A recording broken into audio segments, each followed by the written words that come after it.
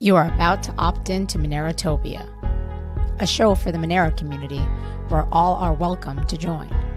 From noob to maxi, no matter what bags you hold. Just sit back and relax to the sweet sounds of Monero's latest progress. Or if you're feeling inspired, join us on stage. Remember, the only thing that can stop Monero is a false belief that it can be stopped. And if you want to win the revolution faster, we recommend you remove your XMR from all custodial exchanges immediately. Warning, voting accidents are common around here. Don't forget to properly secure your private keys. Monerotopia starts now.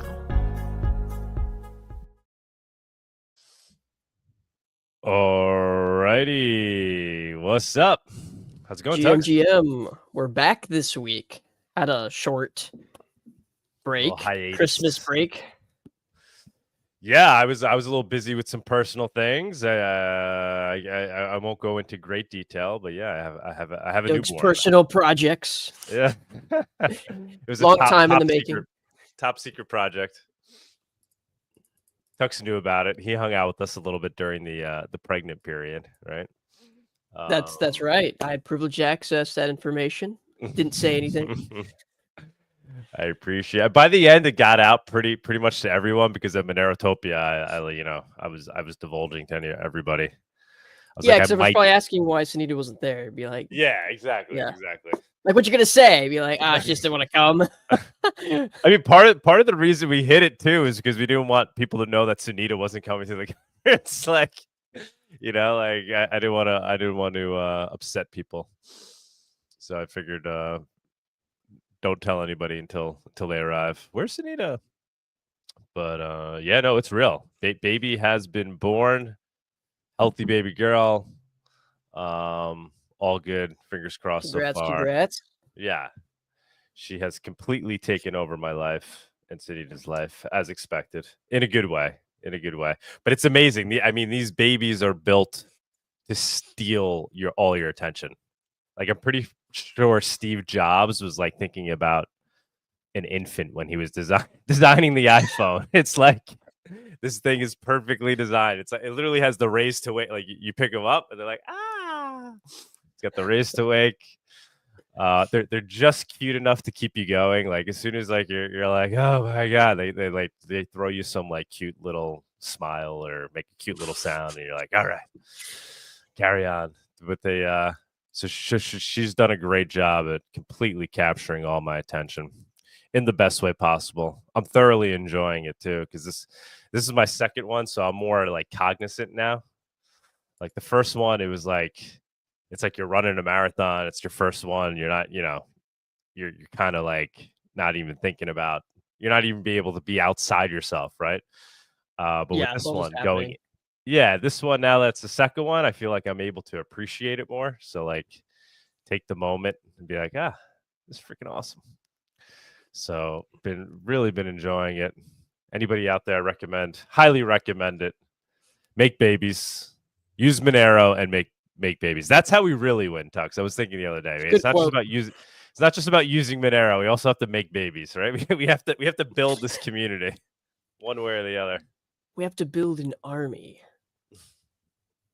And the next generation, right? If we need a new generation of liberty fighters. And they're going to come from us. So all good on. Some people call their project their baby because it's, they let it suck all their attention like a baby does, but without it being a human. Wait, what are you saying? Oh yeah, some people consider. Some people call their project their baby. Yeah. Oh yes. Which speaks volumes to, a baby needs attention and care and lots of time. I mean, I think most people know, like, I treat my Monero projects like they're my baby, right? Sunita certainly knows. She's kind of always rolling her eyes, like, oh my god, you care more about this than anything else. But no, I hesitate to say her name. The newborn. I don't know. Should I say her name? This is another thing, right? We were talking at the outset of the show. Like, these great, beautiful things happen to you and in your life, and you want to share them, but then also the dangers of you want to right. We're here to protect our privacy, and it's like and your own kids' privacy. Whereas most right. Parents will just put pictures on Facebook, and suddenly, I mean, that's it. Their PII, their face is in the face AI systems already. You know, I mean, as a baby, it's like, okay, you'll grow up and your face will probably be different, but throughout childhood, like, imagine just always posting your kids' info online. I mean, that's like you're basically giving them or preventing them from having the option of anonymity online. If you could go back in time and tell your parents to not record you or tape you or make you public in any way, would you do so, Tux? Would that be your dream? From the day I'm born, don't even. I mean, sure, but my parents weren't really that like that. I kind of have had the privilege of not being constantly put on Facebook or whatever.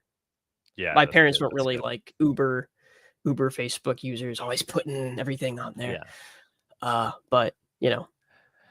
Yeah, I think most people in Monero like that. That's not my way. I mean, I've said this, like the only reason I've really gotten into social media and stuff was for purposes of spreading ideas.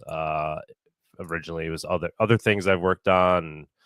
Obviously now, you know, Monero stuff, but I've never used social media for like like this need to socialize and like share my life. It's always been kind of a tool for other things, like when I ran for Congress and I think a lot of people in the Monero community are obviously like that. I think most, if not all of them, that's kind of the culture. But it is unfortunate though, right? Because we all are also building a community here. You know, I spend more time with you and people in the Monero community than I spend time with, you know, potentially I don't know, relatives of mine, right? Like, and yet there's always this barrier that we keep up among each other because that's part of the culture too. So it's like it's a little sad in that respect. I understand we all agree on it and we see value in that, but we're also then missing out on our you know, our ability to kind of communicate more deeply with each other as a community. I think that's why like events like Monerotopia are important, because once you're in person, you know, those barriers drop. You know, kind of there's more trust. You're face to face. You could see people's expressions and kind of gauge people, and then it allows people to share and open up more. And then obviously people then build, you know, connections that, you know, personal connections one-on-one, and start like little private chats with each other, DMs. But I would love to be able to come up here and show my infant off and, hey, look at her, she's so beautiful, people, you know. But it's you don't want to do it. But it is you get what I'm saying though? Like we lose that among each other in the Monero community. It's I mean, just online in general, especially. Yeah. It doesn't make up for having those real life interactions that are just that just connect you in a more personal but I'm saying our culture of being so private, because of that, it's like we're losing. Yeah, it kind of plays that into that, unfortunately. Yeah, a bit. But like, I mean, like people, you said, having Monerotopia and like MoneroCon and like stuff is especially important for these kinds of groups, because people are so even more distant than they normally would be, because they want to withhold, you know, info about themselves and stay anonymous, which is a totally reasonable thing to do. But it makes it hard to connect for sure. Fairly reasonable. I think he was referring to our advice of make babies. Sounds expensive to me personally, but I'm admittedly slightly jaded.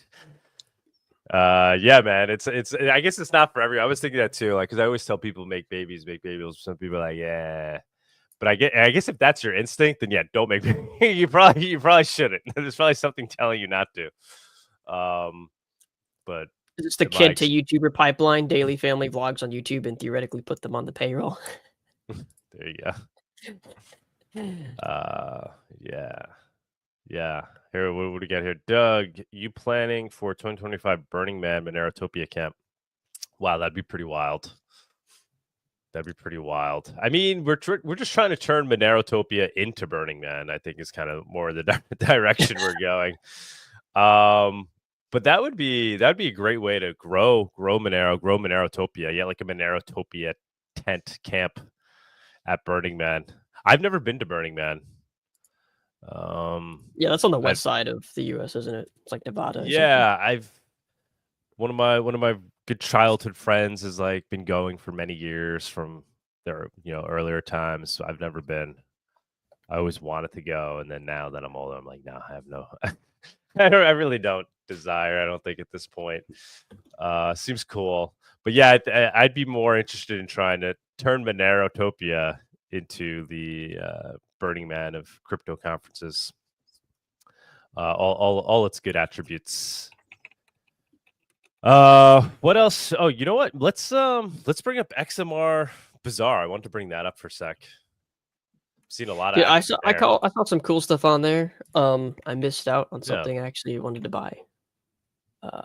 Yeah, let me pull that up. Yeah, that's what I was thinking too. Like I didn't promote it enough before Christmas because I had the baby thing going on, and then we had just finished Monerotopia. But yeah, I mean, this was a year where you could have essentially bought all your holiday Christmas presents on XMR Bazaar. Like, there's things you could have found for your loved ones. Well, like whoever was posting the listings on the XMR Bazaar Twitter account, I kept seeing those. Yes, Aaliyah's doing a great job. Just another example, like she's completely anon, BT Dev, completely anon. I'd love to just be able to like talk to these people on the phone, meet up with them. Dude, this thing. Oh, I wasn't sharing my screen. There we go. This thing. This thing's hilarious. I don't even know who makes it, but this guy was selling it a couple times and they're all sold out. Yeah, that's like the first time I saw tiny little Monero plush. It's like unique. It's like a very obviously the Monero logo, but it's some weird random character I've never seen before. Yeah. And I was going to buy this, but someone already did. Well, unfortunately. Is it the same as the MoneroChat? I think Monero Bull is the one that did the MoneroChan one. Yeah, right? I don't know. This account XMR for it was Monero Bull who did the MoneroChan. I don't know who this is. XMR for Bill Pay. You got one, didn't you? Did you get a Monero? Didn't you get one of the plushies? I did. I do have one. You got to get this one, man. You'll have a full collection. You'll be the only person to have a full Monero plushie collection. Crazy. Hopefully he puts another one on there. That'd be funny. Yeah, we got some wine on here. We got some cheese. From Italy, by the way. Ships to you from Italy. That's crazy. Oh, I love that's gotta be some good stuff. I live off that stuff. I got to get that. We got some, not wine, balsamic vinegar of Modena. Limited edition. Everybody needs some balsamic. Yeah, balsamics can get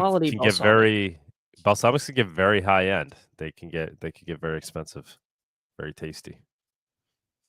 You've got some paintings. Oh, this is a new painter I've not seen before. Blue Hour hand painted 12 by 12 inches oil painting. That's very cool. Oh, there's some high quality painters on here. Looks like a Van Gogh. And then we got Siddhartha. Everyone loves Siddhartha. How much was he selling that other painting for? This one, $350. 1.7 XMR. Nice. Priced in US dollars though. And we got Siddhartha. We got another one from Siddhartha. Looks like a drawing. 120. Very nice. Very nice. So many things. I saw. Maybe you could pull up the laptops. I was going to get my daughter one. Let's see. Electronics. Oops, not education. Electronics. Yeah, maybe it's under electronics. Okay. There's a Nitro pad. Oh, what is that? I don't even know. So, this is from Nitro Key, the company that makes some security keys. They sell these specific computers that are like Cube certified, and I think you can buy them for Monero on their website already. But yeah, someone's selling one here. Looks like it's lightly used. Yeah, I might get. I think I saw MacBooks on there. Oops, that needs my to be daughter one from Cashry. Yeah, okay, there we go. There's a an old ThinkPad. Yeah, it's probably MacBook on here. Let me see. Let me search. Yeah, see if you can find it. You know, 'cause I got to see if he messed. That's a thing. That's obviously there's a lot of things we got to improve, and you know, I think we're making a lot of headway actually. But there's an old MacBook, a very old one. Okay, I don't know if that's not the one I was looking at. I don't think. Also a very old one. Oh, here's a new one. MacBook Pro 2020 M1, newer. Oh, the LCD is broken. Rip. No. Who's it? Seller was last online 30 days ago. Okay, so yeah, I mean that's one of the things we need to try to improve with XMR Bazaar. Basically the DMing, right? So somebody comes on, they make a post, and then they get a message 2 weeks later. It's like they're not going on XMR Bazaar. Yeah, that's not a high quality experience. Yeah, that's something we got to try to solve because I think that will really boost. I mean, there's already email notifications, isn't there? Yeah, we have email notifications, but I don't know. I don't know how many people are adding their email to their account. That makes sense. The option is there. I was also thinking, like, what would be some other solutions there to?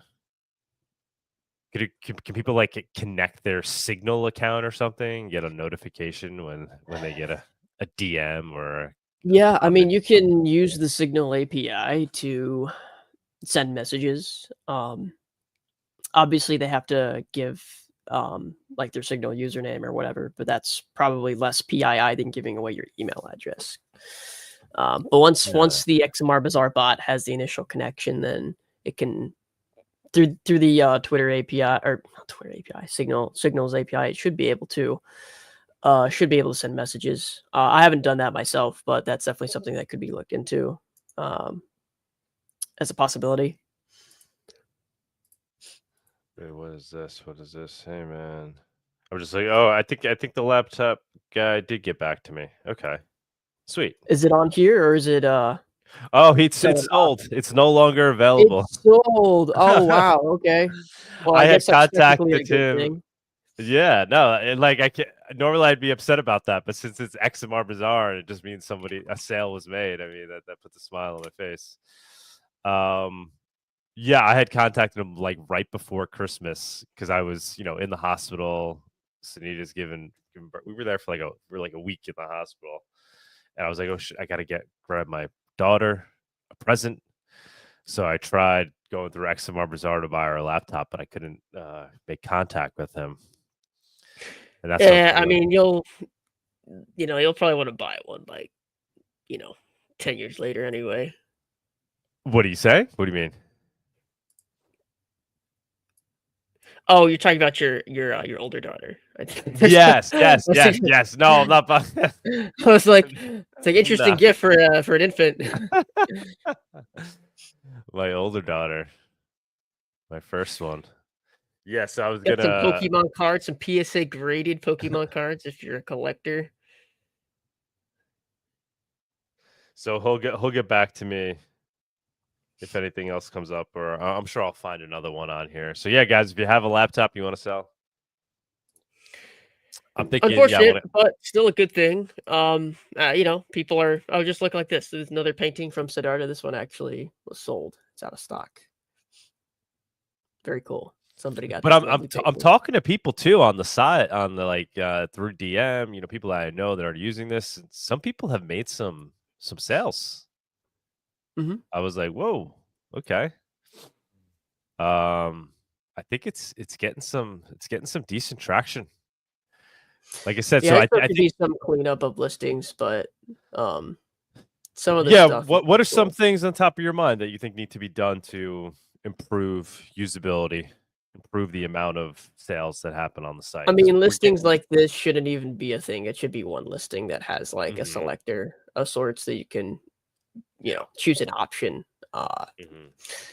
That would clean up like having these insane duplicate listings for like different months or whatever. Yeah, how would we do? Oh, well, I guess you should be able to figure that out, right? It'd be like, yeah, that wouldn't be a very difficult addition.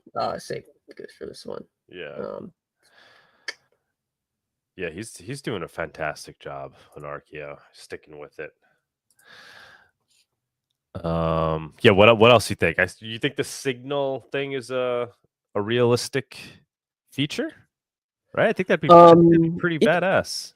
it's possible, yeah. I don't have any experience with automating signal messages, but I've seen some people who've done it, and it's very much possible. Like I know there's a couple signal group chats I'm in that have bots anyway. So there's an API you can interact with. It's just not a lot of people use it, so it's probably not the most robust. But for just sending notification messages, that should be relatively simple. I don't imagine that to be incredibly difficult. And that would probably be a good, quick, and easy way for people to receive a notification for XMR Bazaar, because a lot of people probably don't get email notifications on their phone anyway, because their device is going to be more locked down, more strict. But Signal, I mean, Signal can run in the background all the time to receive notifications. So, yeah, I think that could work really well, and I think that would solve a big problem right now, because I definitely investigate that. Yeah, we're getting the traction. People are coming on. They're making the listings. Other people are coming on and they're attempting to buy, and sales are happening. But I think that the biggest barrier right now is just the communication between the buyer and the seller, and kind of coincidence of time, right? Like getting them to communicate and be like, okay, let's execute this. Obviously, you could just go on and buy something, but for the most, you're usually going to want to communicate a little bit with somebody before you click the buy button if it's a larger item, right? I don't think anybody's going to be like, oh, boop. Yeah. That's so like the goal, to where you can get to that point to where you can just comfortably, like on eBay, you buy something, it's like, oh, yep, you know you're going to get it. Yeah, how do we get there, man? I was thinking that too. Like, what are some other things? So, like adding the signal, improving the communication, but I'm trying to think even higher level. How do you make? Because like me, like half the reason I haven't used XMR Bazaar more is really just time, right? So if this thing was built in a way where I was just like, oh yeah, I need a laptop, bop, bop, bop, boop, and like I'm getting it peer to peer. I mean, Monero is still relatively niche, so you're only going to have so many people on there. But there is there's a fair amount of listings. 1,635. That's still relatively decent. There's definitely a desire for something like this, because I see people put the same listing on XMR Bazaar, Monero Market.io, and Monero.market. There's a new one. I think it's like Monero.market or something. There's definitely a desire for being able to sell and buy stuff on here. So it's just Monero traction. As time goes on, this will probably see more and more users. Yeah, we got some ideas. So we're gonna add a forums section. I mean, I think we had talked about that from the beginning when you were part of the project. So we're gonna try to do that as well. Because I want people to hang out on XMR Bazaar too. They do. They hang out on that little troll box. Yep. But if we added a forum section where people can talk about, obviously it'd be around circular economy. People could talk about Monero in general too. But kind of like a Monero.town Reddit style thing built into Fairly it. reasonable investor asked if any gray market items pop up there. Do admins have the discretion on removing any listings? Yes. I think it's semi-strict, just to, Yeah, we don't want to kill the core concept here, step on our own foot, right? We see value in people being able to buy and sell legal goods and services with Monero. Like the dark market thing is great. If you want to go do that, go do that. There's places to do that. But there's real value in allowing people to legally buy and sell legal goods and services directly peer-to-peer. There's no reason why that should be illegal anywhere. I guess, in other words, XMR Bazaar is not the Silk Road. XMR Bazaar is not the Silk Road, and it doesn't have to be, because there's a lot of utility to serve in terms of just selling legal goods and items. There's value. Monero isn't just valuable for buying illegal things, right?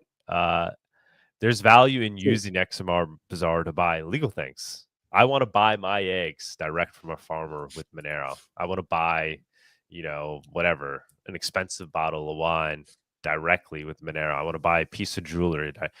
And there's value there because it's like cash. Nobody knows the sale, what you're buying, when you're buying it. No corporation knows, no government knows. And obviously there's value in using cash. you have to pay your taxes. You go do that on your own. You handle that yourself. But it's not. You're not participating in commerce wherein all transactions are perfectly known.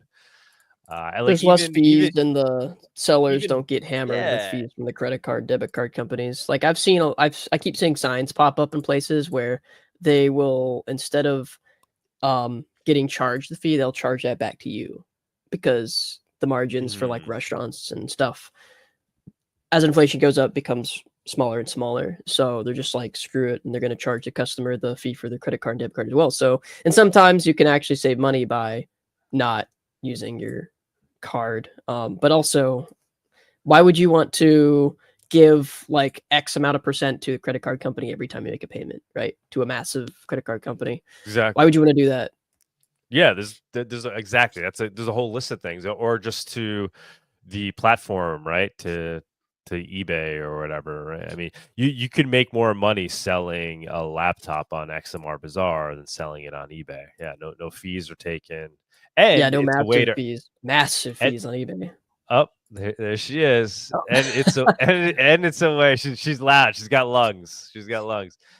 And there's a way. It's Just a like way to you. earn.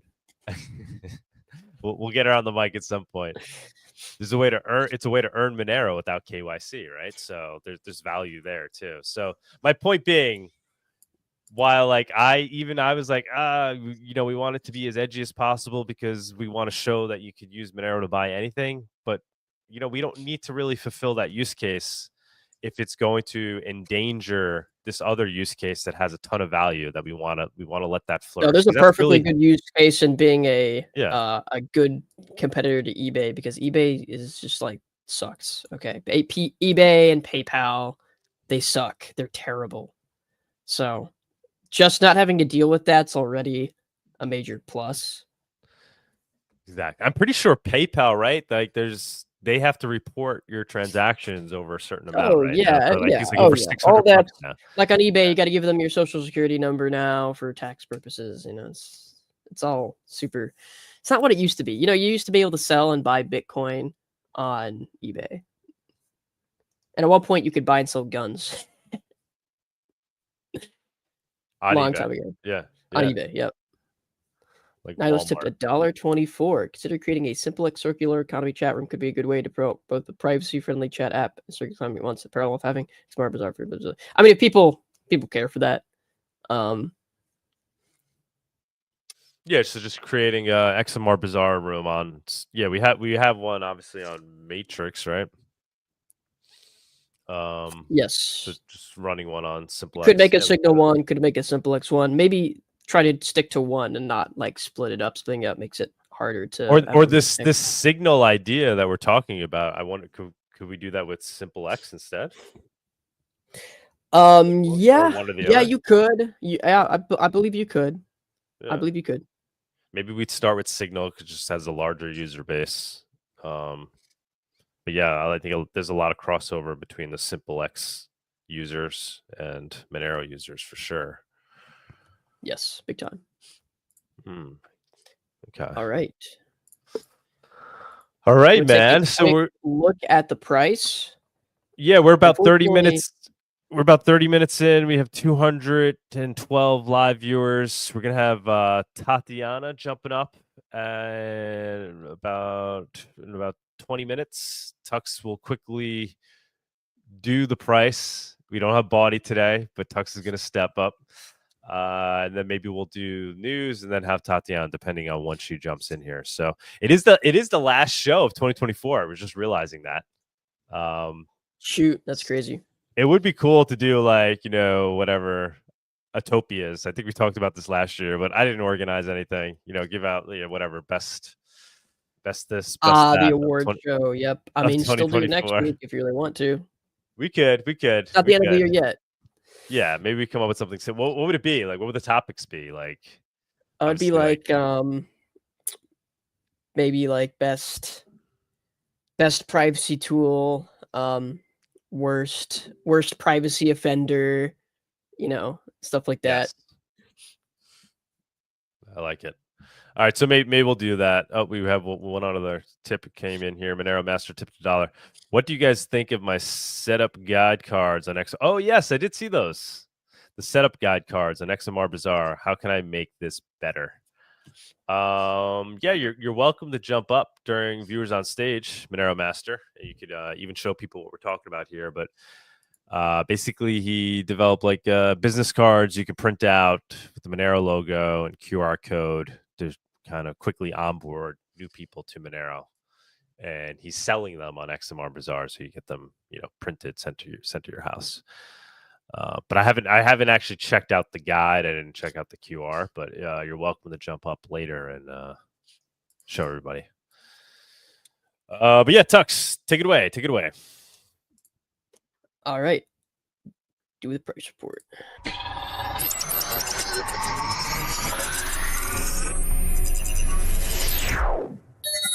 The Monerotopia Price Report segment is sponsored by Exolix, a privacy-focused, non-custodial instant crypto exchange.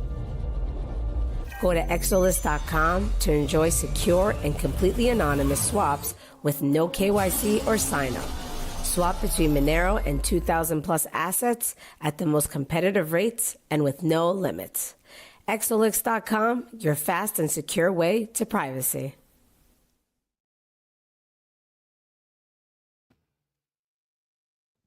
All right. All right. Share my screen. Tux, how's my sound? I just turned off echo cancellation because I think I was getting like that delay thing. You sound fine, perfectly fine. Okay. All right. Yep. All right, guys. Here's my very serious TA on Kraken Pro. Nice. Since we did a show last week, there's a lot that's actually happened in the past 2 weeks with the market. It's been pretty bouncy. As we see around the 20th, everything just took a massive dump. And Monero's was pretty massive itself. It went from around 200, sitting around 200 at a resistance point, going below that several times, that finally just breaking that resistance and going all the way down, touching 166, 167, but quickly rebounding back up. If you caught some here, this was a very, very good time to. No, wait, that was before. Was that right before the Roger Ver interview? Or that was a different. No, this was after that. There's been multiple. Oh, that was that. Okay, yeah. Yeah, so you see, it did one of these. I guess this is almost a BART, possibly. Oh, that was the real BART right there.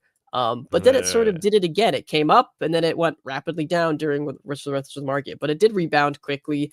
And it's been sitting around this 185 to 200 range for the past week, since the beginning of the holidays. And right now it's in this current trend going up a bit, nicely, trying to get back to 200 and hopefully stay there, but we'll see. And Bitcoin currently is actually a bit lower, and it's not really going up like Monero is right now. It's kind of sitting at 94, 95K, going in between those. So yeah, see, it came down a little bit more over time, a little bit of a slower pullback, and then it quickly went back up to 100K on Christmas Day. Had a nice little Christmas pump. And then it came back down. It's like, Christmas is over.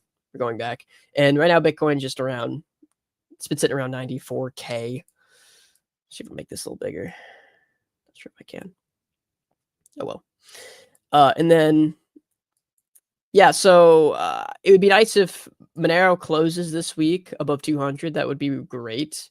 If not, it's still doing pretty good. It's still sitting in a higher range than it has been historically. That was a little bit nerve-wracking seeing it crash so rapidly during that pullback, that major pullback. But it did rebound very quickly as well. Yeah, so there's if you catch these, I mean, there's been some great times to catch these flash crashes and buy up at very, very good prices. So if you did that, good job. If not, there's still time. Don't worry. Monero's it's got a long ways to go. But yeah, that's mostly Monero over the past couple weeks. I can't really tell you why anything crashed, or I just know it did. Body will have to tell you next week. But Zcash also had a crazy. Oh, I mean, look at this ridiculousness! Literally a 2x in the span of less than a week. It did a 2x. It went down 50%, then it went up 100%, and then it went back down 50%. So if you play Zcash, you can make some quick, pretty large gains. It's a lower cap. It's a lot lower cap than Monero. It's been having some interesting, even more crazy price swings than a lot of other cryptos have. So, yeah. I mean, it's one of the it's not delisted everywhere, right? So people can play around with it. Not as much as Monero. It's still definitely got some delistings, but not as much as Monero. And it's still a privacy coin that people are speculating on. Yeah, it's a lot more accessible. Like I always say, Monero has yet to be listed on a centralized exchange in New York for New Yorkers to access. That's true. Zcash is Zcash available? Yeah, in New York. Okay, it's on Gemini and yeah, it's available in New York. Is it on Coinbase? It is on Coinbase. Yeah, it's on Coinbase too. So yeah, I'm never getting on Coinbase. That ship sailed years ago. And then they had, with whether you could send it to a transparent address or a Z address or yeah, I think that plays to its benefit and to its part of its downfall, because what I notice is that a lot of services will implement Zcash and support it. Like, oh, you can pay for this in Zcash, but they only do it with the T addresses. Now, if you're coming from the transparent pool, the privacy should theoretically still be really, really good because of what they use for sender privacy. But a lot of things just choose to, because it's easier, because it's Bitcoin. It's like a fork of Bitcoin. They'll just use the transparent addresses only for their service, not the shielded ones. So yeah, the vast majority of Zcash transactions are not shielded, right? Yeah, the vast majority. So like you got to make sure that when you take your Zcash out of wherever you get it, you shield it. And then theoretically you should still be okay. I can't speak directly to that, but theoretically you should be okay spending to transparent addresses as long as it was in the shielded pool. I can't tell exactly how good the privacy is. But the sender privacy is technically better than Monero. Yes, but for now. Line choice they had that I think is both a pro and a con at the same time. Which is the pro and the con? I missed your thought. Well, I think it's both a pro and a con at the same time. Having T addresses, right? Oh, yes. Having that in there. Yeah, I mean, it was a sacrifice, and Monero has taken the other path, right, where it's unwilling to sacrifice its fungibility in any way, right? Which I think a lot of people preferred that, as we've seen how the communities have grown. Yes. But yeah. Yep. And I do think we'll start to see relistings of Monero at some point. Whether we bottomed out in terms of the amount of delistings, I do not know.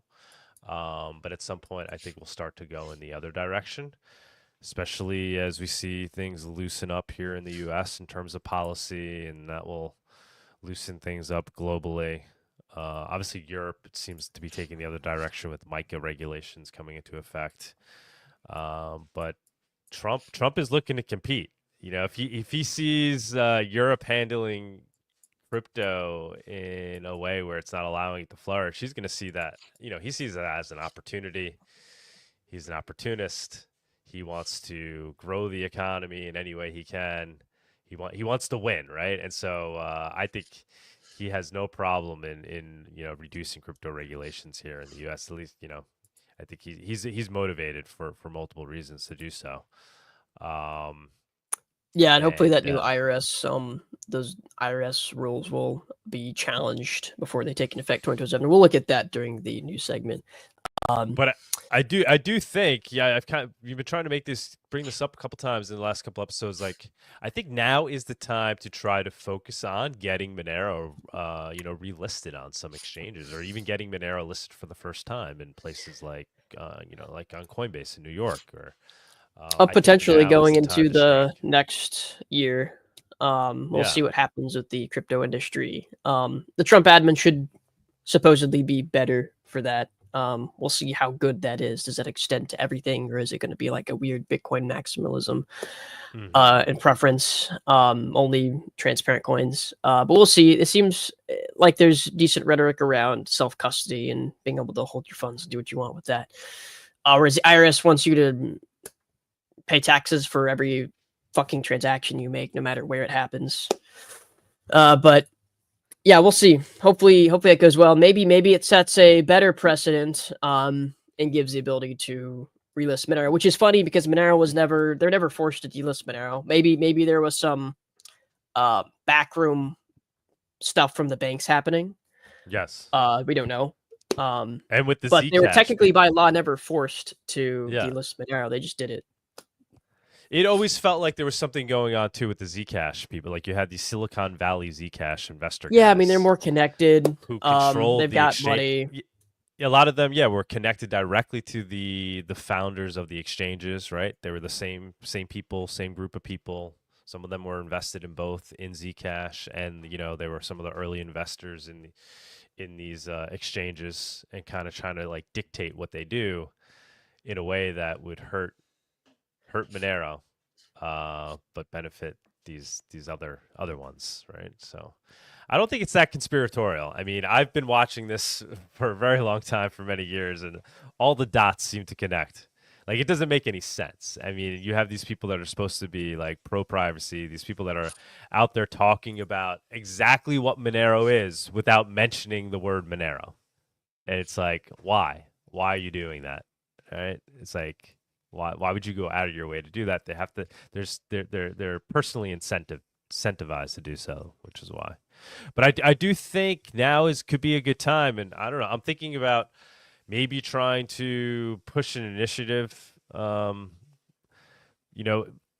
Zcash really has Monero beat is in its centralization, right? It's centralized in ways that give it advantages. So that's another advantage, that Zcash has over Monero, is in the sacrifices it's made with its centralization. So there's an organization that runs Zcash, and they coordinate, and they have money, they have funding, right? And it's kind of run a little bit like a corporation. And when you have an organization like that, you can get things done. You can work together to hire attorneys, to hire lobbyists, to contact. Like Zcash is working with Coin Center with what's the name of it? It's Coin Center, right? The crypto lobby group. Like they engage with them. Monero doesn't, because there is no Monero group to reach out, right? Is no. Contrary to those points, Monero has way more reach. Monero is the used one, the one that's actually more used. And I will say, considering how decentralized Monero is as a project, it actually works pretty damn well. And things do get funded. Now, getting stuff done sometimes has been a problem. And there's been bad actors with like shitty CCSs. But for the most part, considering what it is, it works pretty well. I would say. Yes. So but the overall general point I'm trying to make is they have the ability to push things legally more easily because of their ties and their group and their corporation. Yeah, I agree with that sense. Right. And if we did want to, like, obviously the meme in Monero is like, oh, we don't want to be on exchanges. I do kind of think that's cope in some ways, right? I see the benefits, but I think ultimately there's a lot of benefits with being accessible to the normies. I mean, I think it's two parts. Like the Binance thing is definitely like a no, right? Like with what Binance was doing with very clear fraud and insane fractionally reserving XMR, like not really holding, just selling fake Monero, right? And then not being able to make up for that for days on end when they delisted Monero. That's like a big negative of being on an exchange like Binance. So if the exchanges, let's just assume they all did what they were supposed to, they were all totally fair, then yeah, it would be nice to have Monero be on all the exchanges. It would be more accessible. But seeing what they do and how they will price suppress Monero, it's unfortunate and makes me reconsider. Be like, yeah, I think there's a balance there. Like I think Monero on Kraken is a really strong one. Kraken's one of the better exchanges. We'll see how they continue to go. But I think it's sort of a mixed bag. There's pros and cons to it. It's like, yeah, if it's not on all the main exchanges, like people can't buy it, but then they don't have any ability to do fishy stuff, which we know a lot of them want to. But then not being on there, it's like people constantly ask, like, how do you get it? I can't buy it on Coinbase, can't buy it on Robinhood, and I mean, the main answer right now is to buy like Litecoin and swap, right? Which is still relatively easy for people to do. But we still have holdouts like Kraken. And in Europe actually has better options than the US. Europe has DFX, right? Low fees. They have like low KYC for under like 900 euros. So there's still options, but I think it's better that Monero honestly isn't on an exchange like Binance, if it makes total honest. Like I'd prefer if Monero wasn't on Binance. Coinbase, I don't know. I don't know, man. I don't know if I agree with you there. Like when I was down in Argentina, right? One of the most amazing things about it was you can go in these cuevas and you can exchange basically any currency for any other currency, and it's not official, right? But they're very accessible. So you could effectively go to one of these cuevas. You could show up with US dollars, and you could show up with Monero, right? You could show up with Monero. You can send them Monero, and they'll give you local pesos or US dollars is really what they'll give you. But now with the delisting of Monero on Binance, like the cuevas down there don't have access to Monero to now exchange it. Like that's a big hit. Like you've now taken Monero and have cut it off of. So they were using Binance as their liquidity provider. Yes. Now I don't know if there's some other option that they're using now, but I know that's what they were when I was down there. I probably follow up with Andres on that, but that was like that was a big hit, right? So like, oh, okay, it's great that it's not on Binance. They can't create paper Monero, but now potentially you've knocked out all these cuevas that were on ramps and off ramps between Monero and cash without KYC, right? You get what I'm saying? So there's I mean, it's kind of a hard, like, in a way, I hope that the listings will ultimately lead towards Monero becoming more accessible outside of the exchanges, because I mean that's the real goal, right? So like we've got dexes on the way, like Sarai, which should become a decentralized, safer, hopefully a cheaper way to like swap like Ethereum, Bitcoin to Monero, and the other way around. Well, let me ask you this, because I am thinking about putting some effort towards getting Monero, like trying to get Monero listed on exchanges here in New York. Maybe it's even an effort to get New York to drop the bit license. I do think politically could be the time too, not even just on a federal level, but on a state level here in New York. I think there could be that political will to like eliminate the bit license. If they eliminated the bit license here in New York, then exchanges would really have Kraken might actually come back to New York.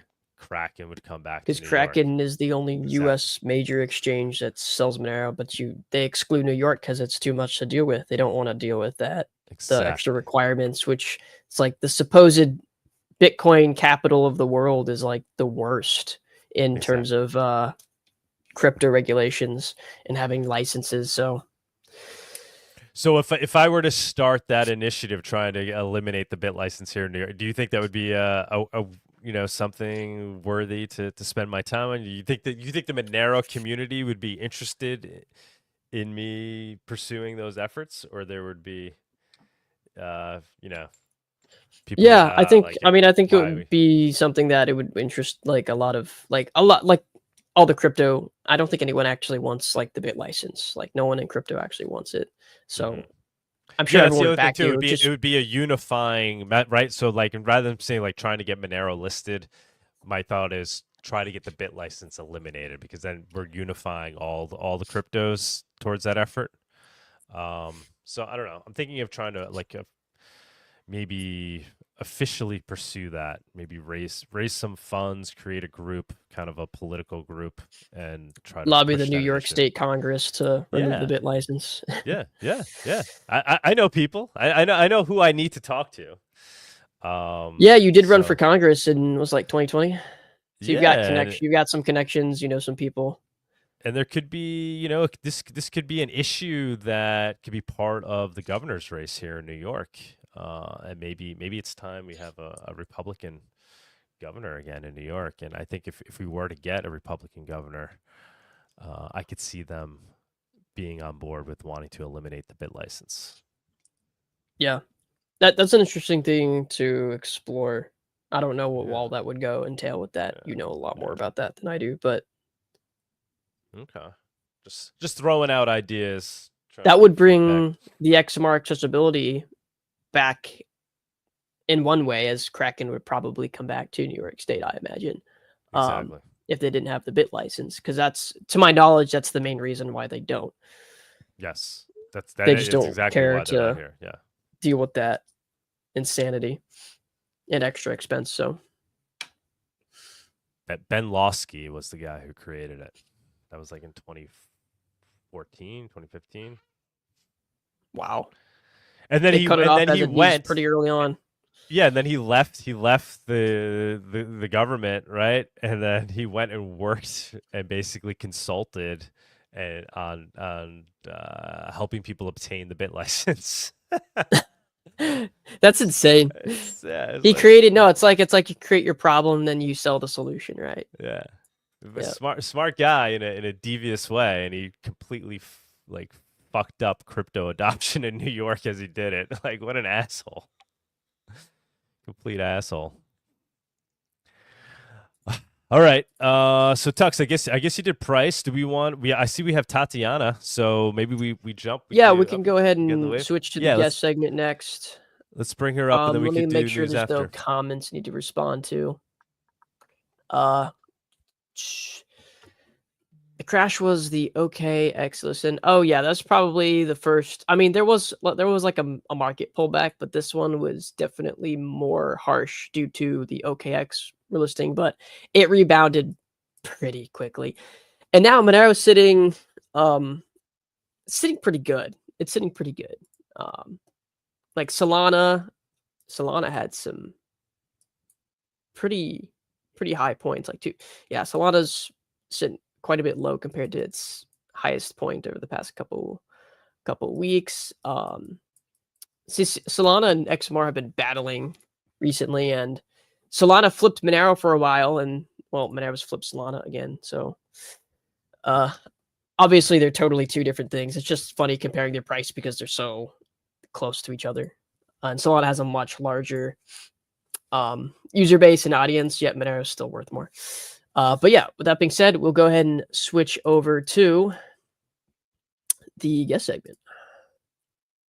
The Monerotopia guest segment is sponsored by Cake Wallet.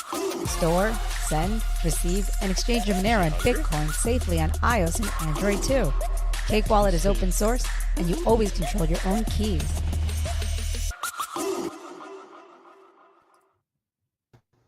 All right, Tatiana, how's it going? I'm well. How are you guys doing? Good. You might hear a baby in the background. She's feeling a little vivacious today. We're seeing a new side of her today. Right. So It means that she's got a lot of spirit. That's a good sign. she definitely does. Very cool. Yeah. So happy Saturday to you guys. I tried to set up these lights. Maybe I should have made them a little bit brighter. It's a bit overcast here in Miami, which is a bit unusual. But yes, Oh, no. I also have some bling. I see you have like a bunch of like sparkling stuff. I got my Christmas tree. I have my Monerotopia neon sign. Oh, I couldn't even tell what it was. It just looked like a hodgepodge of like rock and rollness. But yeah, now that It is. now that you mentioned it's a Christmas tree, I can tell I could And see. then this backdrop here, that actually we had somebody paint that. We were at a conference. It was the shitcoin conference in Miami in 2020 or 2021. Okay. And I paid somebody in Monero to paint this mural. And then Well, it looks really cool in the background. yeah, it was cool. It's just I got to spend Monero to do, obviously I love that somebody was willing to accept Monero for it. And then I actually paid somebody in Monero to drive it up from Miami. Oh, And okay. I found some, yeah, and it was, I'm telling you, you can live off Monero these days, Tatiana. It is possible. It is possible. Well, I felt like I could live off of it, at least in Mexico City, at Monerotopia. Like, Did you have a good time at Monerotopia? So that was my first Monerotopia, and I'm here to tell people that they should all be going. I was a super big fan of it. There were a lot of mushrooms available. Not that that's like the selling point at all, but it's a very noticeable thing that when you go in there, they have these vendors, and you're like, oh, how cute, like little Mexican vendors selling mushrooms, like all sorts of paraphernalia and stuff. So I was looking for a family-friendly gift, a little bit hard from that perspective. But yeah. There was family-friendly things too, though. There was apparently there were, but that was like a real feature. That's really where that was the star. Yeah, I would say so. No, I what I really liked about it was that the conference wasn't all about political solutions. It was just about real solutions, and I have found that really refreshing after such a long time in America and listening to everybody talking about the elections. And luckily being out of the country during the elections, I thought that was really, a nice treat. I didn't have to listen to any kind of complaining necessarily, not as much as I would if I was here. So yeah, I don't know. I liked the space. Is that the first time that you guys had it in that space? I think it was the second year in that location, correct? That was the second one. Yep. Second one. And we'll probably do one more there at least. We'll probably do the next one there as well too, just to kind of ride off the momentum. And I love that location, that place, for all the reasons you're talking about. And I do think maybe we can more permanently build up Monero there too, because that marketplace was there during the conference, but then a lot of those vendors are there on a regular basis, like every weekend they're there for like a different marketplace. So we could get them to the point where they're not just accepting Monero during Monerotopia, but like they're always willing and ready to accept Monero. That'd be a great thing to leave behind, right? So when we finally leave, Huerta Roma, we leave with making an impression where we have a bunch of vendors that are still there accepting Monero would be the goal. Yeah, I think so. Overall, from what I understand, Monero can have a pretty good hold on Mexico because they like they like cash, right? So cash, you're not really going to replace cash. Cash is king, right? But with Monero kind of hiding your identity and everything like that, I think that works for certain kinds of people that want to, I don't know, stay out. Yeah, I think they're like you said, they're very much cash based. I think that's part of their culture too, right? They, it's very much a market based. Like you walk anywhere in Mexico City, right? There's vendors selling things for cash on the street. But I don't know. I don't know the politics down there, but I'm sure like everywhere else in the world, they're trying to eliminate cash. I'm sure they're looking to do that. Mexico I think that from what I understand, that would be very difficult to do in Mexico. So I like that about it. I think generally people are always looking for escape routes from America. I would hope that we don't have to leave America and we can keep it relatively free-ish. But Mexico is kind of attractive in some ways, and people do like to live free there. And then, there's seems like a lot of different people are creating little enclaves there. Are you going to go to Derek Rose's event that he's having in the beginning of, it's the end of January. End of January. It's like the first weekend in February, end of January. I would love to go, but with the baby, I don't know. I don't know if I could pull that one off. All right. So your travel is limited. Do you have any travel confirmed perhaps in your upcoming weeks of being alive? Well, I'm hoping to go to your conference. I didn't know if we were going to talk about that. I haven't completely confirmed, and I will by before the new year. I promise I will confirm with you just so we could get that. But yeah, would love to go down to your conference, and I guess, be a speaker potentially, right? Yes. So let right. me tell everybody what's going on. Let's So do it. I was sick and tired of hearing people talk about, Donald Trump and Kamala and all the different presidential elections that were going to impact my life, because I don't think that they will. I think that there's a lot of other things that we could be doing that's more important than just voting. So the counterparty is kind of like countering the political parties. And we're doing all different kinds of things. So from homeschooling to permaculture to wellness, different kinds of wellness, like from food freedom to actual, like spiritual kind of stuff. We also have health and wellness kind of freedom. So I have Kristen Megan coming into town, which I'm really excited. Got a lot of different speakers. We're going to be talking about security as well as Bitcoin, as well as art and NFTs and stuff like that. So we will have some people from Counterparty, the original protocol that was building kind of NFTs on top of Bitcoin. I have some ordinal friends coming to town. So it's going to be a lot of different stuff, but basically no statism. That's the main kind of tenet that's tying this together. So similar to Monerotopia, like the opting out, the whole opting out. How do we opt out, and having the tools and the people there to kind of teach us how to do so. Yeah, I think you guys were more privacy focused. We're like privacy-ish. Like, we care a little bit about privacy, but I would say that that's maybe 1/8 of the things that we're concerned about. It probably should be more than that, right? But hopefully if you could join us, you can remind everybody why this is so important. Awesome. Yeah, I think it's going to be mainly Bitcoin stuff, not so much Ethereum really, but like I don't know. So some people think that Monero is a shitcoin, but I feel like that's really rude and completely ridiculous. Like, how long has Monero been around for? It's like 2014.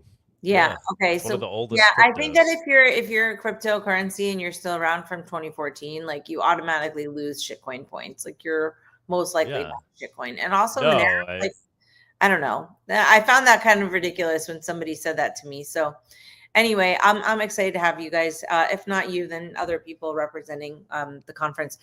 Nick Spanos is supposed to be speaking, so that'll be cool. Awesome. Yep. Oh, amazing. Yeah. I didn't even know he was at Monerotopia. Like I was like, Nick Spanos was that? Like, I had met him in Miami at another conference, and I think he was a little larger at that time. He lost a lot of weight, so somebody's like, no, he was at Monerotopia. I was like, what? I didn't even get to talk to the guy. I met him at Bitcoin Nashville. Then I saw him, talked to him at Monerotopia. It's cool seeing him there again. Interesting guy. Jeez. Yeah, because he loves Monero. He's a big Monero. He's a big Monero fan for sure. No, he's a big freedom guy in general. So yeah, we've got a lot of different people, and it's 2 days of stuff. So we're gonna have music and like live music, and then some comedy and stuff in the evenings. I want to do some kind of a dating game, so I'm working on how best to put that together. Like, how do I make it so we outbreed the status? Yeah. And then, I mean, overall, I think it should be fun. It's right after WAGME, which is Mo Levin's event. It used to be called the North American Bitcoin Conference, and it's been in Miami for over 10 years, whether it's been this name or another name or whatever. So we're piggyback. They're doing the 21st to the 24th, and then we're doing the 25th and 26th, which is a Saturday and a Sunday out on South Beach. Okay. Oh man, I love South Beach too, obviously. Yeah. And I'm sure the weather will be nicer than New York. Well, the weather is always nicer than New York. So I used to work in Manhattan at different recording studios there and stuff like that, but I never miss it. I'm so happy in Florida. I think everybody should move out of that area. New York is over. Florida is where it's at. Miami is a really great location. So I recommend that people come here if they want to have some, semblance of freedom. Let's face it, nowhere is really all that free in the world. Yeah. What do you think is more free, Mexico or America? That's a good question. I think Mexico more so because it's just more less organized, right? So like you could kind of get more lost in the crowd. Like Mexico City, you could live pretty freely and be under the radar. I mean, that's my feel. I've only been there for short periods of time, so I don't know if you're engaging in society and on a longer term basis if the government really starts to infiltrate your life. I don't know, but I think overall they're probably less organized. I think that they're probably a little bit more free. I do think that we're a little bit more functional in certain ways that I really like. You know, like I was in Australia once and I just remember thinking that, you know, like customer service, they didn't understand the customer is always right. And I really miss that about America. Like you could like complain and they're supposed to care there.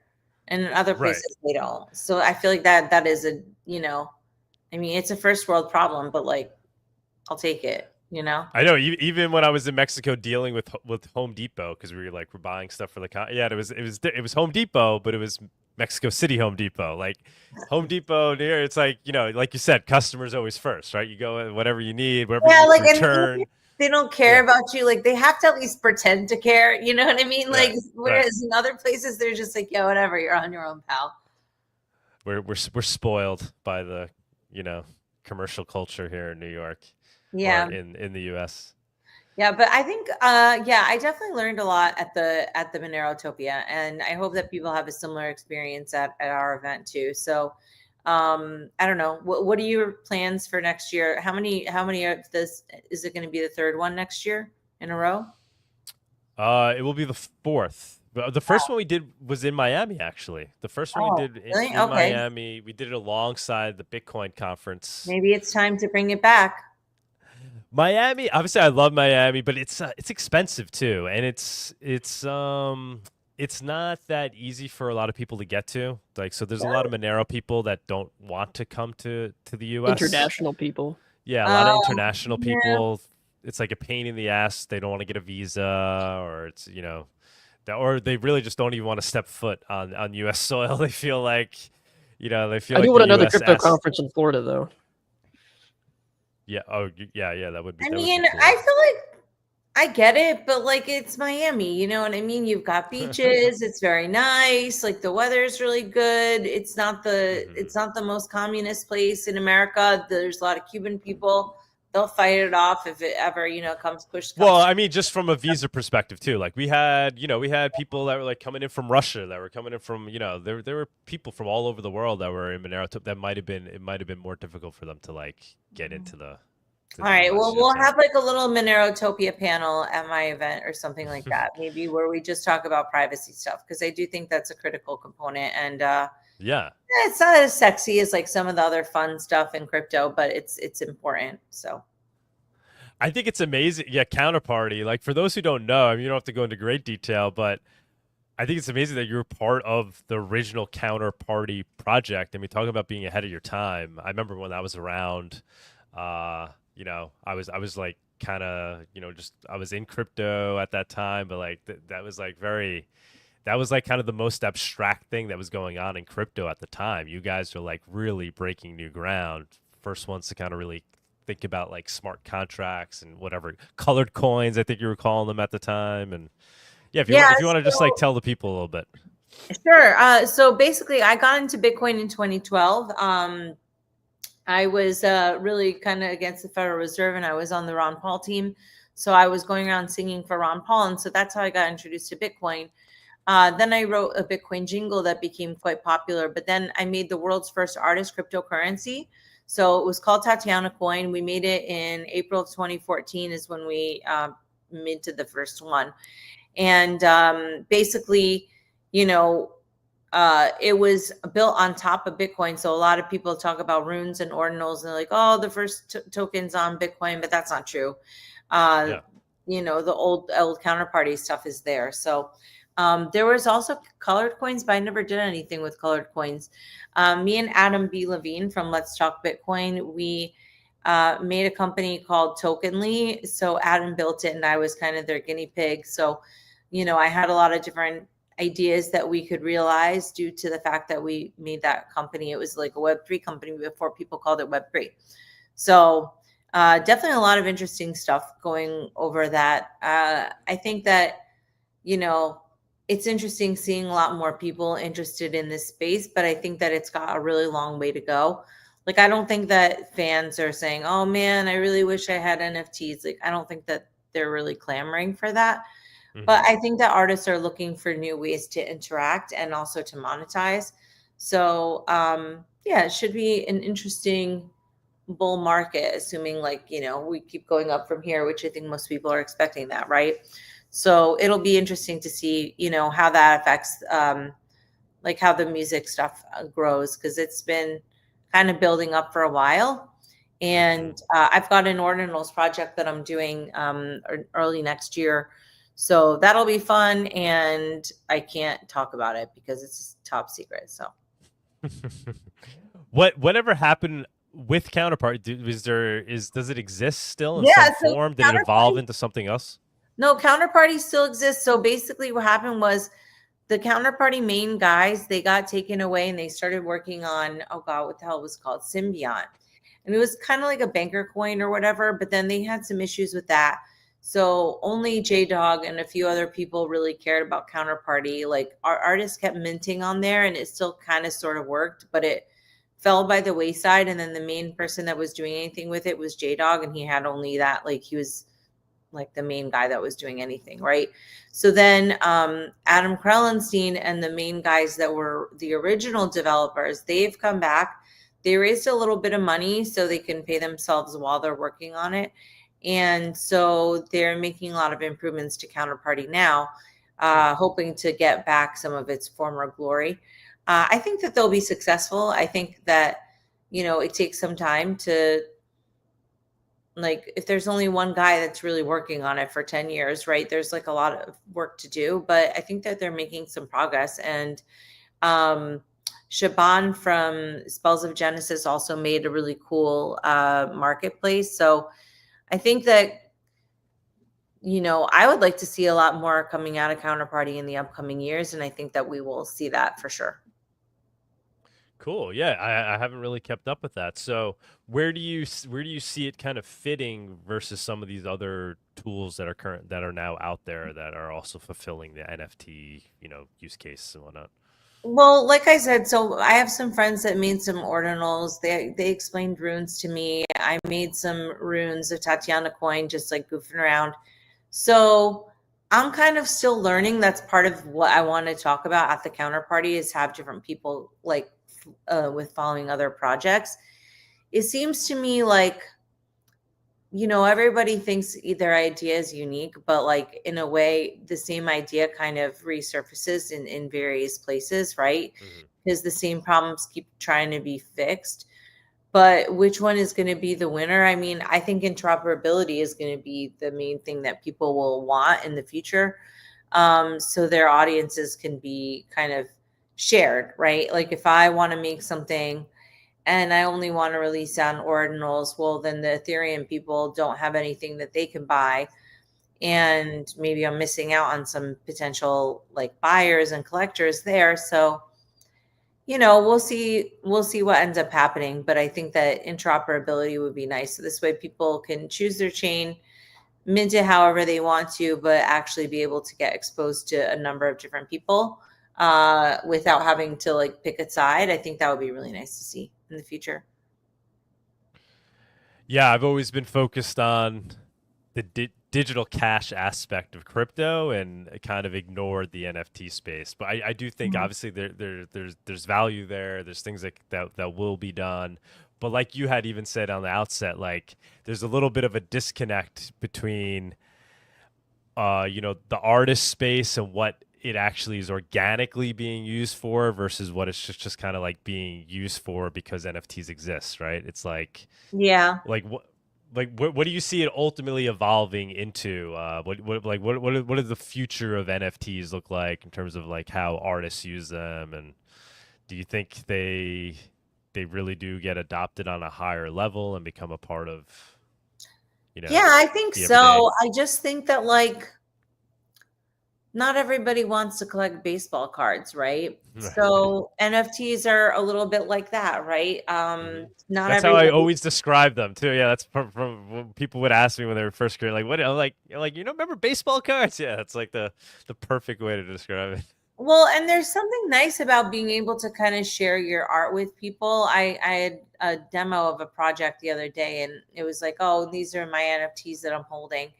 And so it is like a statement piece about, you know, what kind of a collector of art you are, like in a much more accessible way. Let's say before, if you're an art collector and you have pieces of art at home, like you have what, 10 pieces at most, and nobody sees them except for the people that come over. If you are interested in art and you have an NFT wallet and it shows all your different pieces that you're collecting, like there is some bragging rights to that. If we had another situation where people couldn't leave the house, like God forbid another COVID or something, I think that those kinds of things would be a little bit more collectible, like for the normie or whatever. But going forward, I mean, I think that it's just like, if you're a musician, where are you making your money? You're not making it anywhere. You're begging people for tips, which is kind of ghetto, whatever. Like nobody really wants to do that. Speaking of which, I'm running a Kuno campaign to support my event. If people would like to like give me money because I'm begging for it. But like, okay, so that's like one model, right? And people can donate Monero there. But like otherwise, you know, how are you making money? People aren't buying CDs anymore. If people listen to you on Spotify, you don't get any money basically. If they listen to you on, you know, YouTube or something, you get like 2 pennies a year. So, I mean, yeah, you can maybe sell your music to commercials, but that's kind of gross to begin with. And second of all, everybody's already trying to do that, right? You can sell your music on movies and things like that, but now they want to pay you an exposure, because just like exactly how you want to pay your rent is like with exposure. That's really effective. So there's just like no way to really monetize. I mean, sure, you can do a gig, but I mean, what are you going to make out of a gig? Like $400 if you're lucky, like for one person. And that, I think that's actually kind of a lot. I would say that most people should expect to make between $100 and $300 a gig. And so like you have to get ready and you have to get there. And I mean, just like there's just no sustaining art as like a real thing, right? Because music lessons cost money, and like actually like doing all these things cost time and stuff like that. So yeah, I think that NFTs are a good way to support artists. Whether or not you care about seeing the NFT in your wallet is a different thing.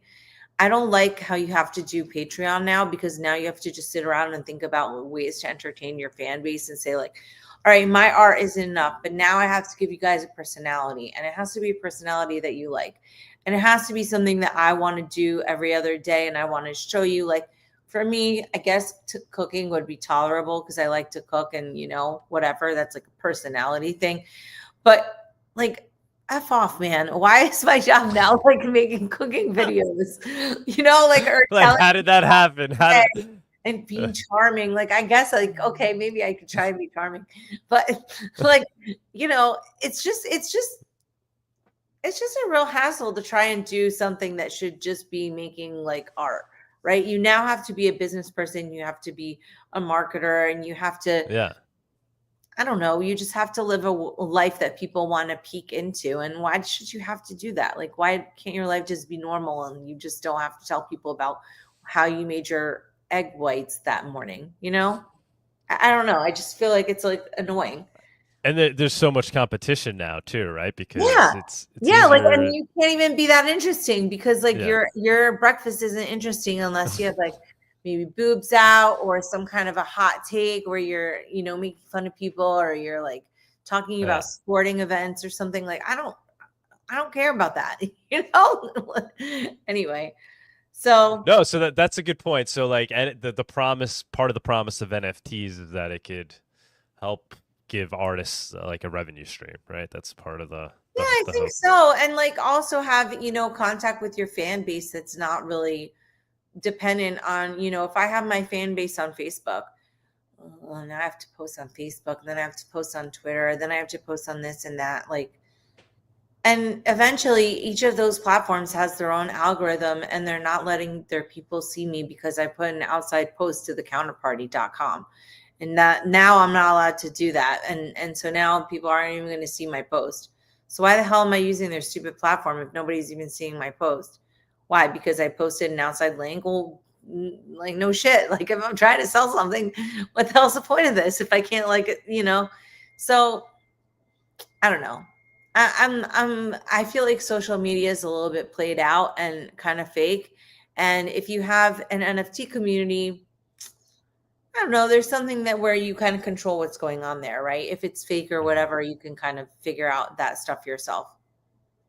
Are you following some of these newer projects and up and coming ones? Like we have like Tari, I don't know, it's been talked about for many years, has yet to launch, but the promise is that it will kind of be like a Ethereum of a Monero version of Ethereum. Xano, right? I don't know if you're Well, familiar I met with the Xano team, and because I think that Aaron Day is smart. Yeah, Darkfy is cool. I got the hat from Amir, and I felt like it was like the movies. I was like, "Oh, Amir, I love your hat," and he's like, "Here you go," and then he like whips it off and like tosses it into the audience. I'm like, "Oh, cool." Only moments like that can be recreated at Monerotopia. People can buy their tickets now. When is it happening next year? Do you know specifically yet or no? Yeah, well, because of the baby, we had putting things on hold a little bit, so probably won't be November. We'd probably push it back, maybe like back to like February, March. All right, 26. I see. Yeah, yeah. Well, you gotta like raise a kid and stuff, so that's fine. Yeah, priorities, Okay, But hopefully she'll be there with the older one too. That would be the dream. So we'd have the whole fam down there. Yeah, that's for sure. And then in the meantime, people can come to the counterparty and they can get like a fake version of it or whatever. So what do you know about this Kuno stuff?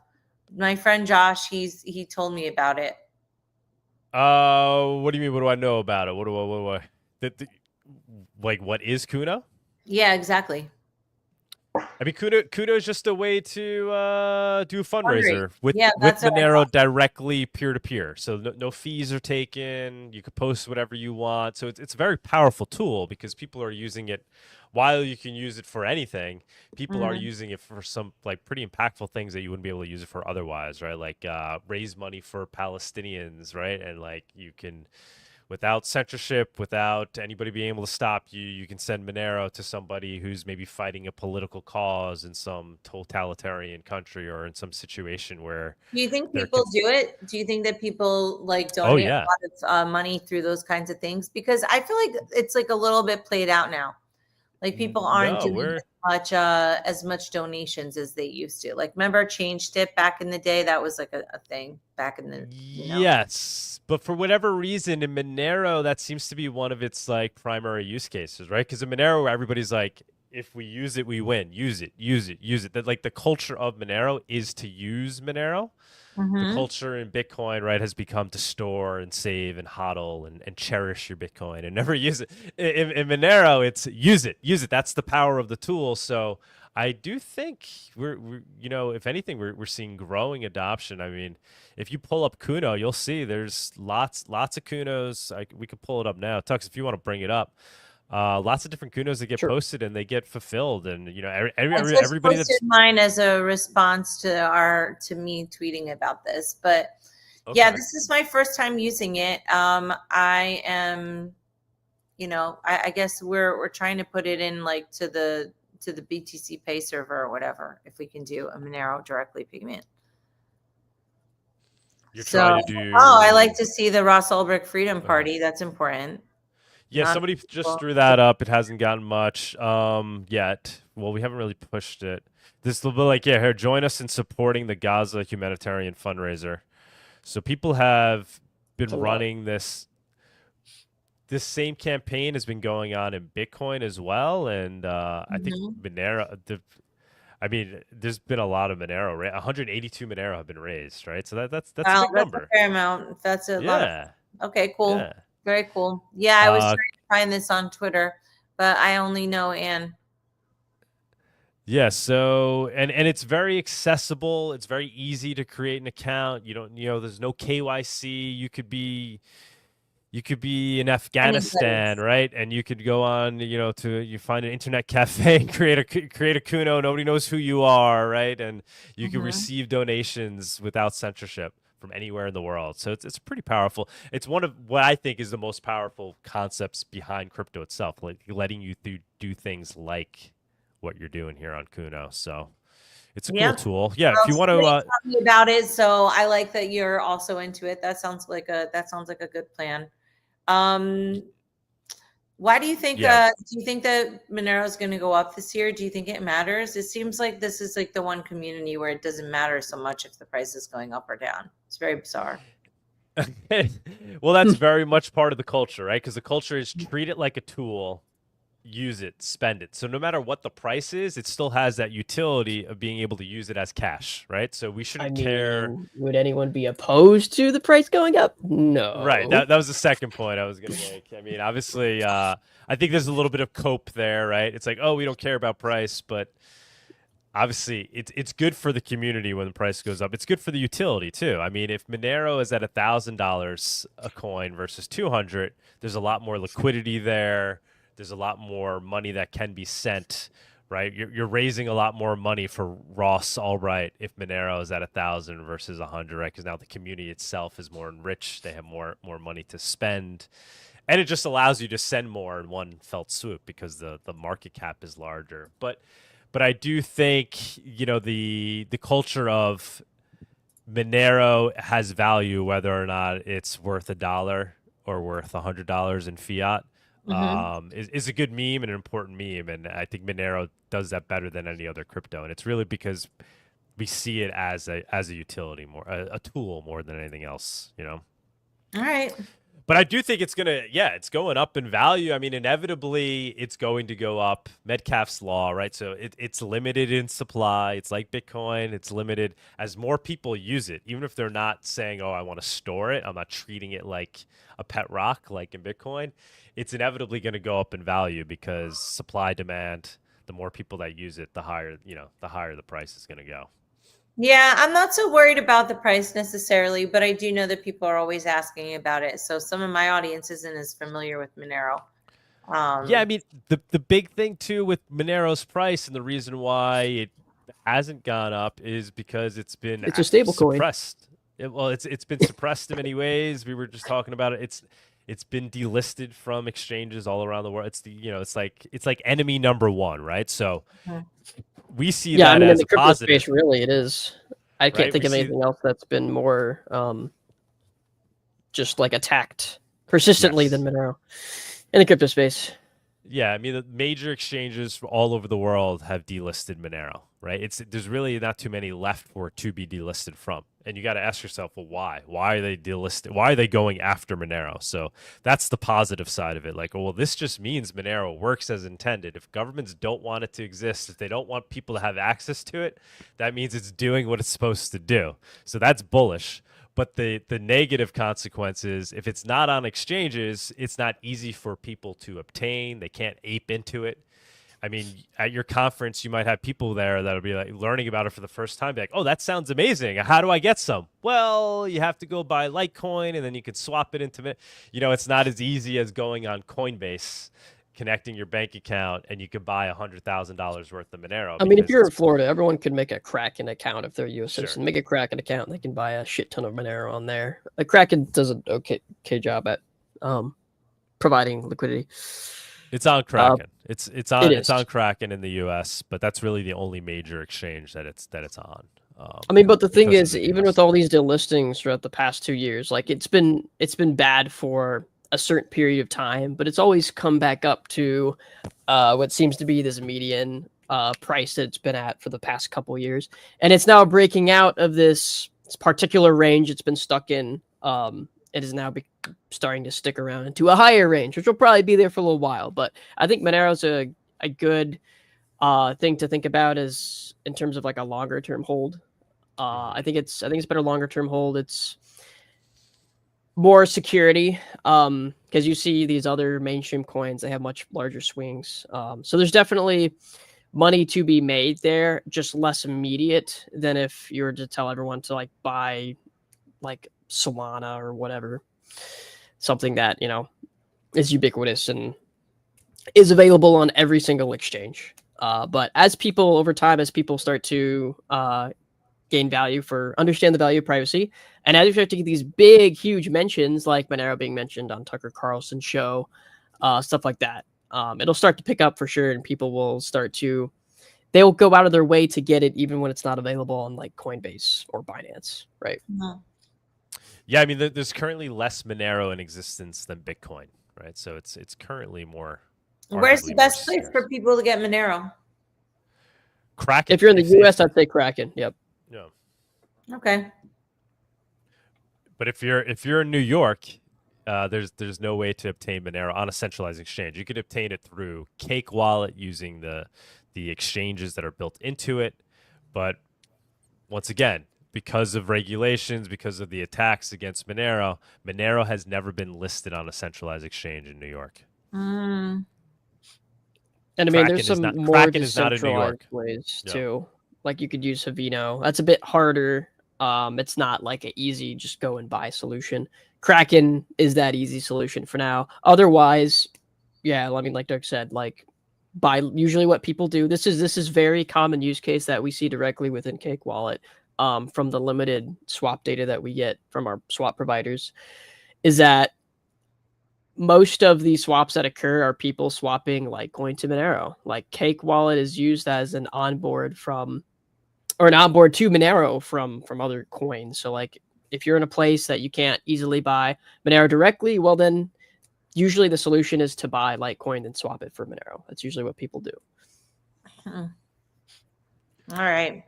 Tatiana, what's the website? Guys. What's the website? Let's bring up the counterparty. Thecounterparty.com. Let's look at all my wonderful speakers. You know, I have like 37 different people. I have a lot. Wow. Yeah. So you too could be among these amazing people. We've got Aaron J. We've got Mike Benz. I don't know if you guys know Mike. He's really smart. Paul Puey, of course, you know him. Oh, yeah. Our friends from the Taproot Witches, Teresa and Nate. We've got Nick Spano speaking. We have Raphael from the Crypto Vigilante. I think he's coming. Matt McKibben. I don't know if we know Matt. G Money, he's from the Bitcoin counterparty community. We have Josh, who's was at Monerotopia. Oh, yep, Josh. Love this guy. Yes. Who else we have? We've got Eric. He's going to talk about real estate stuff, which I think is pretty good. Kristan's going to be doing some live streaming for us. Jen is going to be doing wellness stuff for us. Travis Irvine has good comedy. Andrew Meyer, he made the Alex Jones video game. I don't know if you guys are familiar with that. Bobcat's going to be talking about water. Mark, I think he's going to be talking about how not to get scammed, like from a lawyer's perspective and like what your options are. Kurt and Gabe are going to do like a is hijacking Bitcoin accurate kind of debate. So that should be interesting.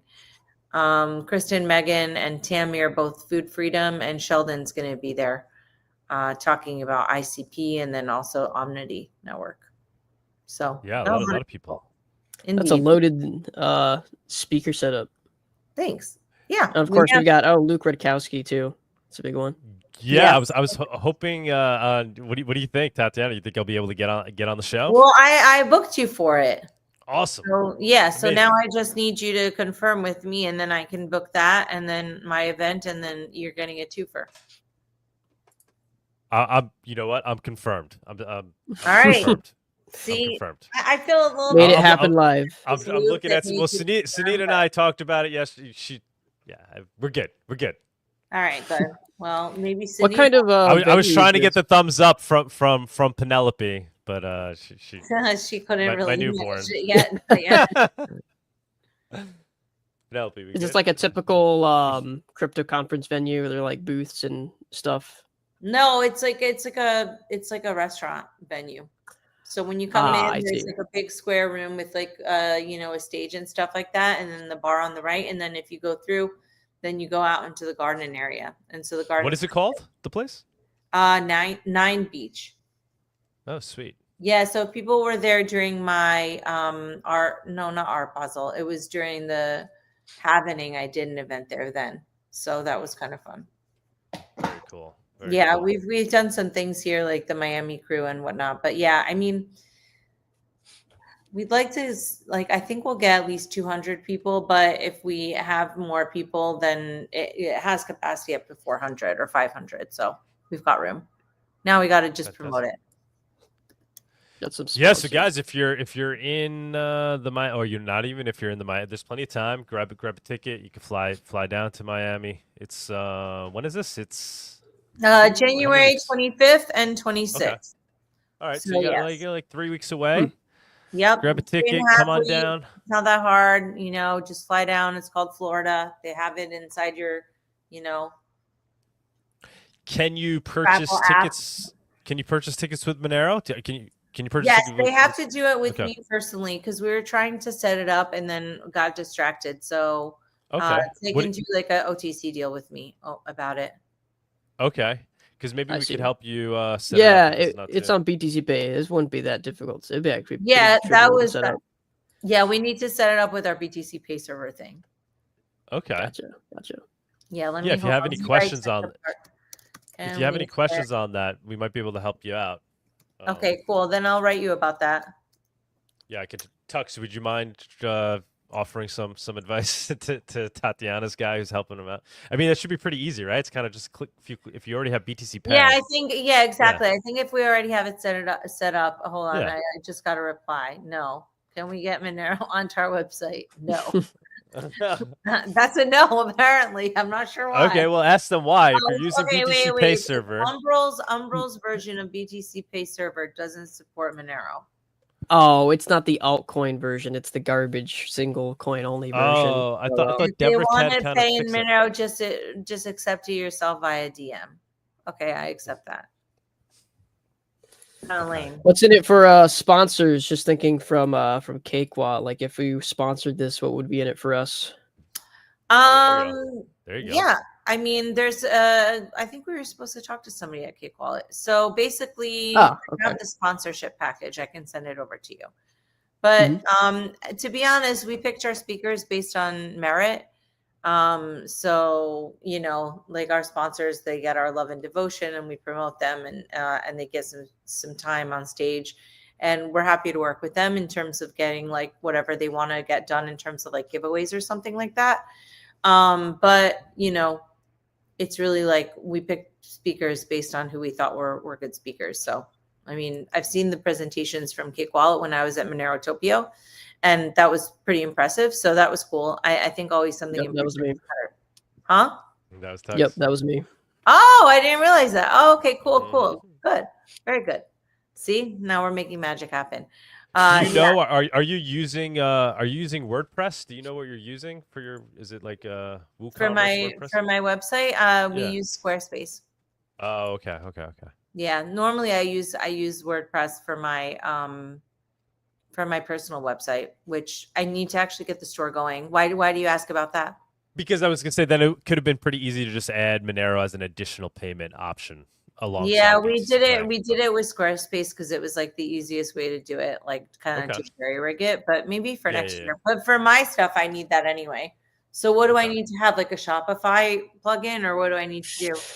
I mean, if you use WordPress, WooCommerce, it's just a plugin. You could add obviously you could do BTC Pay, but you could also do like the Monero Gateway is an easy way to accept Monero on your WordPress, or like Now Payments was an easy way because that's you could accept pretty much any crypto, and they have Monero as one of the cryptos. But there's no way to do it with Squarespace, right?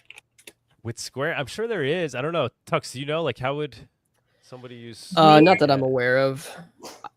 It would have to be through BTC solution, Pay, I guess. Yeah, it would be to host a full. There's probably a way to do it on the Umbrel. There's probably a way to enable all coins on there.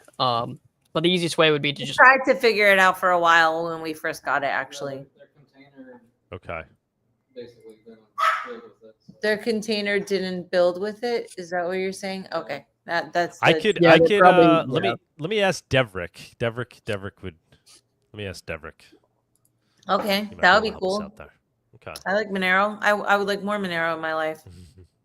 Yeah, I mean, what do you think about Monero? Like, concept Monero. Like, obviously, you've been in crypto a very long time. How could somebody not want Monero to exist?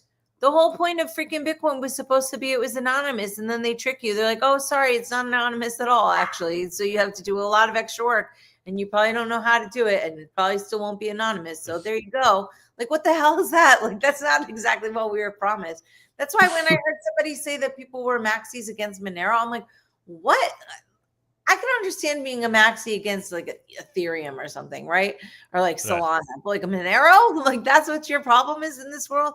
Yeah, no, I think that we need more privacy tokens. It's the spirit that really counts, and that's why I like the conference, because everybody was talking about, like, nobody was telling me about the Bitcoin Strategic Reserve and how wonderful it's going to be. And that kind of thing makes me really angry. You know what I mean? Like, why am I supposed to be happy about that? That's not why I got into Bitcoin. It wasn't so I could give my Bitcoin away to the government, and so now they could have even more power so they could keep hitting print. Like, that's literally the opposite of why I did Bitcoin. Well, I don't understand why anybody would be happy about that. Yeah, I mean, the noobs today, they just don't know, right? They're just like, oh, well, it's gonna go up in value. It's gonna make me a millionaire, and that's the other thing too. It's like, well, you're buying it at like $100,000. Like, you'll be lucky if you 10x it. It's not like you're gonna become a millionaire overnight with Bitcoin at this stage if you're just getting into it. And it's funny because the people who are just getting into it are only thinking of it in terms of fiat number go up and like completely disregarding the more important aspects. Well, I really like, I don't know if you guys are familiar with Naomi Brockville, but she does a lot of different kind of privacy content. And, you know, it's like, I think it's just really important because it's such an overwhelming thing to kind of be concerned about. And I think that's why a lot of people don't want to take any steps in terms of regarding their privacy, because they're like, oh, well, I'm already screwed. Like, I've already been in this hack or whatever. I don't know. I think it's just hard to kind of take it on. But like those small baby steps, I think are important to just keep encouraging people to do. And so, you know, learning about that, I think, is going to be part of our program. But just even that's something that I need to be doing more often. Like what's like a good audit that a person could do and just see their privacy status right now? I think it would just be depressing. Like, what if you go to that Amazon owned or whatever? Like, I don't want to go to that website. that website is I mean, I'm so out there in various ways, but you don't have to think of it like Monero is useful even if you're like the most public person and your privacy has been invaded in every other way, because it instantly gives you privacy in terms of how you're using your money, right? So it's like, it's still, even if you've been hacked and whatever in various other ways, it's still giving you a lot of utility. It's allowing you to use cash on the internet, right? And there's value that comes with that when the government can't see how you're spending your money. So do you think, like, what do you think is the biggest marketplace for Monero goods right now? Well, obviously the dark markets are probably where the largest amount of volume is going through. We have XMR Bazaar. I don't know if you're familiar with that. That's new. It's only, you know, it's like 6 months old, but it's getting a lot of traction. There's, you know, in terms of marketplaces, there's that. There's right. I mean, what else we got for Tux? I mean, we have Monerotopia, but that's not a marketplace. That's more of a listings showing all the that's a great resource to check out. Monerotopia shows all the different businesses that accept Monero. Okay. In terms of Monero marketplace, it's like Monero Market, XMR Bazaar. XMR Bazaar, Monero Market.io, and then there's one more that opened recently. So there's a lot of these small eBay type websites that are starting to become more popular that people can just buy stuff on peer-to-peer.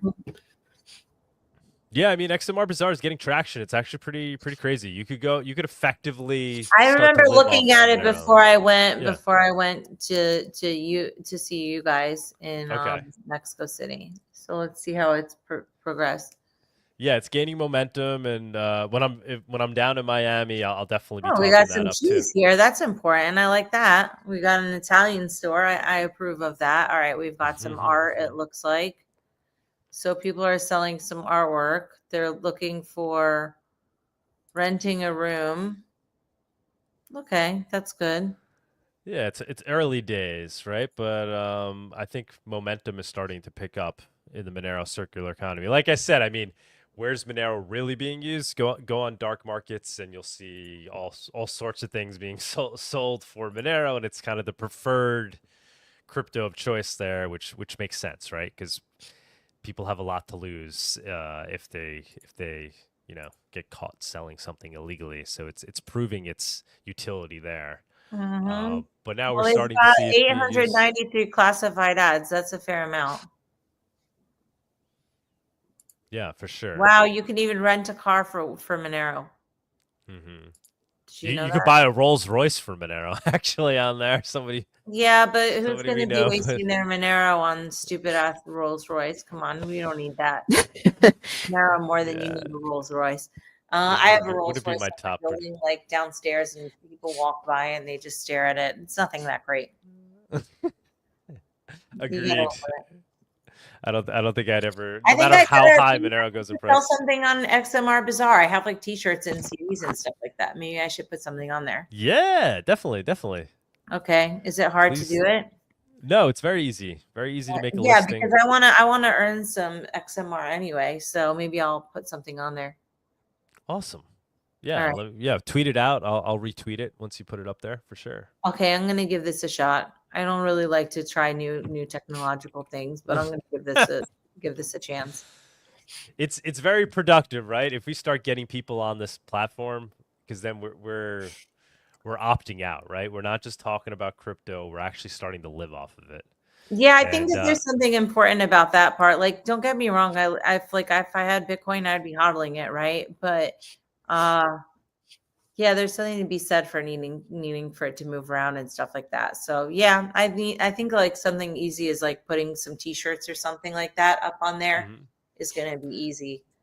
And no fees. There's no fees to post the listing. No, we don't take any percentage of transactions so you keep all the Monero you earn.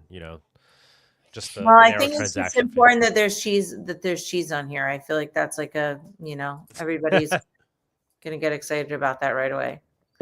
That was one of the first things I bought on XMR Bazaar was some cheese from Holland. Well, it's actually useful or whatever. What else are we gonna get? Okay, now you've got $100 USD gift cards, but it's 130 Monero. That seems like a bad deal.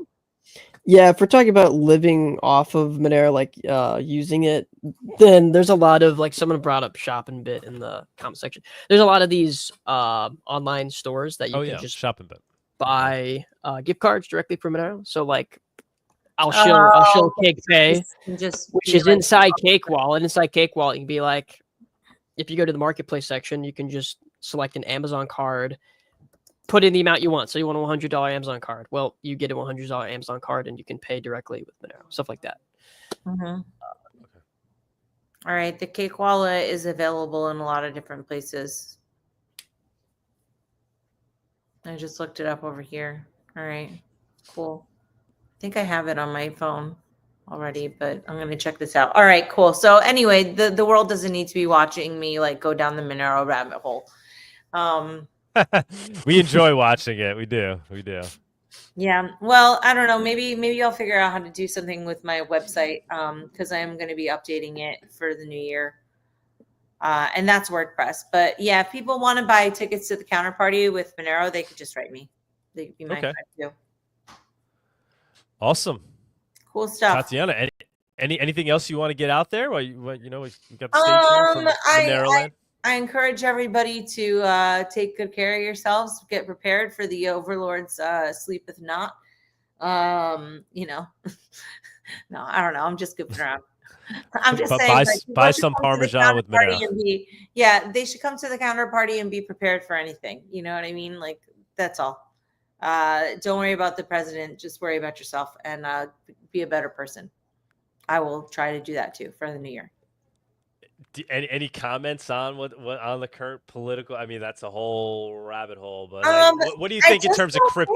Like with Trump coming into office and.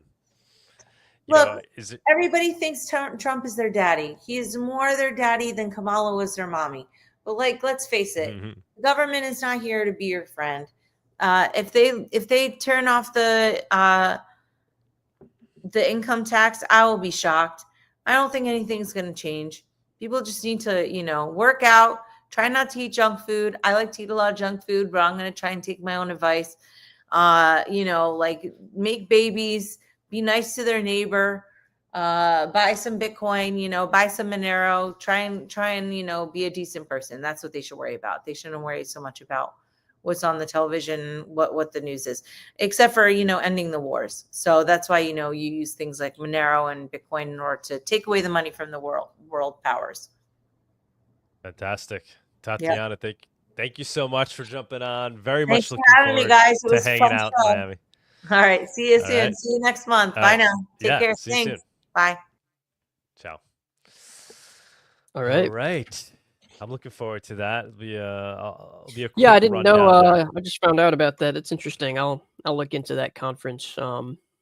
Maybe there's a sponsorship to be had there from Cake. I don't know. It looks like it's more Bitcoin oriented.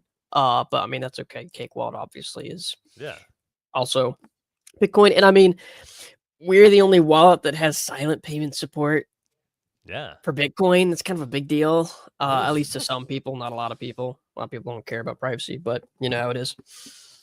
It is amazing that Cake is the first to have silent payments for Bitcoin. Like, that's a real Yeah, I mean competitor's advantage there. That's the kind of person Vic is. I mean, like he's been in Bitcoin for a long time. He likes Bitcoin, but he does care about privacy, and so he wants to see it pushed on everything. And for Bitcoin, it's harder, but some moves have been made there. Any chance of Coinbase SEC lawsuit being dropped when Trump takes office and adding XMR? Yeah, I don't think one has anything to really do with the other. SEC stuff versus, securities I don't think Coinbase law. will ever add Monero. Just gonna say it. I think they will, Tux. I think we're gonna get New York. A bit more optimistic than I am. We're gonna get New York to drop the bit license. Kraken's gonna come in. Coinbase out of competition. We'll just add Monero at that point. It's gonna happen. Doesn't matter if it does, but why not? Why not? All right. Shall we move on to news? Yeah, let's go ahead and jump into the news segment.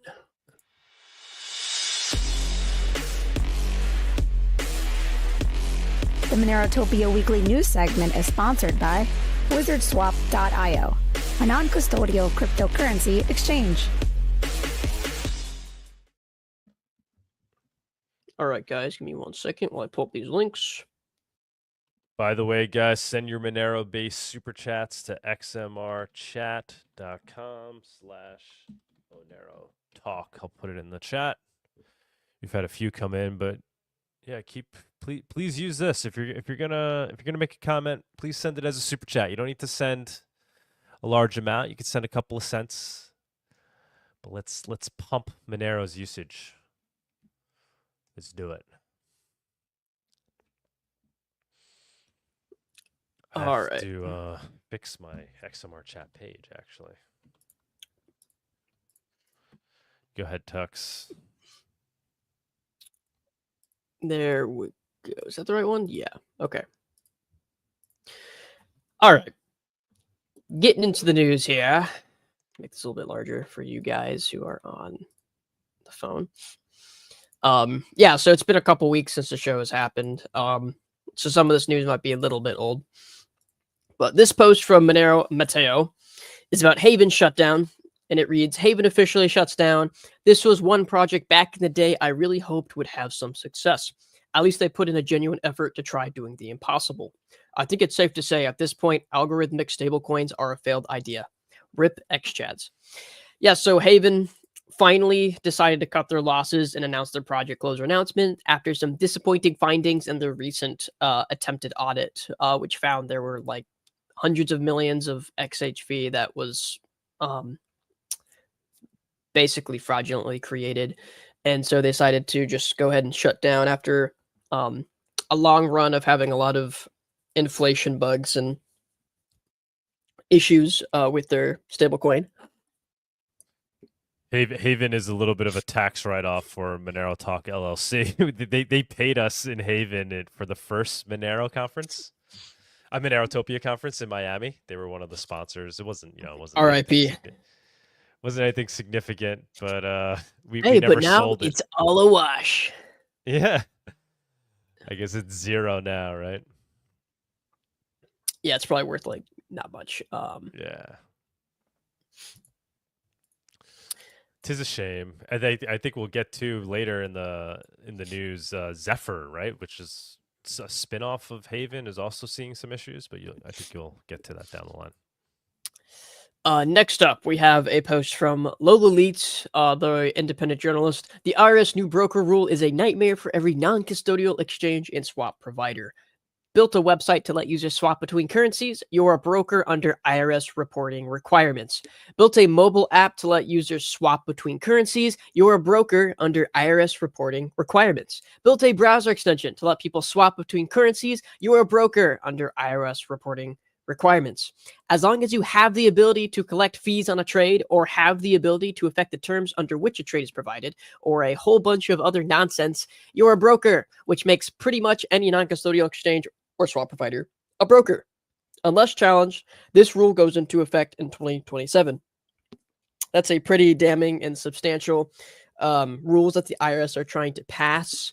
There's this article you can actually see here from The Rage going into a little more details. That was also written by Lola Leitz, talking about these rules that the IRS are trying to impose in a couple years. I think we will see these rules be challenged. We already are seeing these rules be challenged. There's some congressmen that have talked about this. And this does set a very bad precedent if this were to go into effect. I mean, this is how a lot of wallets, like open source wallets, make their money, is by just having third-party swap providers within the app itself. This would be bad for the swap services themselves. It'd be bad for people who implement swaps. It's what it looks like. More details will come out, but hopefully this will be challenged. I think it will be challenged. I don't think this will end up coming to effect in 2027, but we'll see. We'll see what happens. Fingers crossed it does not. It's still a couple of years away, but it would be pretty bad if it happened.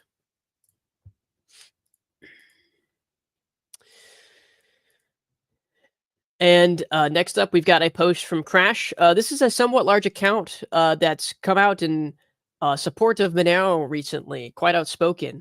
And their post reads, "So many people say they love Bitcoin so much, but if they truly did, they love Monero. If you say you love BTC and don't love Monero, you are gay." So yeah, this is like a fairly large account, 250,000 followers, and they've been doing a lot of promotion of Monero. So this is what people are talking about when Monero is starting to get its word out. It's a lot of bigger accounts starting to talk about it. It's starting to get mentioned on big shows like Tucker Carlson's show, Roger Ver talking about it. It's starting to be get attention more from, I guess, mainstream crypto people who are like involved in like the meme coin stuff, Solana, Ethereum. It's starting to get seen and talked about a lot more. People are starting to care about the privacy, which is great to see. Moving on, next up, we got a post from Vic Sharma. Here you go, guys. Hashtag Monero on Ledger with Cake Wallet. Yes, it works with Bluetooth too.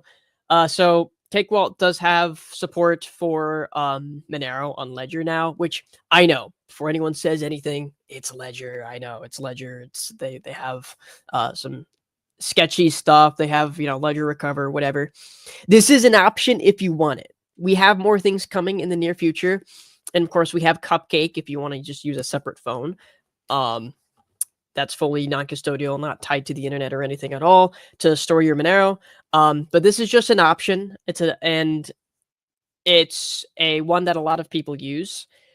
And it's the first, so Cake Wallet is the first app on iOS to support hardware wallets with Monero using Bluetooth with Ledger. So that's like a first. So if you want a hardware wallet and you only use iPhones, well, Ledger is now an option with Cake Wallet for Monero. So yeah. Next up, we got a post from Untraceable. Monero delisting chart updated with latest delisting Gate.io. So there was a couple recently. There was Gate.io. There is something governments/regulators don't seem to understand. Monero cannot be stopped. Every delisting means Monero becomes more resilient. Demand migrates elsewhere where no KYC data will be collected, and exchanges will no longer be able to corroborate with chain analytic companies. Monero is the only alternative to transacting and storing wealth outside of a system designed to control you. So as we can see here, In his current version of the delisting chart, we see Gate.io delist right around here. There's quite a large jump for Monero. Now, around this time, there was a general market pullback. Monero definitely was affected heavily. It had a very sharp pullback, possibly helped by the Gate.io delisting, but it has come back up to a pretty good spot and is still sitting quite above its last couple year median. So not a huge deal. It will continue to go up regardless of these delistings. All right, we got another post from Lola Leets. Wake up, babe. There's a new filing in Tornado Cash. Roman Storm's defense has filed to drop all criminal charges as last month's sanctions reversal shows all counts of the indictments are fatally and legally flawed. In the sanctions reversal, the Fifth Circuit found that the software does not constitute property and cannot be owned or controlled, leaving the government's case against Storm hardly a leg to stand on. Much of Storm's prosecution relies on the government's ability to prove that Storm operated a service over which he held sufficient control. According to the defense, if Tornado Cash is not property and cannot be owned, then it cannot be a business at all, let alone a money-transmitting business. As argued in the newly filed motion, the Fifth Circuit confirms that the government will never be able to prove that Mr. Storm had control over the proceeds of the specified unlawful activity. In the legal system, circuit appellate courts exist to review whether district courts have applied the law correctly, holding the ability to set binding precedent. While Storm's criminal prosecution lies outside of the Fifth Circuit's jurisdiction, the ruling may be sufficiently persuasive to end the U.S. government's witch hunt and incredibly misinterpretation of the law. Shout out to everyone who backed the suit against the Treasury. You may have saved a person's life and the future of financial privacy for all of us. So that's some good news revolving around Tornado Cash and the motion to dismiss. That's cool to see. And yeah, hopefully Roman Storm will be fully acquitted on these insane charges that have been brought against him for creating Tornado Cash. Next up, got a post from Cardano Yoda. BlackRock published a video with this disclaimer: there is no guarantee that Bitcoin's 21 million supply cap will not be changed. Does it mean they control more than 51% of the hash rate? This is a funny video. If you guys saw, I think it was about a week ago, BlackRock released a video talking about Bitcoin, right? And it's like, okay, if BlackRock has a video about Bitcoin, is it really that great? Is it really not? Do we believe that's not controlled? Meanwhile, BlackRock's making videos about Bitcoin. Anyway, there was this little tagline, there's a little subtitle, if people noticed, during one of the sections of the video where it says, there's no guarantee that Bitcoin's 21 million supply cap will not be changed. Basically saying that there may be an intention for Bitcoin's 21 million, which that's what everyone banks on for Bitcoin, right? The main reason people buy Bitcoin is they're obsessed with this 21 million cap, right? They're obsessed with the fact that it's capped. If it turns out that people will try to hard fork Bitcoin to change this, it might cause a lot of angst in the community. It might cause a lot of sell-off. Now, I don't think having a hard supply cap like Bitcoin does is super necessary. I mean, look at Monero with its tail emission. I think Monero does a very good job at maximizing both having a limited supply, but also providing incentive for miners. It is funny to see this oddly placed subtitle in this BlackRock video, and does go to show that there may be intentions on raising that cap, which goes against what a lot of people have bought Bitcoin for.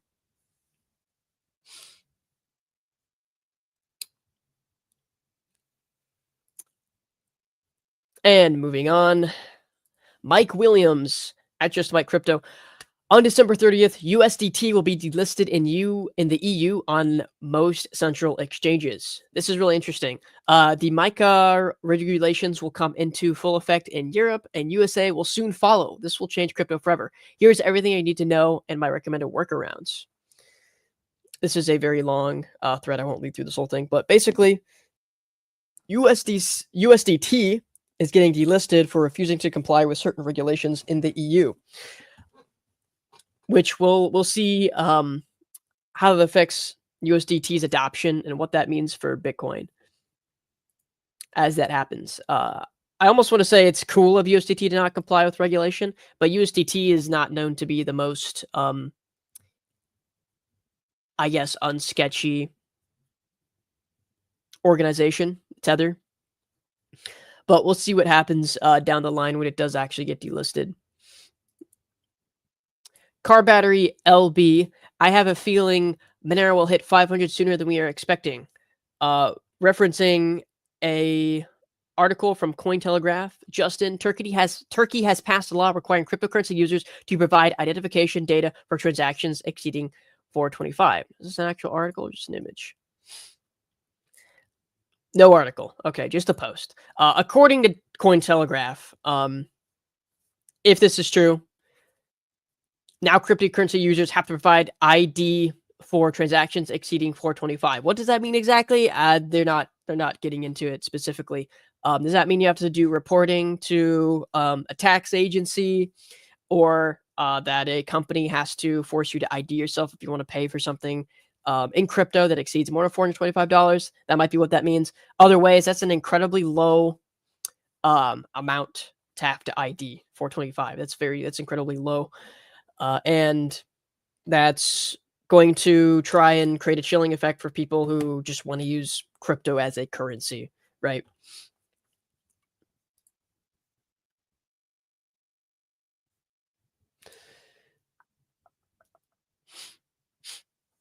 And just getting a couple more links here. All right, next up, we've got a post from Luke Parker. I was able to independently confirm these transactions have invalid BP pluses, causing the ZEP supply to be unknown, arbitrarily high, in parentheses. While ZEP mints/burns via conversions are tracked, this isn't via conversions. It's via invalid transactions, which weren't properly validated. So it looks like Luke Parker has uncovered a possible issue with Zeph or Zephyr about burning some tokens to keep the stablecoin where it's supposed to be. And he's already got a GitHub, probably an article/paper on this, or a repository here. Zephyr verify bulletproofs. This is an independent verification of the claims within this post. While there could be a flaw in the methodology present here, it would appear to confirm the allegations. Transactions with invalid range proofs, invalid bulletproofs plus, would cause inflation of the supply to arbitrary amounts with no way to know what the actual supply is, other than whoever made these transactions coming forward with the answers and proof.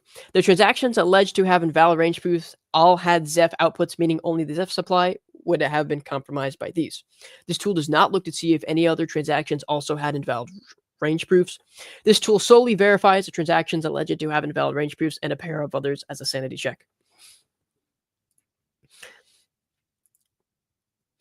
So, Luke Parker, as always, destroying other... finding vulnerabilities and problems in other shady crypto projects and exposing them for not being well audited. So looks like Zeph might have a lot of inflation if this issue had been discovered by people who want to take advantage of it.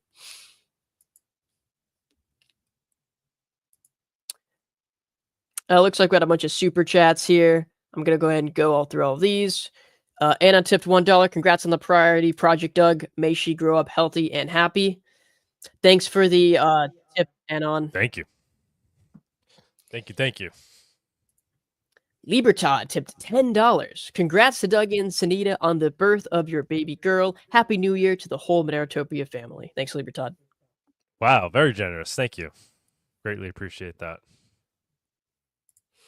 Got a super chat from Monero Master. Would not recommend Kraken to anyone. Have had massive issues taking XMR off the platform. Look up the recent Trustpilot reviews. Seems to have gone really downhill in the past 8 months or so. That's unfortunate to hear. It might be true, though, because Kraken... What's going on? What's the issues, though, that people are having? Like they're getting preventing from being able to withdraw is what it sounds like. Okay. I did see a couple screenshots floating around, people getting blocked. Like the other exchanges happen, like Coinbase and Binance, but might be starting to happen more with Kraken. They might have had someone breathe on their neck, and now they're having to be more strict for stupid reasons. But I mean, how would that work? Like, you're already KYC'd, so whatever, there's a red flag with you trying to exchange your whatever Bitcoin or something. Well, maybe it's just trying to withdraw Monero. I mean, this is also true, and I know this from people who use Kraken with lots of volume. Is that just if you're someone who just deposits Monero, now that's separate from withdrawing, right? But if someone who just deposits Monero, that already puts a sort of flag on your account, even though there's nothing wrong with it. Just the mere fact that they can't do AML checks to the Monero, they go ahead and automatically put a flag in your account if you're depositing lots of Monero. So maybe they're starting to do the same thing if you're withdrawing Monero. They don't want you withdrawing too much. I did miss the super chat earlier from Nihilist, tipped $1.23. We don't need centralized exchanges, just need to keep looking at things from these decentralization glasses. The more they list Monero, the more they are pushing people to these decentralized exchanges that can't be taken down like Havino. Life is good there. Yes, I think it's going to be a while until we get to it's going to be a long time until we get to a spot where decentralized exchanges can fully replace centralized exchanges, especially when trying to onboard new people, right? But I would like to see I do think ultimately the decentralized the delistings of Monero will heavily contribute to a quicker push of decentralized exchanges like Havino becoming used a lot more. And then we've got, let's see, another one from XMRChash tipped 50 cents. What's the status on the Copa Monero Kuno? I still see that it is up and not quite fully refunded yet. Did the champions receive some prize Monero? I've been away from Monero Talk live since Monerotopia, except for that Luke Parker interview this week. Good question. So it hasn't been fully funded. We're so close. We were asking for 90 XMR. We're at 83.1. On Christmas, somebody reached out to me saying they would basically double any donation that's made. They will donate. So we were at I think 82 when that person pledged to do so. So it means we had 8 Monero we needed to get. So we really just need 4 Monero total, and the donor will double it for us, and we'll be at the final amount. So I'm hoping waiting to get to the full 90 before I give out the prize. I really want to get it fully funded. We will. So yeah, I'm not taking this Kuno down until it gets fully funded. We're gonna make it there. If I have to throw in, I already threw in I think 15 of my own plus obviously whatever, but if we get to the full 90, that allows us to essentially fully cover our costs for the event itself. There were a lot of costs that went into it, plus it gives the winning team a 40 Monero prize, which is I think quite significant. That's huge. It's very significant. Yeah, they don't make a lot of these young guys aren't making a lot of money down there. Especially compared to kind of the income we have in places like the U.S. So it's going to go a very long way. About $8,000, right? I mean, $8,000 for where this is being given to is probably a lot of money. It's a good amount. And what's beautiful too is they're going to appreciate it as Monero because these guys have learned about Monero through Alessandro. They've used the Monero among each other, so it's not like we're just giving 40 Monero to somebody who's like, oh great, I'm just gonna go now put this on exchange and turn it into dollars or turn it into whatever. I think a lot of these guys actually appreciate Monero for what it is, and they'll use it. They'll turn around, they'll use it among each other, they'll buy whatever they need with it. I think it's going to go into the Monero circular economy. I think a lot of them will save it. We'll see it as an opportunity to perhaps build up a little bit of a savings. So it's money well spent. So yes, please don't donate anything. Don't send us 0.1 Monero, 0.001 Monero. Please send something if you haven't sent yet. And, it will be doubled by a very kind Anon, very generous Anon. Yes. Thank you to whoever that Anon is. Yeah, and thank you to everybody who's made there's been some very generous donations made along the way.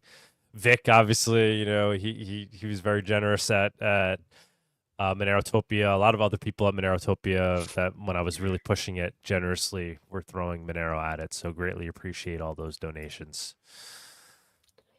John Bush the other day, he donated a Monero when I made this announcement. So thank you to John. Greatly appreciate that. Obviously, Cool. I'm not Very going to awesome. call out everybody that made donations. There were a lot of very generous ones, but that one sticks out in my mind because he DM'd me. He's like, "Yeah, here you go, Doug. I just donated a Monero." So greatly appreciate that, guys. And I really do think it's a worthy cause. It was a success. Really, honestly, it lived up to my expectations of what Copa Monero could be. Yeah, I would say it highly exceeded my expectations. We had some bumps in the road initially with being able to stream it.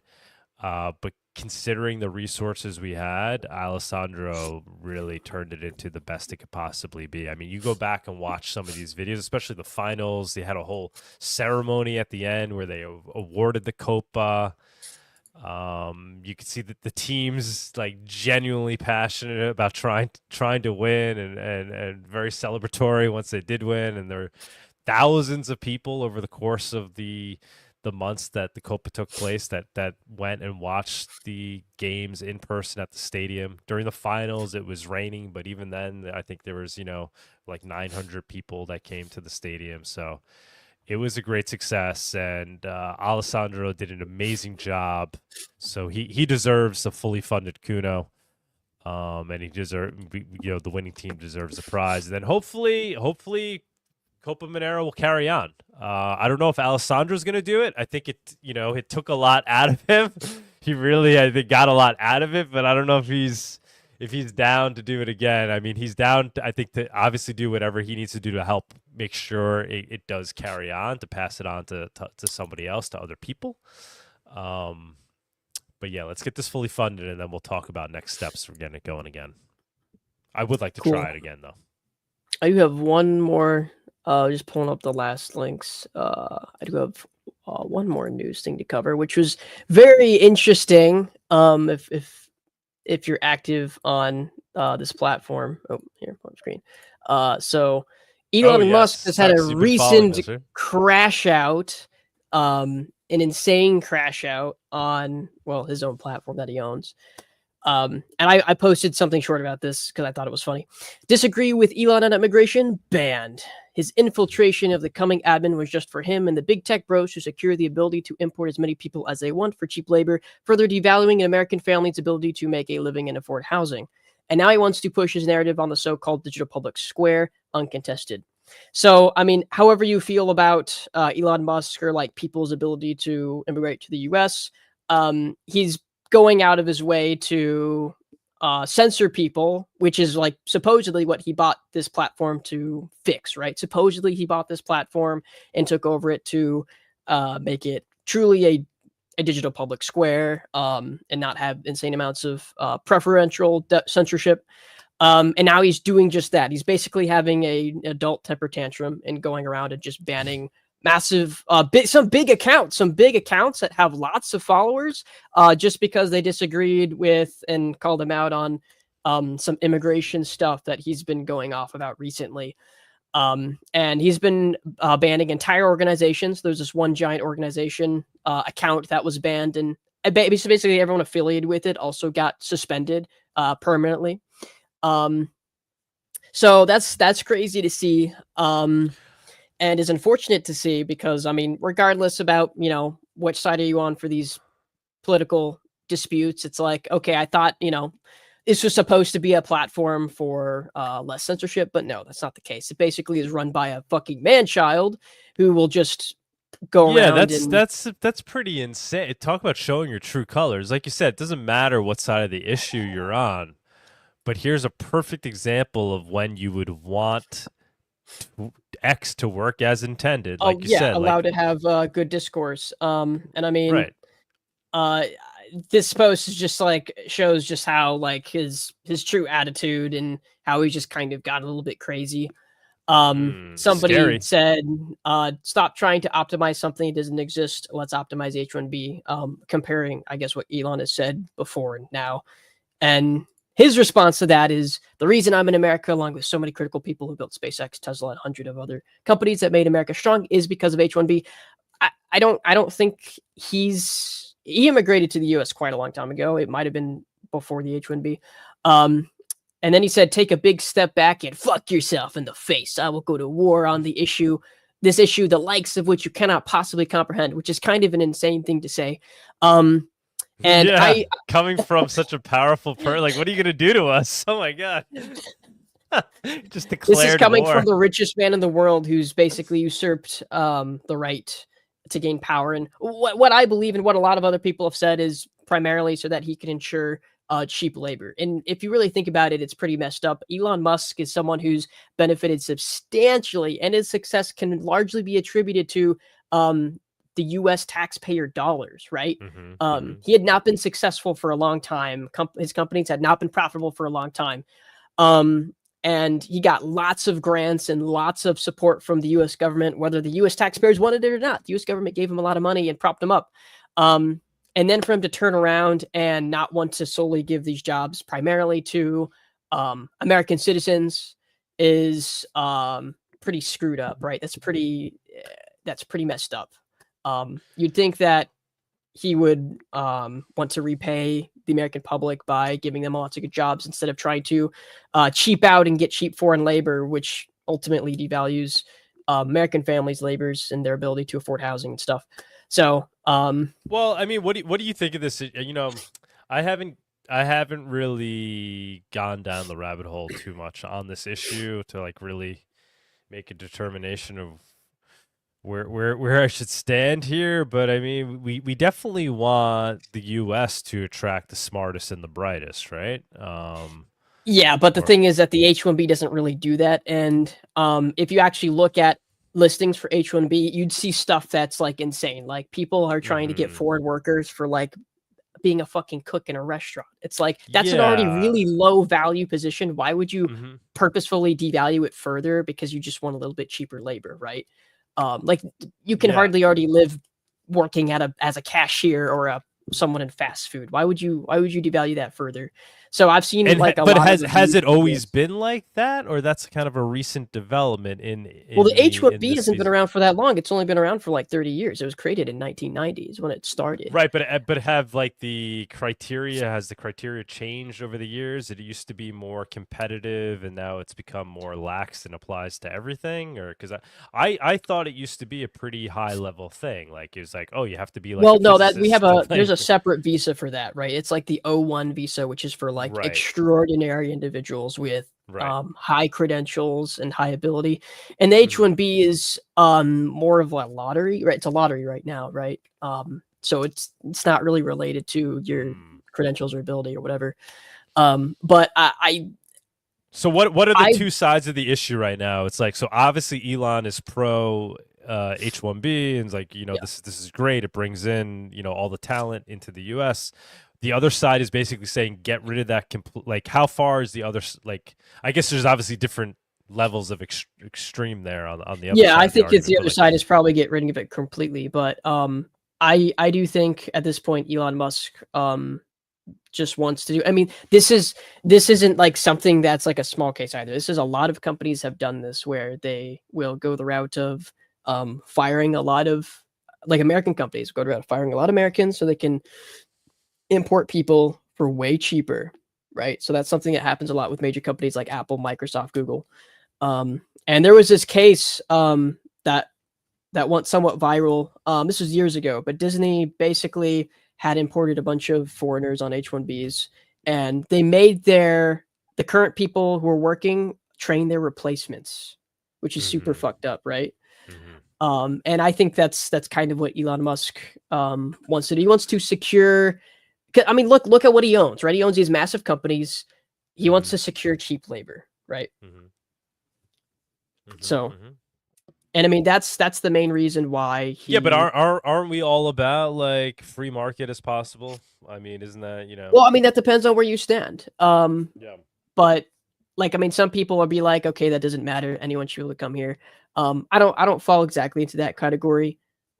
But I think there is something devious about trying to go out of your way to hire foreign labor at a cheaper cost. By the way, what they do is that they create these listings for jobs lower than the actual, like someone what an American wants. Yeah, but America's always been like, so once again, so maybe you know, obviously like my parents, my family all came in through like Ellis Island at some point or the other, like my grandparents on both sides, right? And so like back then, right? It was very much open, people coming in from all sorts of jobs, right? It wasn't just high level specialized work. It was anybody can come over here, and obviously what we saw out of that was all those people that came through at those times like became America and made American culture what it is today. And the argument you're seeing now though is that like, no, we don't want immigrants to come in and like ruin and take over American culture, which why can't it be like the way it was, where people are coming, whether or not they're coming in to do specialized work or they're coming in on these H-1Bs. Yes, they're competing against the locals, but they're becoming American, right? Like, why is there this concern today that the immigrants today that come are no longer going to contribute it positively to American culture and adapt to American culture as opposed to the past? You know, I feel like there's like a big argument on the other side of Elon is really a culture argument. Is essentially is what's being made, that the American culture will be destroyed if we continue down this path. And I just don't see why can't we have both, right? Why can't we have, you know, really open competitive board, like where pretty much people can come in if they want to work hard, they can come in. And why can't they also become assimilated, part of the culture and part of what makes America what it is? And why is there this feeling that that's no longer a possibility? Well, I don't think the arguments about that they can't do that. I think it's more of an economic argument in how the H-1B is abused to gain cheap foreign labor and devalue, and basically fire Americans who need to be paid more, right? They're not willing to work for less, and they'll just go out of their way to hire cheap foreign labor and replace them, right? I think that's more of the argument that's being had. Yeah, I mean, I'm seeing this kind of cultural argument though. Like it's like just kind of anti-immigrant in general. Like we don't want them to ruin American culture. I'm seeing that being argued on X, which I think is quite extreme. And yeah, I don't know. That's a little troubling to me to kind of see. I don't know what you're not seeing that on X. You're not getting that, picking up that gist. I mean, yeah, I've definitely seen that. I think in regards to this issue specifically, the H-1B issue, I think it is more people are upset about how it's been used. And I mean, there's something to be said about just like allowing unlimited amounts of, now the H-1B doesn't allow limited amounts of people. It doesn't even do that. But I think there is something to be said about that. I mean, look how quickly like a country could be like changed or taken over by people who come from countries that have a much larger population. I mean, look what's happening in lots of European countries. Look at what's happening in Canada. I don't think it's wrong for people to want to preserve the way their country is now, right? Does that mean no immigration? I mean, not necessarily. I think most people are just not happy about. And then, like, forget even the H-1B, right? The amount of illegal immigration is probably a bigger issue. Yeah, there's been a lot more, significantly more people. The real problem is, yeah, people coming here illegally, or if they're coming here illegally, getting handouts, getting subsidies. That's a problem, right? Because now you're giving them an unfair advantage. If everybody wants to start at zero, that's fine, right? So whether you're born here and you're starting at zero, but yeah, we're currently in a situation where the people that are born here have more of a disadvantage than the people that are coming here fresh with nothing and then are giving like subsidies. Doors are opening for them. They're giving like.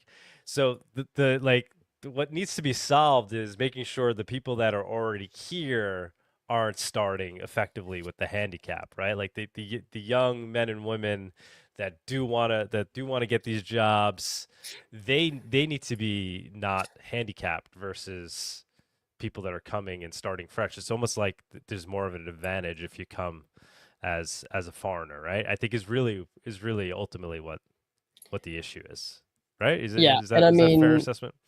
Yeah, and I mean, I lean on more the position of like, you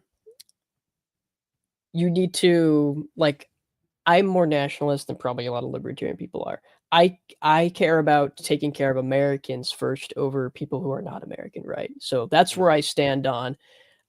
If I had a massive tech company, I would not want to devalue Americans' position and their ability to make money in their position by hiring cheap foreign labor. I want to hire people who are Americans, like as an American with an American company. And I know there's a lot of companies that like have remote work, like Cake, for instance, right? Cake's different scenario, right? It's a very niche, it's a niche job, and it's a niche industry, and it's kind of a remote decentralized work. I'm not talking about that necessarily, but more of like, okay, like all of Elon Musk companies are like American, and there's a lot of he's importing people, like people physically. It's like not just remote jobs, but it's like physical people coming here physically to do that over someone who's already an American. So I think there should be more emphasis on caring about the people who are actually here first, right? Instead of trying to just give jobs and money to people who are abroad, right? Like you can do that, but Americans need stuff too. Yeah, I mean, it's basically, a lot of the people that are here are kind of this generation that's just up and coming. It does feel like they have a disadvantage in a lot of ways, right? Like housing is super expensive. It's like they're on this U.S. treadmill, and now they're competing against somebody who's coming in. Americans shouldn't have to compete with other people who are willing to do the same job for cheaper, right? Who are from like other countries that don't make as much, right? Because they'll come here and do the same job for much less. But it's like, okay. Yeah, but that should be okay. But then the issue should be that the person who's already here should be able to compete with that, right? That's what I see as the problem. And then it's just a matter of meritocracy. Who's the best at the skill, at the task, at being part of the culture of the company? Like, who do you want to hire? And the person that's already here, if they are just as skilled, plus they have a little bit of this, maybe cultural element that maybe you'd want at your company because they're a better team player. Like, they shouldn't be at a disadvantage given that they grew up in the US, right? And that's the problem that needs to be solved in my mind, right? Let the competition take place, but the person that's already here shouldn't be essentially handicapped by growing up in the US because now they're like laden with debt. They're already like on this treadmill that they can't get off. They have student loan debt from, the expensive corrupt school system here that doesn't even make sense. Like these I'm gonna bring Alaskan on up because he wants to respond, and I know he's got we could let's open this up to viewers on stage. We can continue the debate, but that's how I look at, like, that's the issue that needs to be solved. It's for the people that are here. It needs to be that they're not at a disadvantage for being born and raised in the US. Is kind of the way I look at it. How you solve that, I do not know. I don't have, but that's where I think the solution needs to come from. Not so much let's not let people come in and compete. Let's make it when people do come in and compete, those that are already here can fairly compete against them. I mean, but regardless of which way you side on that issue, I think we can all agree that Elon Musk is just a total charlatan, a man-child. He's now using his own platform to silence people who speak against the king.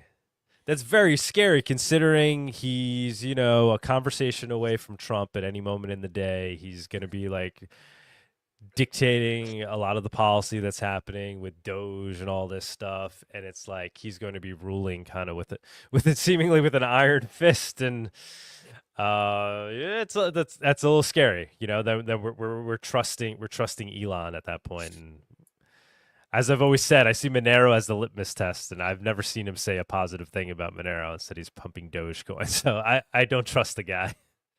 I don't. Should trust we Run roll the viewers on stage cut before I start ranting? Because Yeah, Yes, let's roll viewers I on will stage. do it. It's the Viewers on Stage segment. It's that time where we invite you, the viewers, up on stage to comment on anything you've heard so far today, ask the guest a question, or maybe talk about one of the news topics. Come on down. All right, Alaskan, So- spill your tea, brother. in true political fashion, one of the or actually, you know what? Hold on a second. I gotta unplug the fish tanker. It's gonna be noisy in the background. Hold on. No, I didn't even hear it.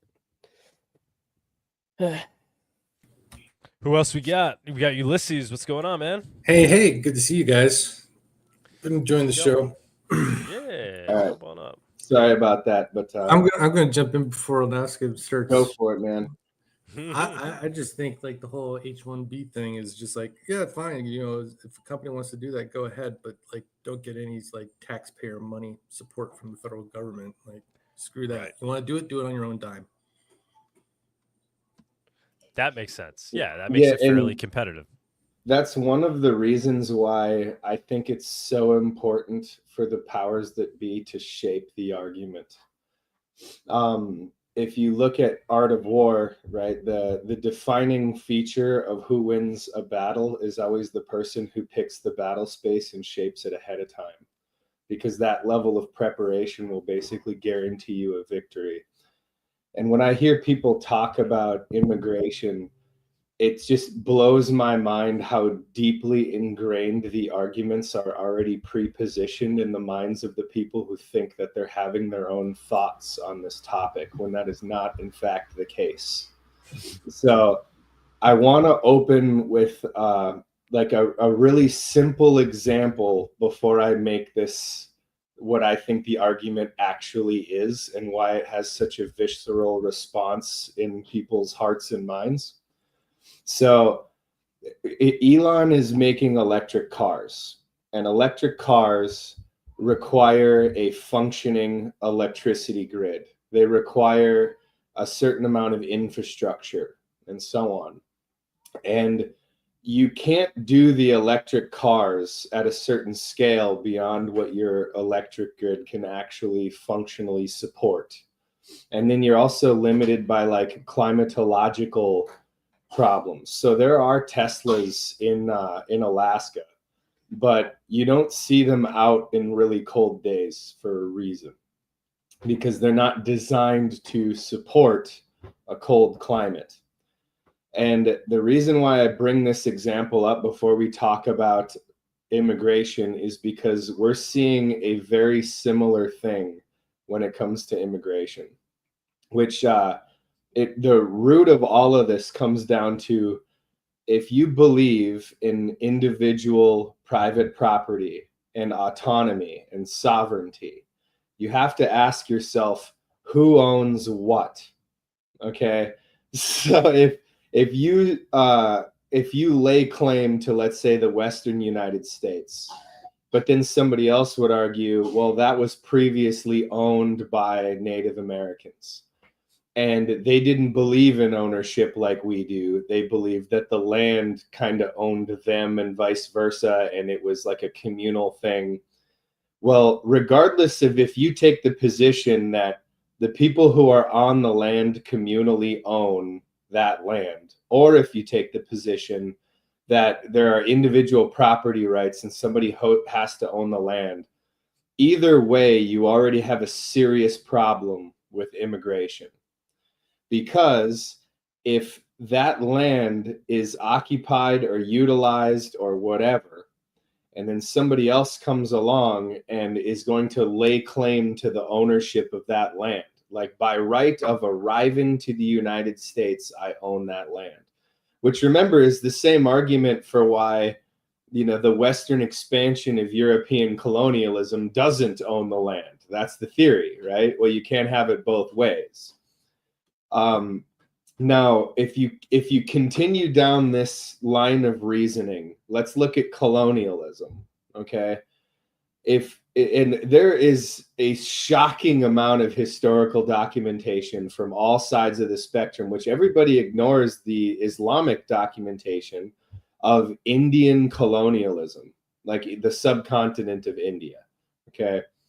And the problem with like acknowledging that history, all three sides would agree that it was highly barbaric. Okay, there was not this thriving Indian civilization that was oppressed by European colonialism. It was quite literally the exact opposite.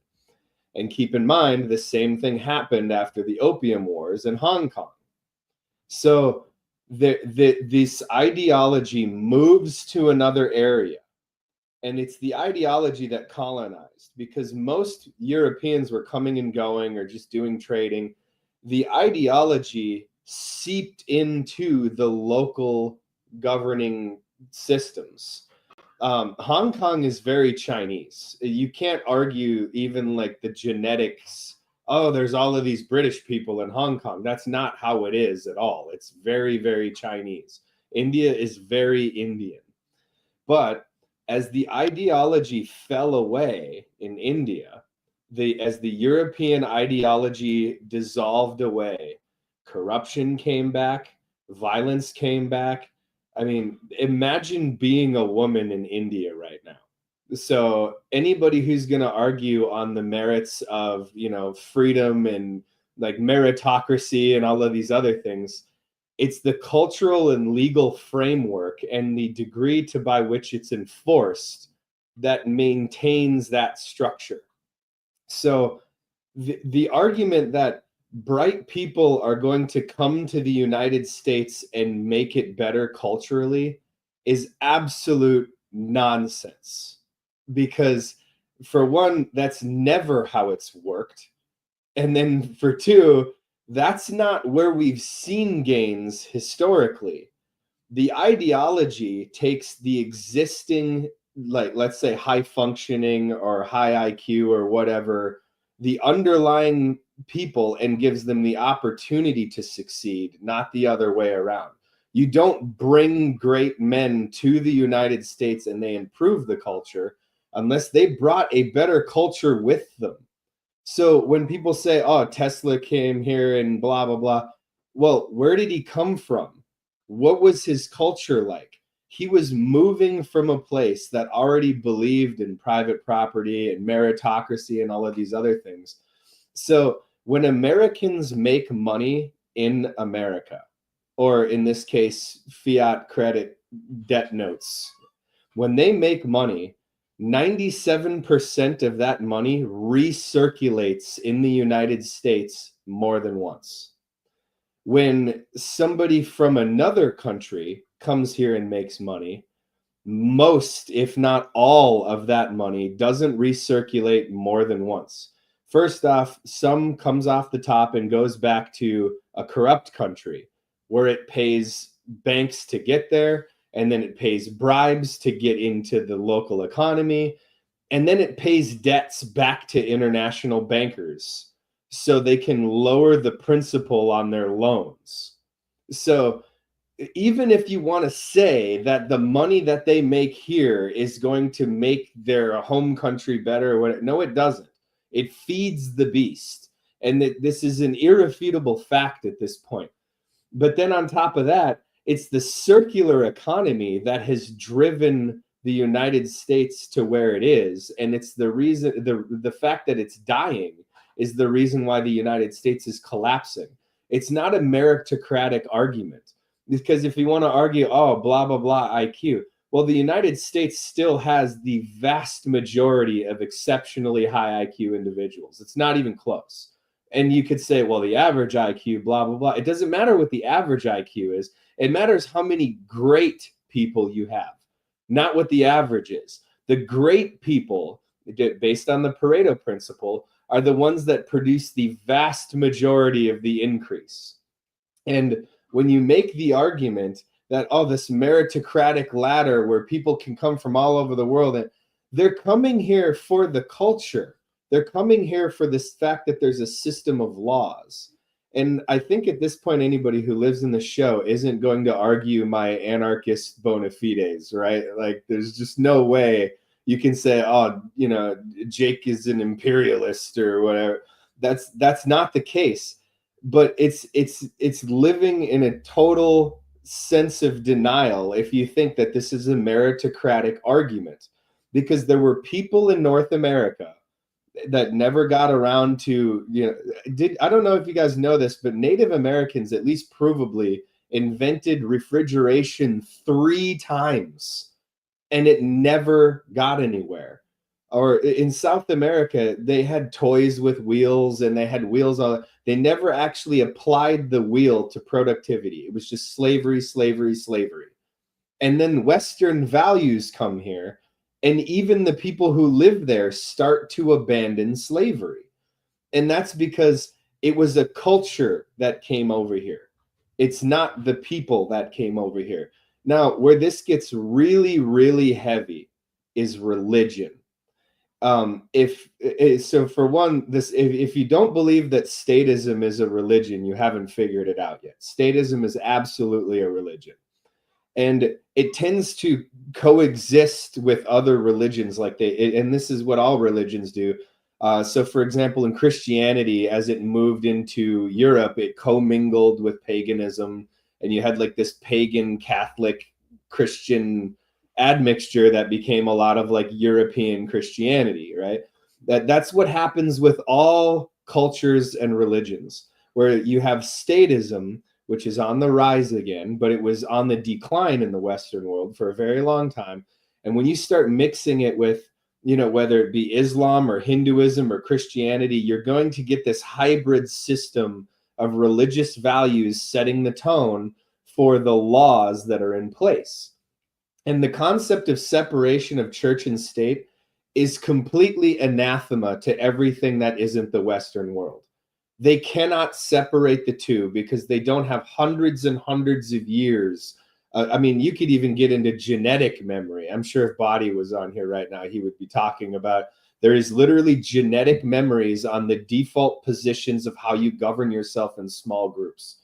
And when you start to take contradictory religious values, and probably the biggest contradiction to Western values would be Hinduism, because in Hinduism, the idea of like chains of logic or cause and effect and all of these other things start to evaporate. So how can you make a system of laws when you have the ingrained worldview of a lack of cause and effect? And it doesn't matter what your IQ is. So then when you get beyond that into putting back into who owns what, all right? So if I have the right to my property and you already have a system where people are messing with the dials of taxation and all of this other stuff, and then people start to come from other places and they want to start taxing the ownership of land. So now people who come here with no land, and then they start taxing people who own land, what you have is the immediate diaspora of property ownership leaving the borders of the actual nation and going into the hands of an international banking cartel. So we don't have the existing grid to just start making the meritocracy argument. And as the United States becomes more and more democratic, which is just awful in and of itself, and all of these people are going to now be able to vote themselves wealth from another individual. You can say all you want, oh, we want the best and the brightest here, but it's a race to the bottom is what it is. Now, I'm all about people being able to freely come and go from wherever they want. I'm all about the idea of a system of laws, not rulers, and so on. But we go back to the Tesla argument, which is the underlying grid for freedom does not exist. So there's no car chargers, is what I'm saying. If I go to Argentina and I want to own land, they have laws in place to say you have to be at least this much legally Argentinian. You have to be governed by the laws of our country. if you're going to own things. If money is going to come and go from this place and so on, in the United States, if the idea is based entirely on meritocratic arguments, which, by the way, is not what H1B visas are, like Tux was pointing out. Like, these people are arguing from a position that they clearly don't understand. But even if you were to try to make the argument that this is all about meritocracy, well, no, it's not. Because as long as there is a way to steal the property of people who already live here, and anybody who comes here can have an equal weight in that system of stealing from one group of people and giving to themselves, it's a race to the bottom. And there is no mechanism for a person who has one culture to preserve it, but there is a mechanism for a person from outside to bring their culture here. And then it becomes a weighted system where the larger the body of individuals that are in influx from the other place to here, I mean, just look at Canada. That's all you have to do. Like, it's the people who moved to Canada in the first wave were everything that Elon Musk is claiming that he wanted. They were business owners. But the reality is, if you moved to Canada, a person who lived in Canada couldn't just get a 0% interest loan on, starting a gas station or buying a semi truck or whatever. But people who came from India could get that loan and get a semi truck and start a business and so on. And they brought their values with them, and you could see it. And then because of NAFTA, now you have all of these Indian truck drivers coming from Canada into the United States. Accidents skyrocketed. Their observance of traffic laws in the United States were effectively zero.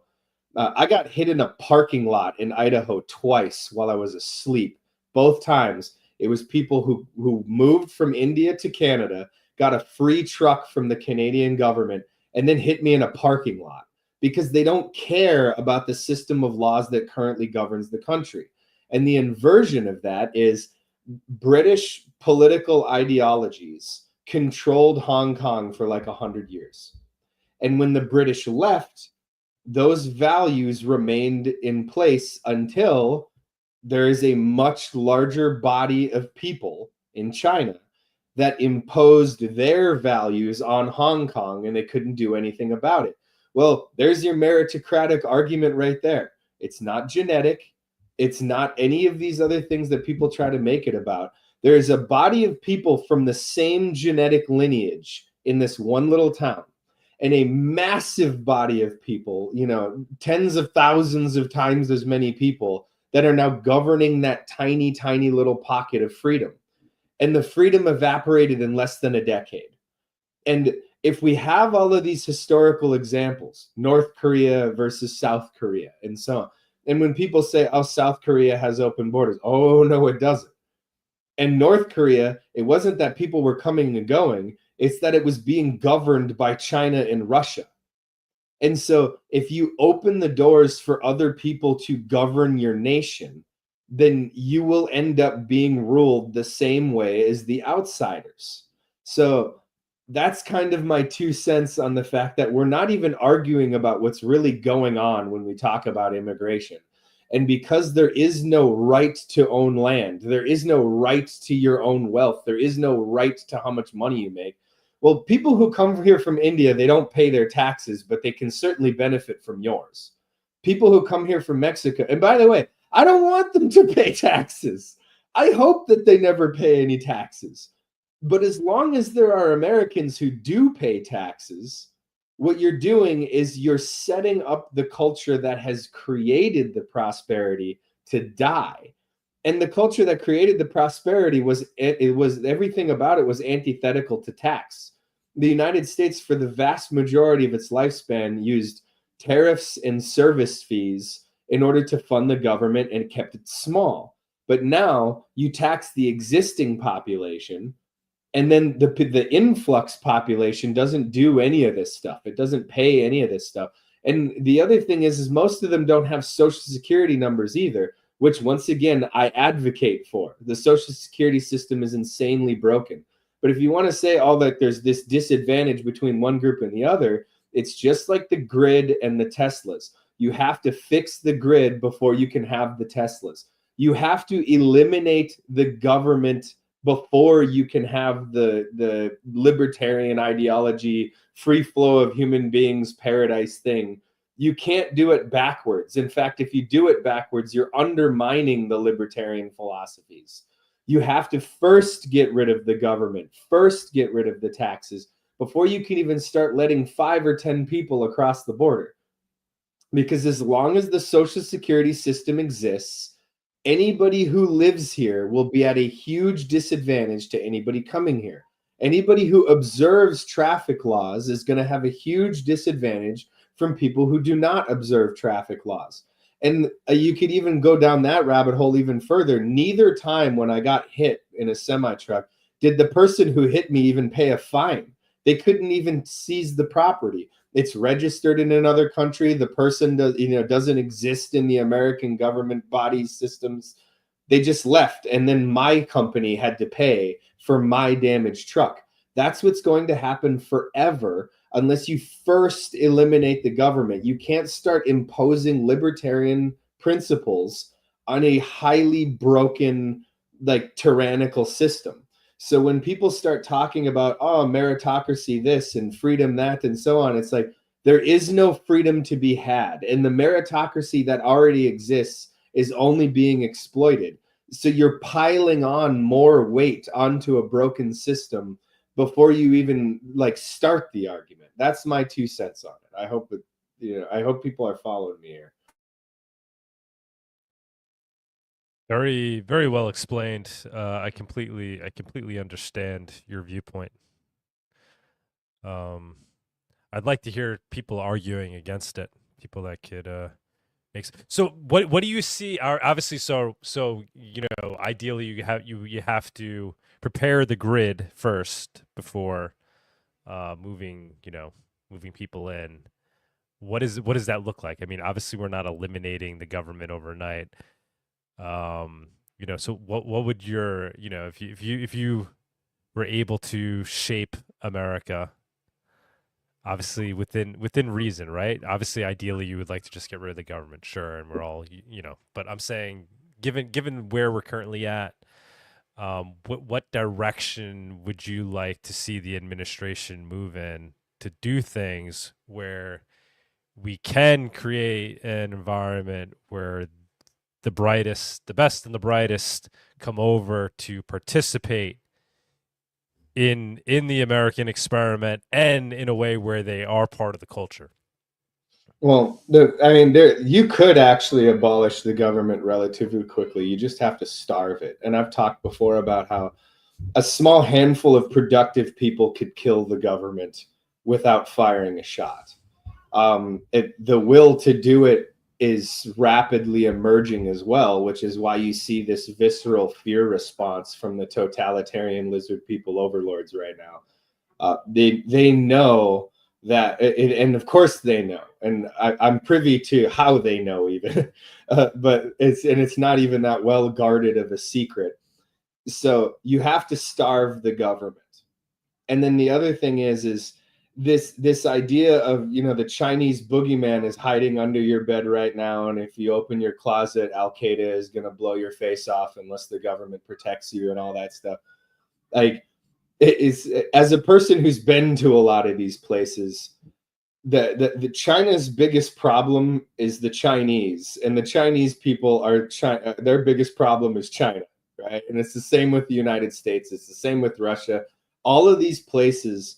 You have documents going back to the 1400s where one king says to his cousin, who's the king of another country, my population is doing an uprising. We need to invade each other's countries to regain control of the people.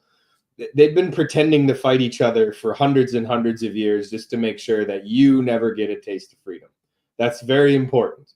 And as long as we keep buying into this idea that, because when the Chinese spy on the Americans, they give that data to America. And when America spies on the Chinese, they give that data to China. that like this idea that they're actually hostile to each other and so on. They're only hostile so much as they don't trust each other because they know what they're capable of. But that's like as far as that goes. They're still certainly united in oppressing the people. And what it looks like to actually have freedom is actual level playing field.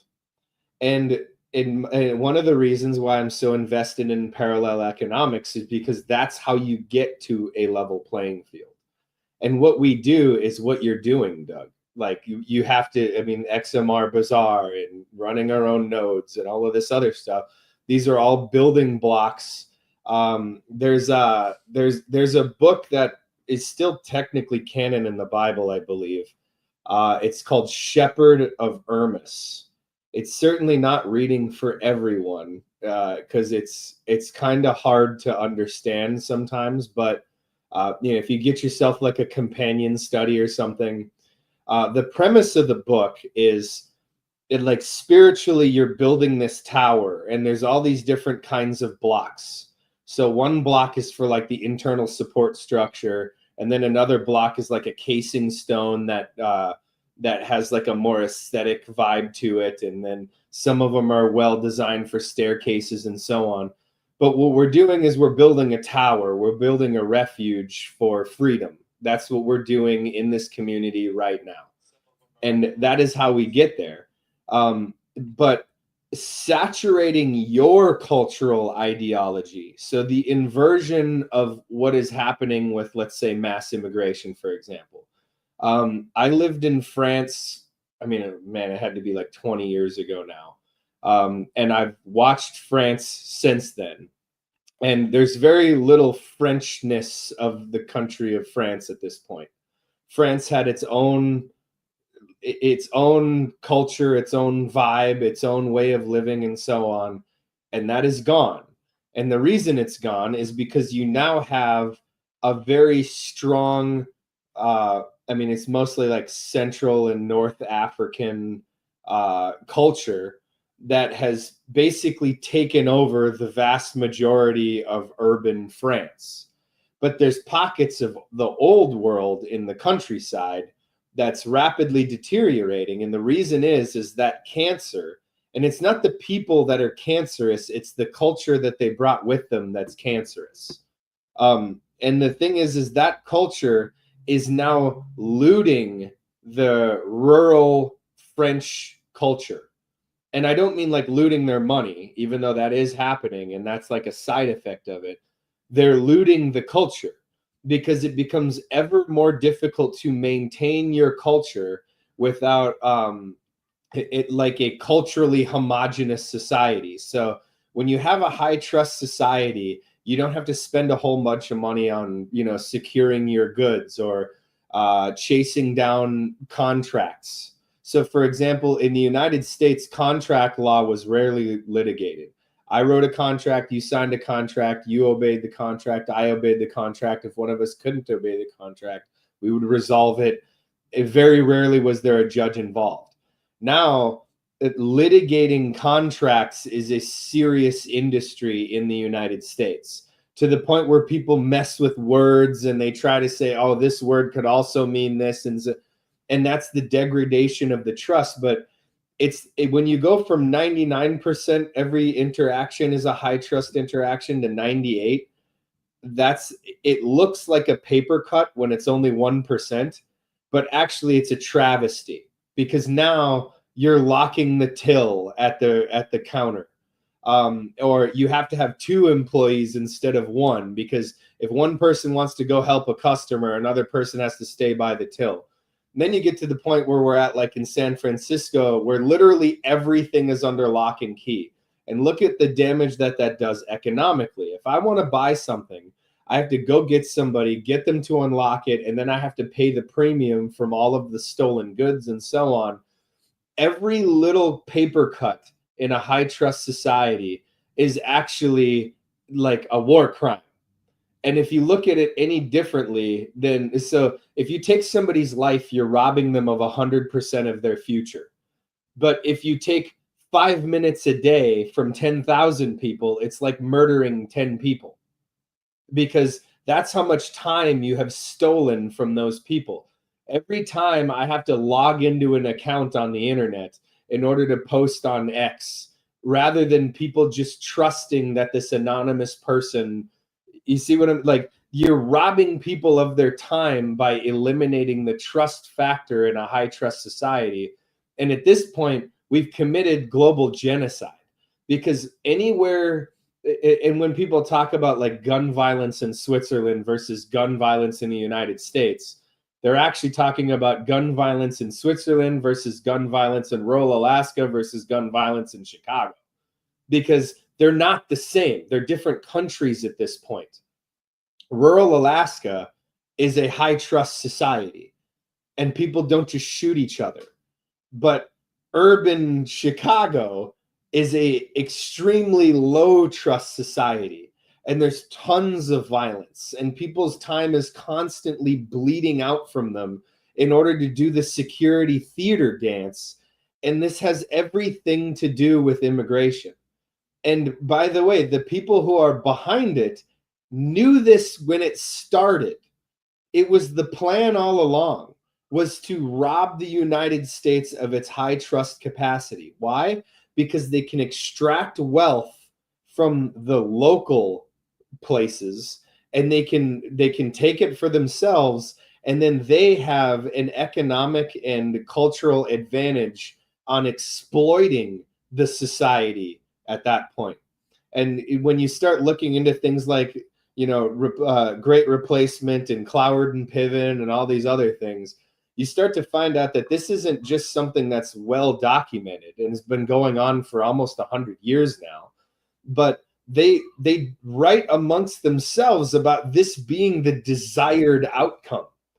Because as long as you have a strong nation with certain cultural values, it becomes very difficult to exercise usury against the people. It becomes very difficult to manipulate the currencies. It becomes very difficult to buy out all of the small businesses and monopolize an entire industry.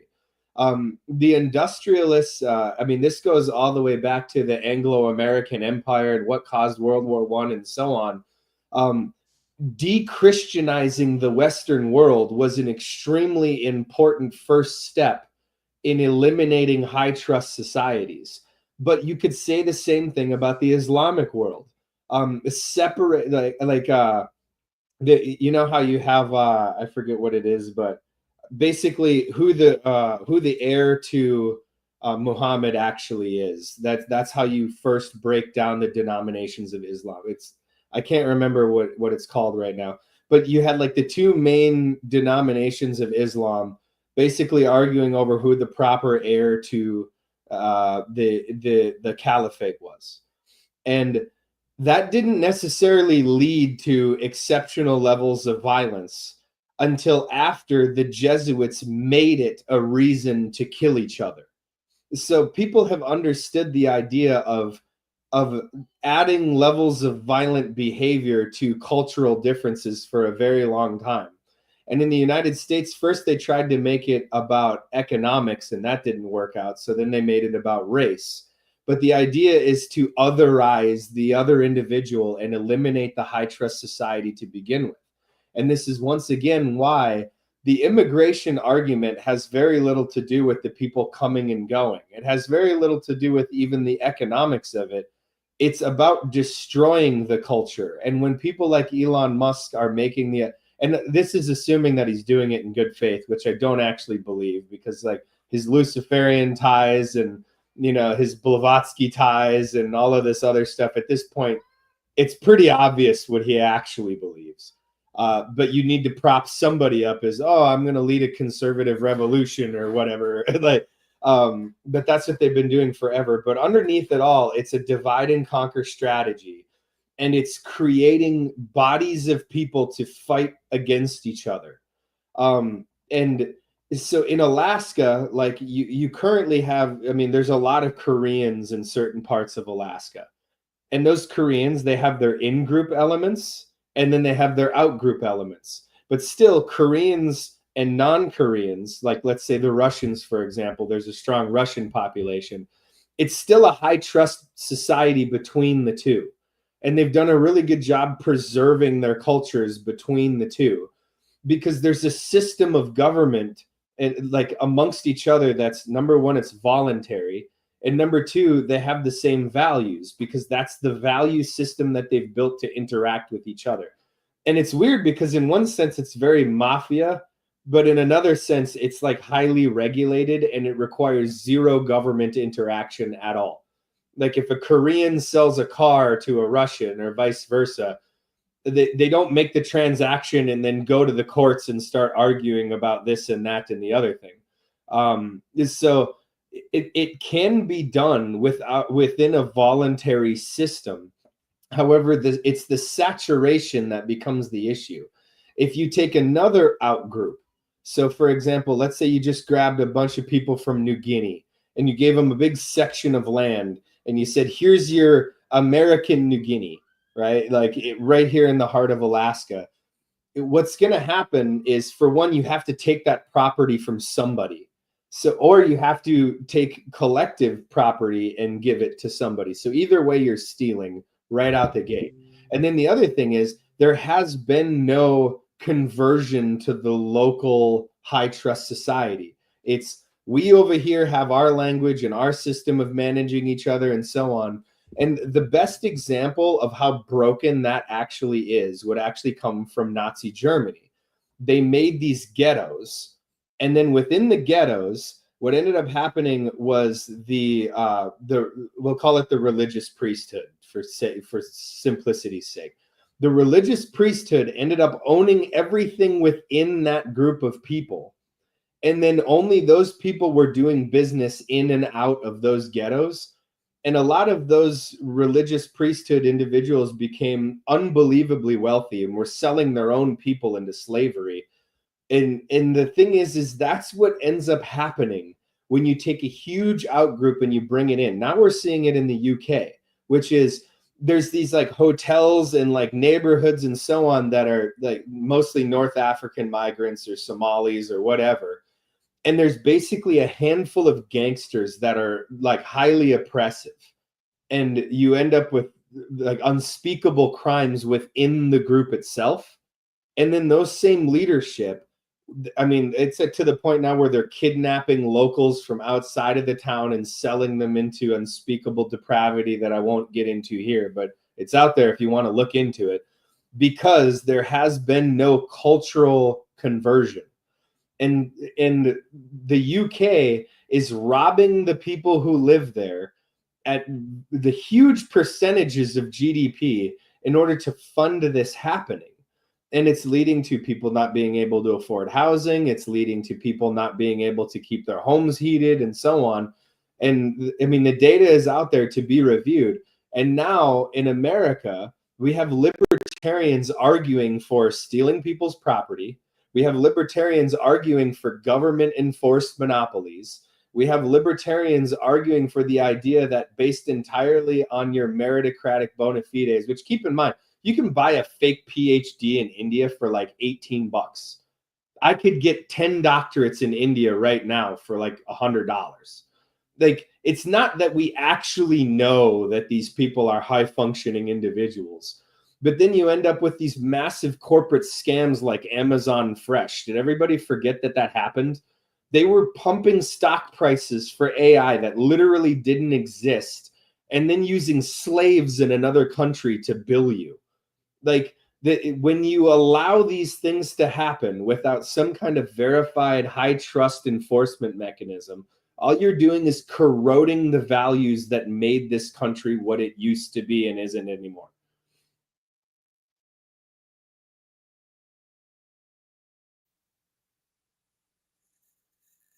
Sorry. No worries. Fantastic rant, man. Let's let others jump in here. Nihilist, Ulysses, Monero Master, whoever wants to jump in, go for it. Hey, it's been a while, guys. I've been watching from the sidelines. Good job on Monerotopia and Monero Talk. Been dumping some tips every now and then. Thank you, man. Thank you.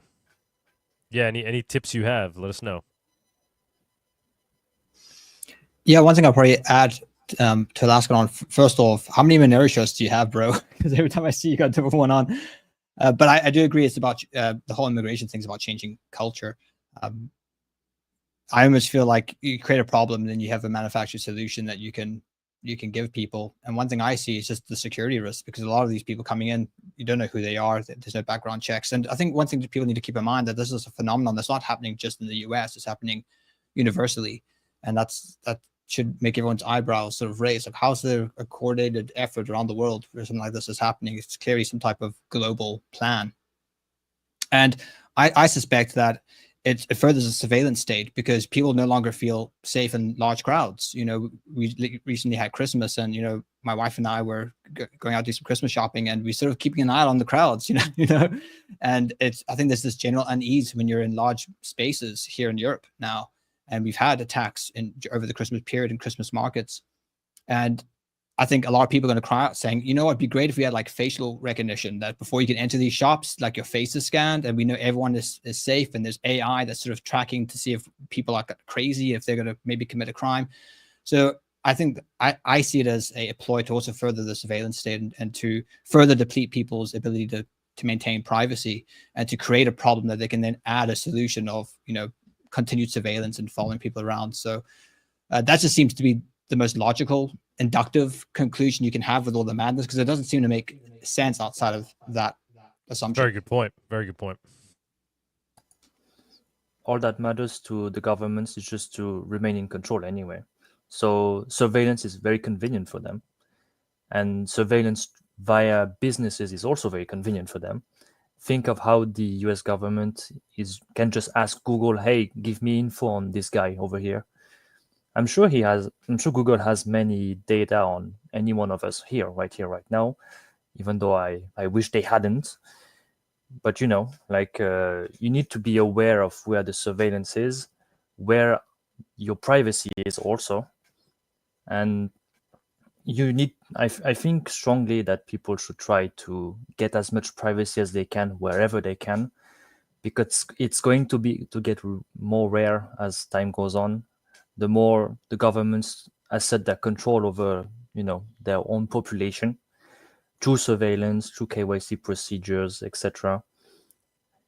So yeah, making people move to decentralization more and more will get that control out of their hands. So here's why Monero is so important. Privacy coupled with decentralization, that's where you know, surveillance ends. And remove KYC to it, so making sure people return to anonymity. Again, that's another layer of control that you can take out of their hands. Yeah, So that's I'm my just 2 kinda cents. curious in terms of, like, you know, the idea of like arbitration and providing security. Like, what Can you talk a DIY? little louder, Ulysses? We can hear you, but barely. Oh, is this better? Yep. All right, cool. No, I'm just kind of curious as to the idea of like arbitration and like conflict resolution and like security and all that kind of stuff. What are the DIY, you know, solutions that are going to be out there? You know, the alternatives that you know, people are being like, oh, geez, I'd love to have, you know, a Christmas market, but like, you know, we got to have cops here so to make sure that we don't get run over by random, you know, extremists and things like that. Like, what's the private solution? I don't want to so much answer it as point to something that I'm hoping Tux will answer with. The future of smart contracts, especially when you consider stuff like Xano and DarkFi and so on, but then also some of the changes that are going to happen with this, the next 2 major updates to Monero. There is some amazing third-party conflict resolution opportunities right around the corner. And in theory, you could do it with stuff like Ethereum too, but it's not private, right? But I was hoping maybe Tux would talk about that. I guess I don't know if I really have an answer for that. it was the argument in like, how do you deal with protecting people? Or was the question about how do you deal with protecting people in a way that's like not tied to the government, or was it more of like, how do you deal with conflict resolution like Alaskan was talking about? Well, yeah, I'm thinking it's like, okay, well, if the issue is, oh, we've got all this kind of statist stuff around us and authoritarian security states and all that, like, what's the alternative that, I mean, private security, right? yeah, but I mean, Just like, making it all private. in terms of that, like, growing and alongside, like, Monero and like parallel economies and that kind of stuff, like, what do you think? What is the best solution that's going to appeal to people that are like, you know what, I don't have to rely on the local or state or federal cops to, keep me safe, right? Because, I rely on, solution this or solution that. Hiring private security on XMR Bazaar. Well, I one think aspect- it's more of an abstract question. I think Alaskan I'm probably better at answering. But Tux is right, because so you already have a system where you can stake certain amount of value, and then you can create an obligation. So in other words, you could say, this private security company is stewarding my security under these conditions, and this much wealth has been staked. Okay, so I pay this fee, and then they have a certain amount of, whether it be Monero or something like that, staked with a public view key. And if certain security interactions take place, then they are like responsible for handling that situation according to a certain subset of rules. And you would have competing security apparatuses based on, number one, what is their performance in the past is going to affect their cash flow. So people willing to pay is going to be graded entirely on their past performance. And then how much capital do they have available to them to remedy this situation, which is going to have to do with the scale at which they've been performing over that period of time, and how much loss they've managed to mitigate. So their efficiency at providing that security is going to have a direct effect on their available capital. And then the number of people participating is going to have an effect on their cash flow. And then finally, what they're willing to protect you from. So for example, you could have like a hashed identity. And if you share a hashed identity as to who is driving this car, then that car can carry a lower security burden if the person, it anonymously as well, is determined to be a low risk individual versus a high risk individual. And how you know people aren't going to game that system is it's going to have a huge effect on their available capital if they get it wrong. Now compare that to a government system or an AI system, which I'm not saying AI couldn't run such a thing, or there couldn't be a voluntary governing body for it. But what you're going to end up with is, whereas AI systems right now, I mean, you could make an argument, for example, they're like inherently racist for whatever causes you want to attribute to that or whatever. But it's going to be performance metrics exclusively that is going to game out what the risk for RNG in computer terms actually is for carrying protection on that vehicle or carrying protection on that individual.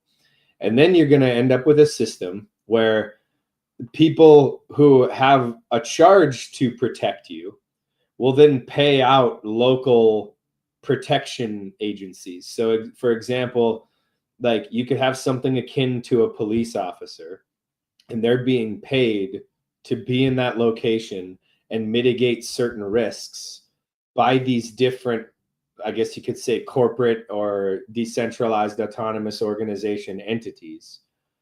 And if you think about it, it works almost the exact same way as the government does now, except number one, it's voluntary. Number two, it's not extortionist. And number three, there's no monopoly. And a lot of the time when we have these theological back and forth, because that's what it is, we're talking about statism here. And it's based on the philosophy of how do you guarantee people's security. We have to remember that 95% of the population don't really care how it works or who's in charge or whatever. It's just there's guys with guns on the corner of this particular street because it may be more risky. And there's no guy with a gun on the corner of this street because it's out in the middle of nowhere, right?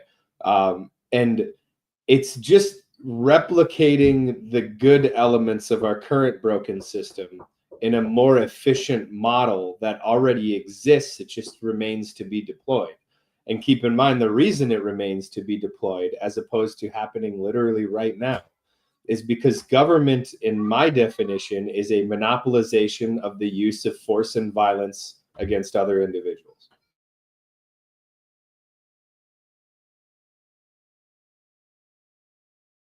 In terms of maybe some practical examples of defense, I don't know if you guys know about reflecticles.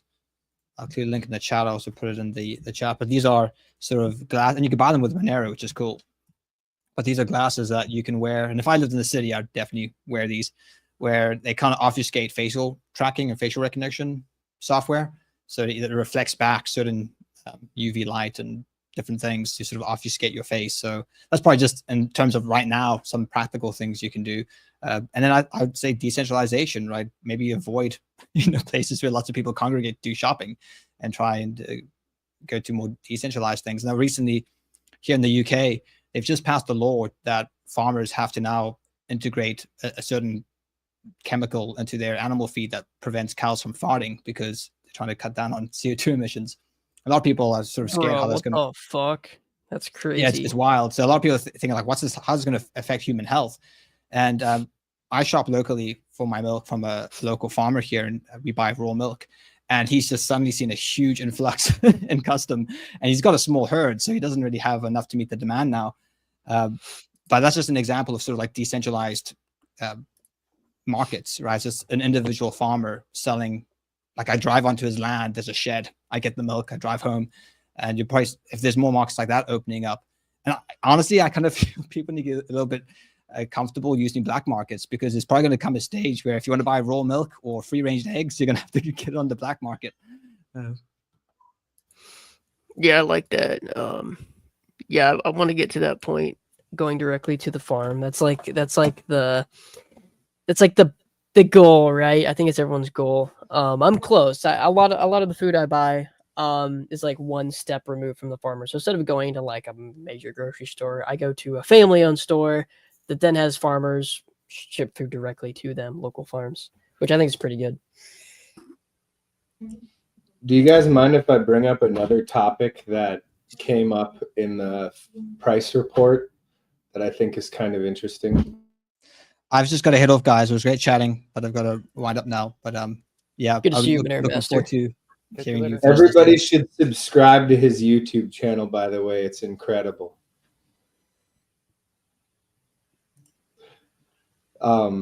So when we were talking about the price in Bitcoin and Monero and so on, I pulled up some numbers that I thought were kind of telltale signs, because Doug was talking about the manipulation of the price of Monero. And I think at this point, we've made a pretty solid argument that that is the case, right? Because it's not a free market at all. Everything is being done to prevent you from acquiring Monero, and everything is being done to make sure that the price discovery of Monero is broken and so on. And it's clearly in a downward direction. But I actually wanted to discuss the opposite, which is how much more Bitcoin's price is manipulated in a positive direction. So the first thing is they always tell you 21 million coins, which is not true. There's currently 18.9 million coins that have been minted via mining. So if you start with the premise that it's 18.9 million coins, which is the truth, that's the actual supply. And then just to give you an idea, so 386,700 Bitcoin are owned by MicroStrategy, right? So if you take the top 10 corporate owners of Monero or of Bitcoin, just the top 10, which is a lot more than that. That works out to be 479,335. So basically 500,000, which is 2.5% roughly of the entire supply. And then if you go to Grayscale, which claims to hold 207,100.2 Bitcoin. Hold on just a second.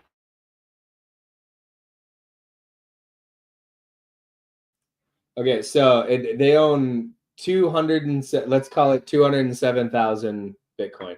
That's another 1%. So, but I've found a lot of really strong evidence that the real number is 492,112.4 Bitcoin, which would be 2.6%. So Grayscale has purchased probably 2.6% of the supply. People believe that Satoshi owns about 1 million, which is 5% of the supply, which never moves and so on. So you almost have to assume that 5% of the supply basically doesn't exist until something happens with that supply.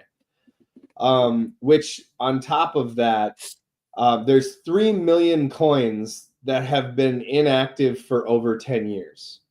So what if you say 4 million coins potentially are inert coins? They're not coming back. They're not going to be exchanged. So now you have 14.9 million coins in the supply. And then on top of that, the US government's viewable wallets have 95,000, which is 0.5%. And then BlackRock owns just under 3% according to their tax filing from like 3 days ago. And then miners probably own about 5% of the supply that they haven't done anything with. So 5, half, 3, 5, 2.5, 1, 2.5 from just those numbers that I gave you. And if you think of it in terms of, so you have all of this supply locked out, and then you have this other supply that if the miners were to try to cash out and actually gain on their holdings, that would mean that 5% would flood the market instantly. But then on top of that, almost 10% of the market has been acquired for investment purposes in just these tiny number of corporate vehicles in the last 4 years. Now, what do you think would happen if the same exact thing happened to Monero? How much would the price pump? And keep in mind, I didn't do like exchange wallets, which is a huge chunk of the supply. I didn't do, all of these other things that are huge chunks of the supply that are basically obligated to hold. I didn't include all of the other countries. I just did the United States. If, let's say, 10% of the supply of Monero were to be acquired as an investment vehicle in the next 4 years from the corporatocracy, what would happen to the price? Because it's an exponential growth curve. So if I buy up 1/10 of the supply, or 0.1% of the supply, versus if I buy 0.5% of the supply, it's not like I double the effect of that amount. It's more like I quadruple the effect of that amount going from one to the other. Just like if I were to dump into the market 1% versus 2% or so on, the second percent has a way bigger impact than the first percent. So how much manipulation does that actually affect the price of Bitcoin? I would argue it's got to be on the order of $70,000 a coin.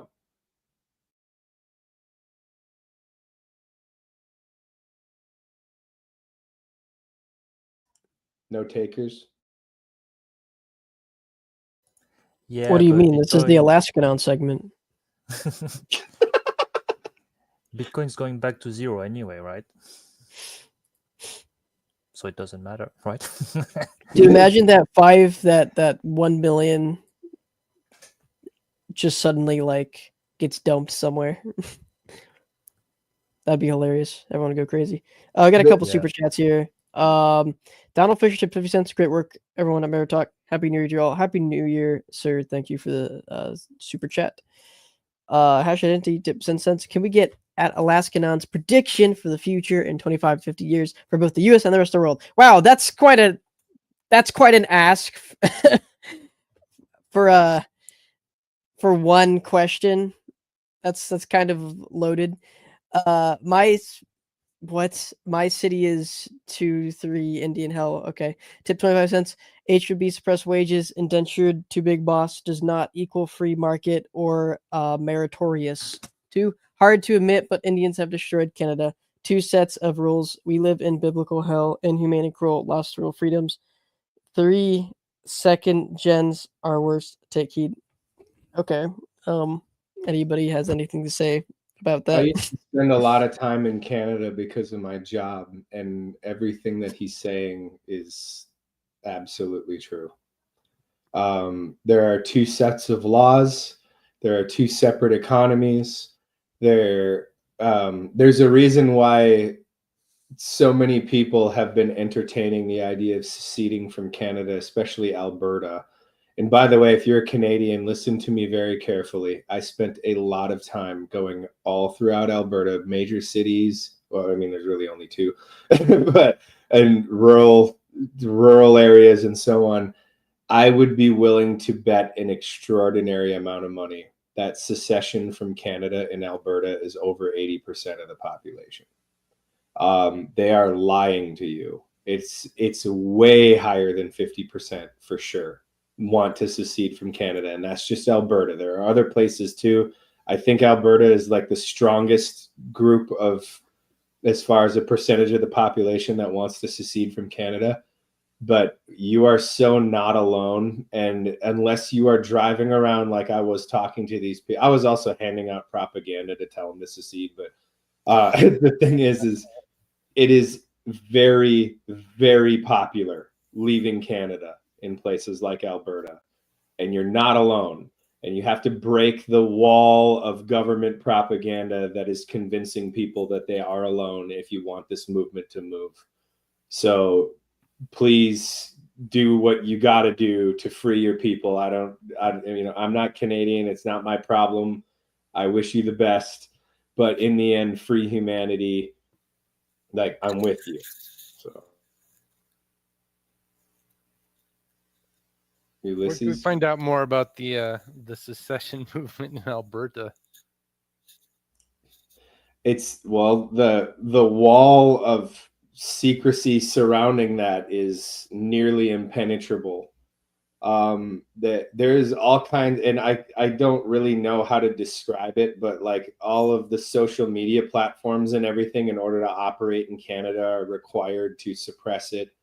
So even if you're like blowing up on Twitter about how you want to secede as an Albertan, it's never going to reach the ears of the people. Almost every news article written about it is from a government mouthpiece like the Canadian Broadcasting Corporation. Really, the best way to find out about it is to just drive through Canada and talk to people who live there. But I'm hoping that those people are going to get a little bit more familiar with freedom tech and VPNs and so on, so they can start broadcasting their message. But the problem is Canadians aren't really a social media saturated people, which is generally a good thing, until it comes to them sharing information, because it's, most of Canada is a barren tundra where it's really hard to talk to your neighbors. But there was a lot of interesting leaks during the Canadian trucker protest that if you dig into that, you'll start to see a lot of that information. And then there are outsiders who have done some homework on it that you can find out there. But I think it's something like if you were to just use a search engine of some kind, percentage of Canadians supporting secession, that's a good place to start. would be my. I have the luxury of going through there all the time. There's lots of Canadian refugees in Alaska, and I do use that term the way it's intended to be used. A lot of them literally can't go back because of wrongthink. A French Canadian, actually, I probably shouldn't share that story, but just know that there are people bugging out because it's gotten that bad. Yeah, it's a matter of, I think personally it's a matter of reducing your attack surface as much as possible. Like, even though I don't think I'm gonna get attacked personally for hosting my blog on OPSEC, recently we've made the move at Nowhere to move to a darknet only, infrastructure. So we just don't have ClearNet at all anymore. So if a government were to go after me and our services, they would have to figure out where the server is, right? Because it can only be reached via an onion link now. So, so it's just something to keep in mind. What is your attack surface? What can go wrong? In the case of the Canadians, for example, they have, I remember reading they have, bank accounts that were being frozen for wrongthink, I think. That's just the things that an adversary, that a government can do whenever you don't fit into their political view, right? They use the centralization, they use those businesses, they use them against you. And, if the business refuses to comply, they just go out of business, So keep in mind what could go wrong, very important thing. Yeah, I'm always just interested in hearing about like various secession movements and freedom movements and those kinds of things. Because part of me just wants to make a load of like fucking bumper stickers to send to Canada and be like, hey, guess what? This is probably a great idea. You guys should definitely do this. I bet you if you make the bumper sticker and you sell it in Monero and you just put like, all of the key search phrases like Alberta secession or Saskatchewan would be another major one, or Yukon would be another really great place. And if you just put the key search terms on there and print the bumper stickers, the customers will arrive. And you definitely have the art for it, just, because how to do like a Mexican flavor or a Canadian flavor or whatever. Like, you're really good at that. So I bet you people would eat that up.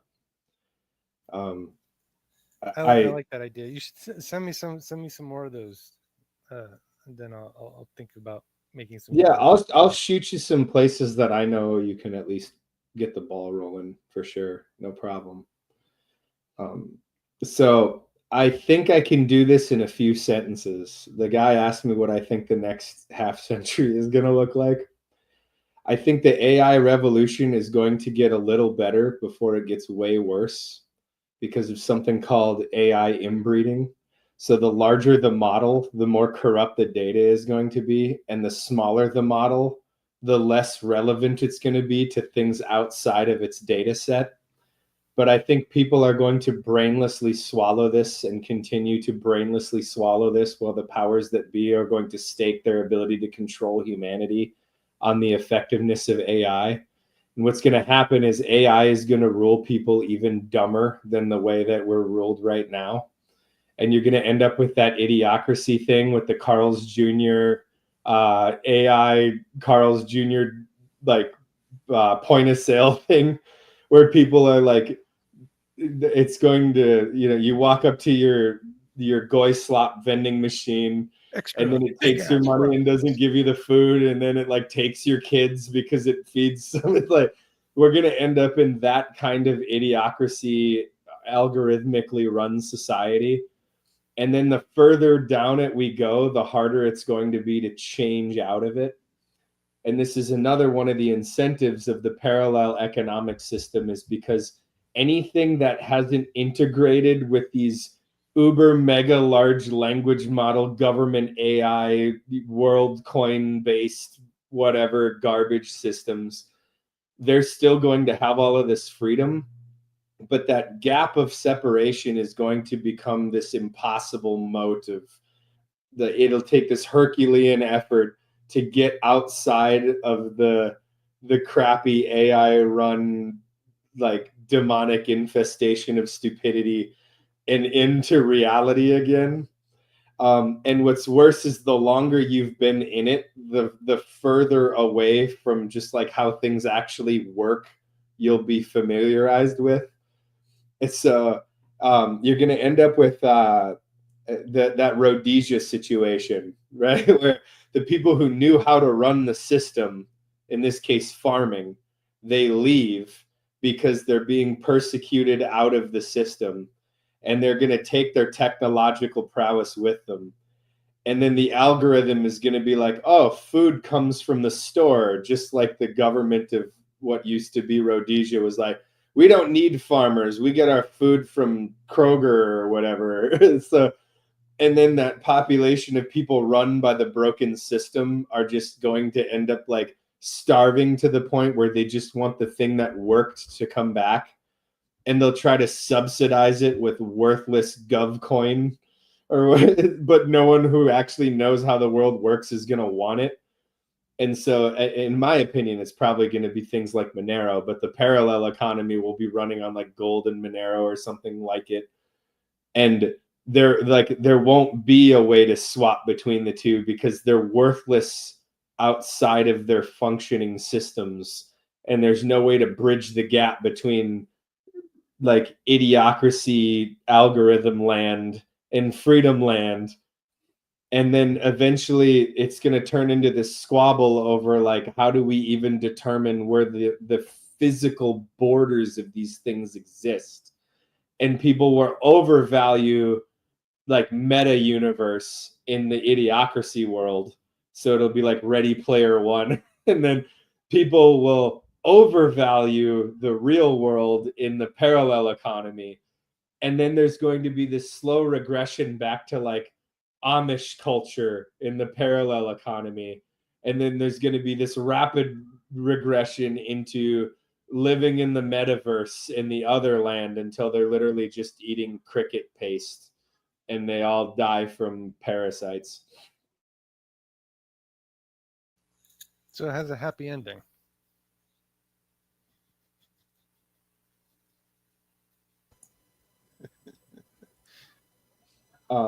I think it's hilarious how like AI works really well within certain contexts, but then people buy into the AI thing where it clearly isn't working. Like we've been promised AI driven trucks since like 2000 and like Amazon Fresh.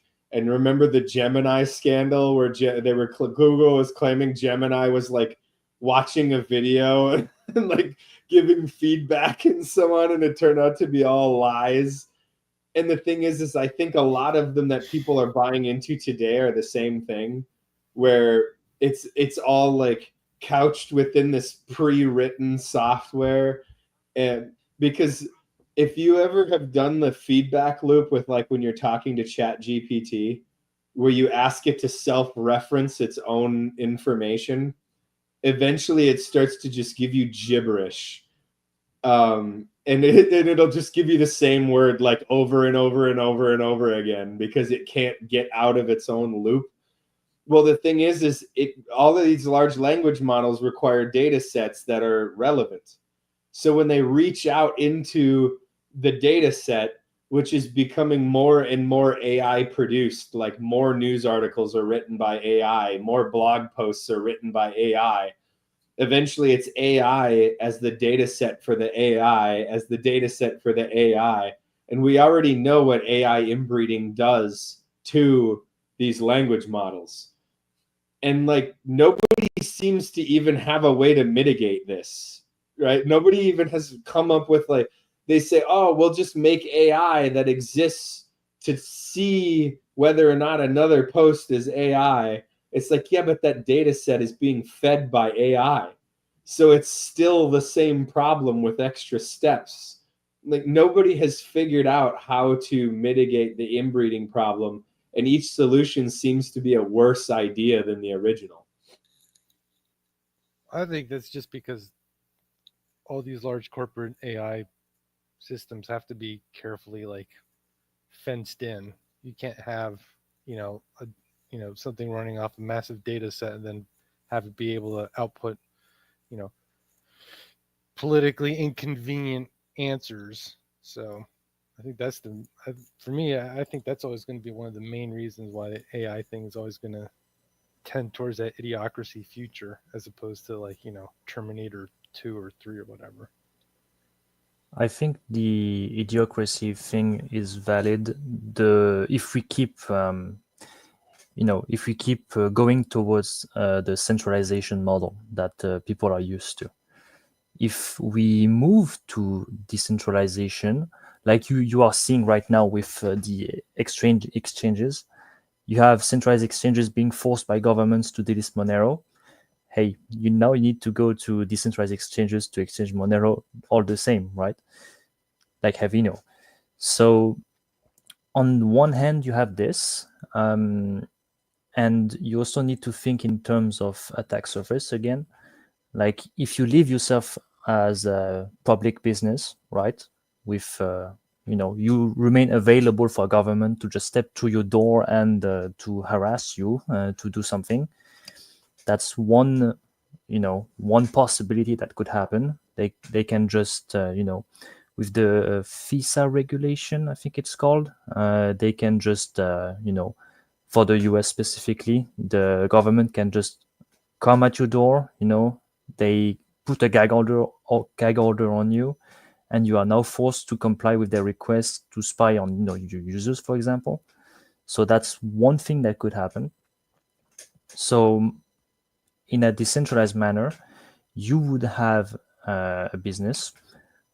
Well, it should not be considered a business, but a service available not through ClearNet, for example. It would be available only on the darknet, where the government has no way of knowing who has this service.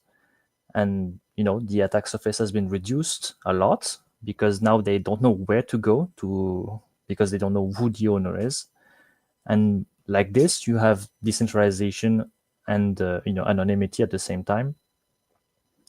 And from there, if more people move to this model, like I am trying to promote at Nowhere, you have more and more people staying anonymous and using decentralization as the primary vector for growth.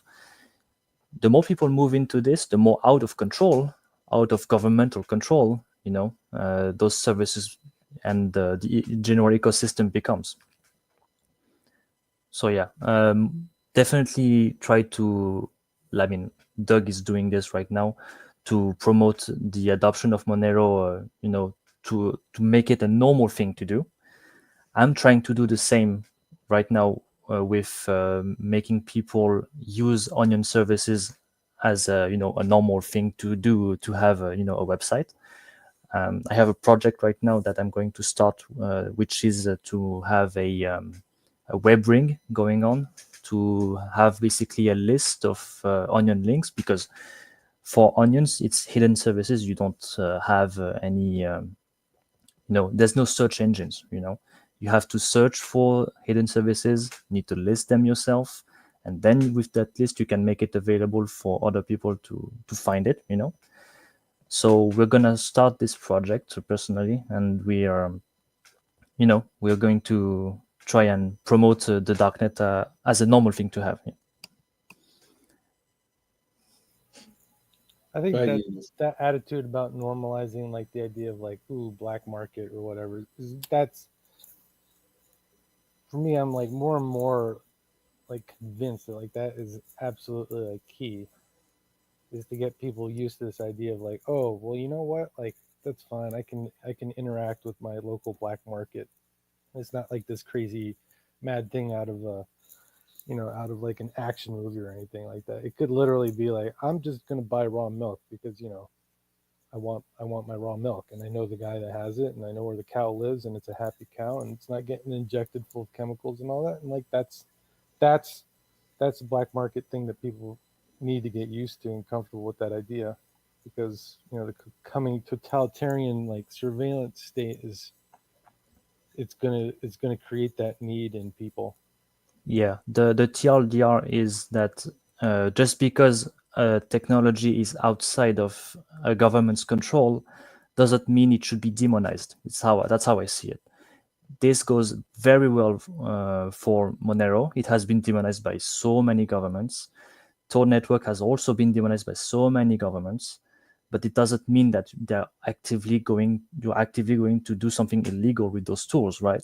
Just like how you have a knife in your kitchen, doesn't mean we should make it illegal for everyone to own knives just because a few serial killers killed some people with a knife, You're always going to have bad actors, but I have faith that not everyone is a bad actor. No one is a criminal, So yeah, that's my take on it.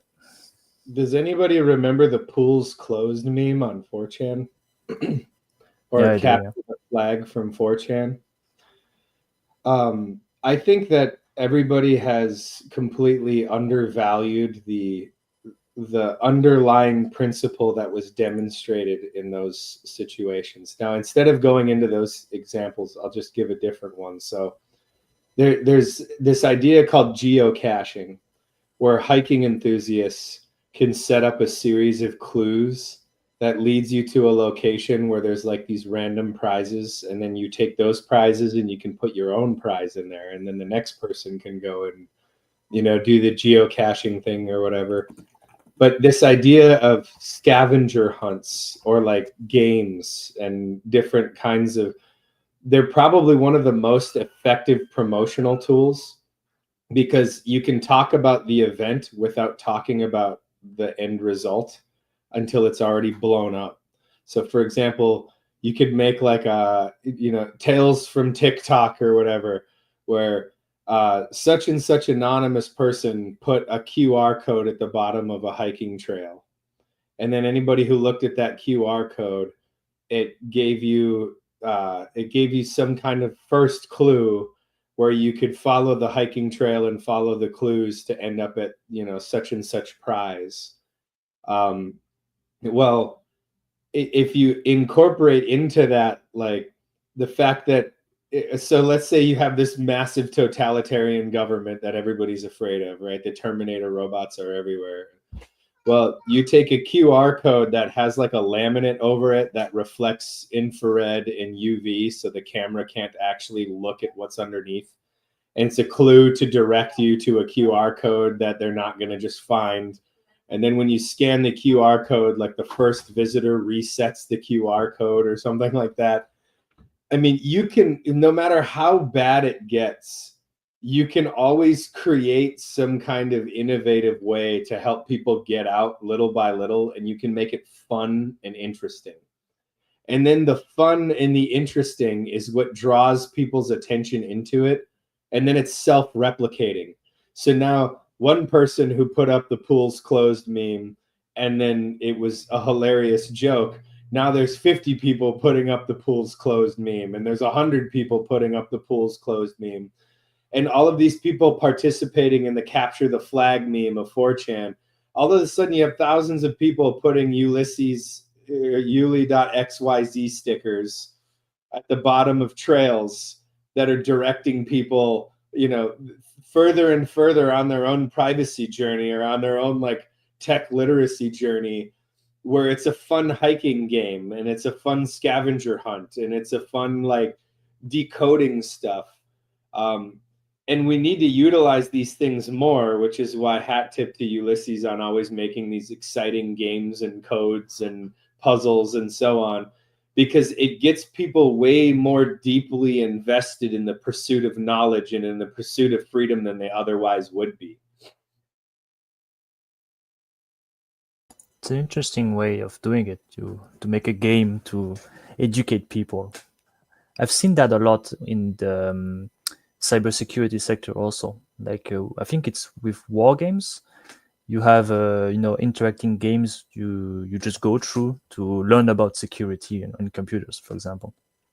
Yeah, they have a MMO learn to code thing too.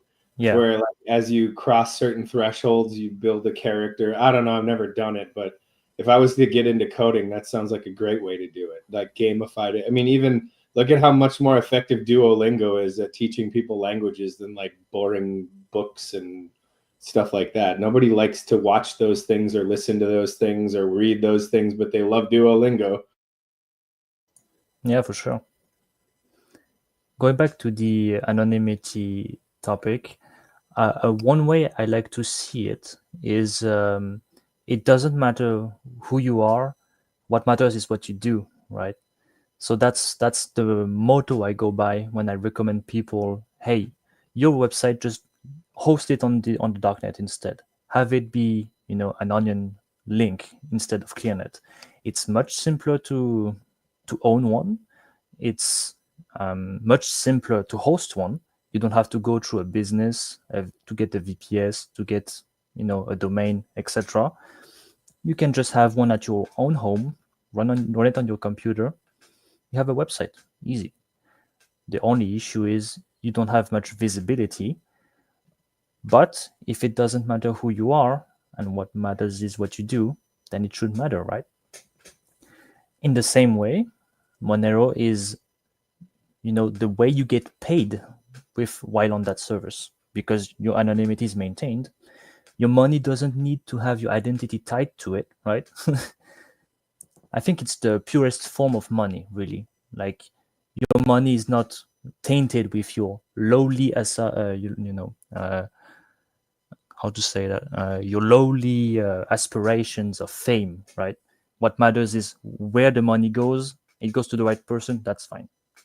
Life is good. I did a Watchman privacy. I think that was kind of what Monero Master was joking about.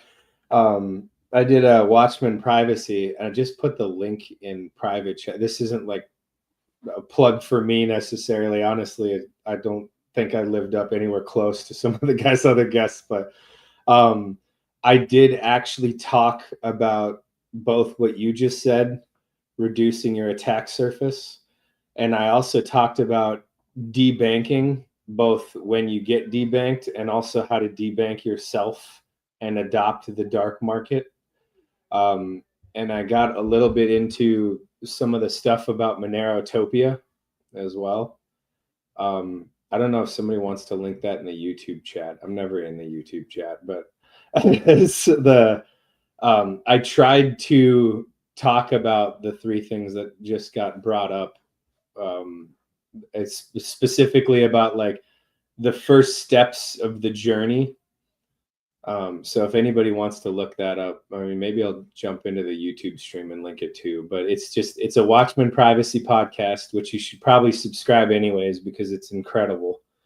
And then after you watch literally everyone else but me, because it's way more interesting than if you're still jonesing for more Watchman Privacy, I did talk to Gabriel about how to get out of the banking system and use dark markets a little more, but more from like a surface level and then working your way down. And then I also talked a lot about reducing your attack surface. And one of the things I like about that podcast is he, and then as well as myself, we usually talk about stuff that most people don't talk about. So a lot of people in this space know about reducing your like online attack surface and your internet fingerprint and so on. But nobody ever talks about like your car or your license plate, or like that. There's a lot of things that in a sense have an even bigger impact. Like, are you living at the place that is the same as your address on a government ID? So people should find a way to obfuscate like the place that they sleep at night versus their residential address versus where they get their mail versus, and I talk a little bit about using the corporatocracy to protect your privacy. Like, the Monazon thing that is kind of fizzled away, but I think it's going to come back. or the using like Amazon lockers for your privacy is another really good one that we don't touch on it in that, but we talk about some of the similar things, or how to shop at Home Depot with Monero and stuff like that. So I don't know if anybody wants to look into that, but there is a bigger discussion about what Nihilist is talking about and what Monero Master was talking about available if anybody's looking for it. On the topic of reducing your attack surface, as I have been focusing heavily on that lately, let's say you want to have a clearnet website, right? You want to have alaskanon.com somewhere. Let's say, and you have a government that's going to attack you for whatever reason. They don't like you, right? They have multiple places to attack you from. Like you have a VPS somewhere, a server somewhere. They can just order the cloud provider to take it down. That's one way of attacking you. You have the domain, the registrar domain. They can go through that other business to attack you and take down your domain as well.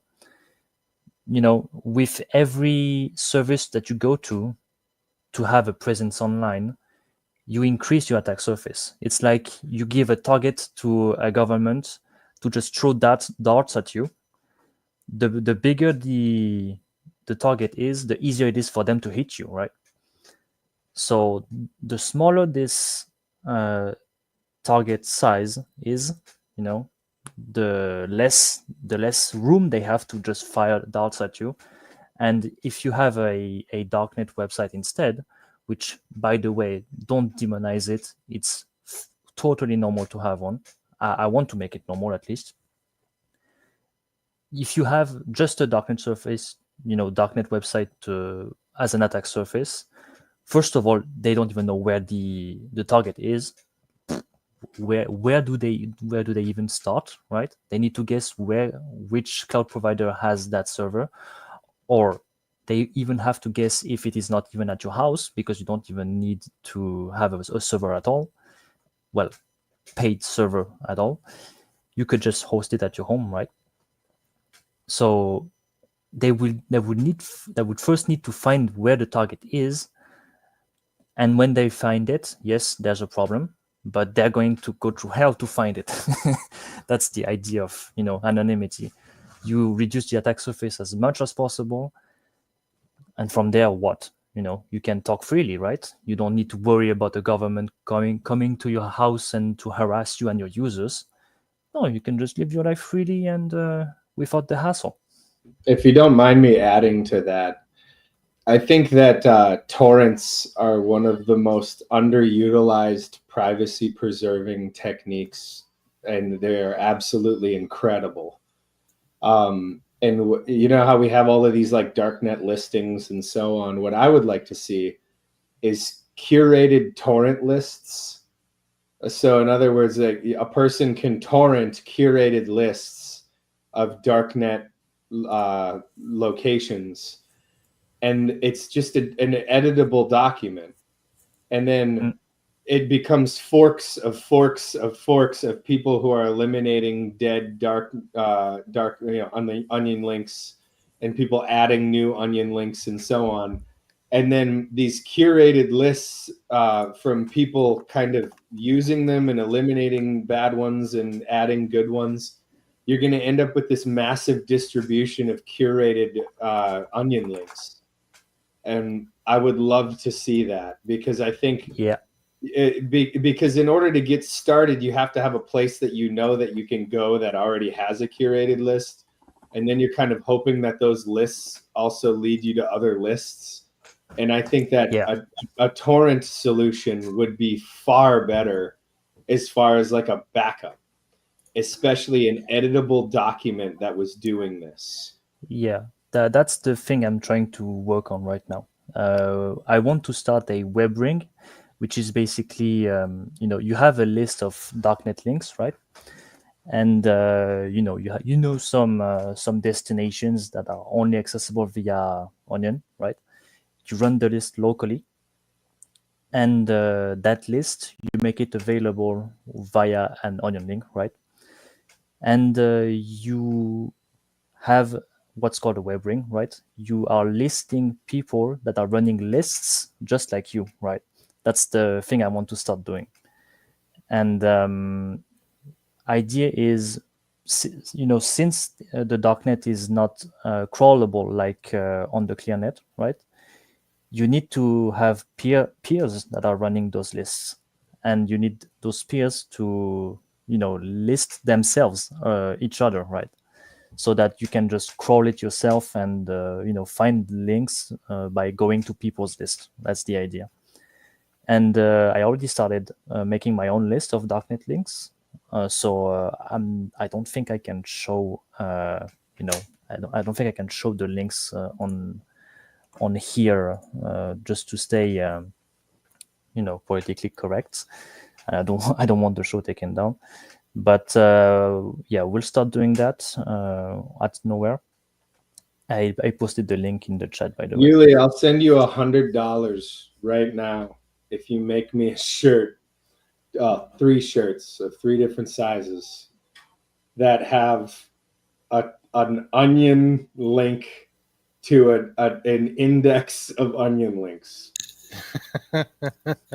It's like that would be absolutely amazing. In fact, I'll send you $150 for 2 shirts. That's a pretty big deal. Yeah, absolutely. I prefer not to pay in Monero though, because my stash is getting really tight right now. Make a QR code of the link I just sent and put it on a shirt. Fine, I'll pay you in Monero. You got me. Twist my arm, won't you? Yeah, I love that idea. I've tinkered around with a little bit with like trying to have, there's like I guess it was kind of like a small like comic book zine web ring that some folks were trying to get started up on the Onion.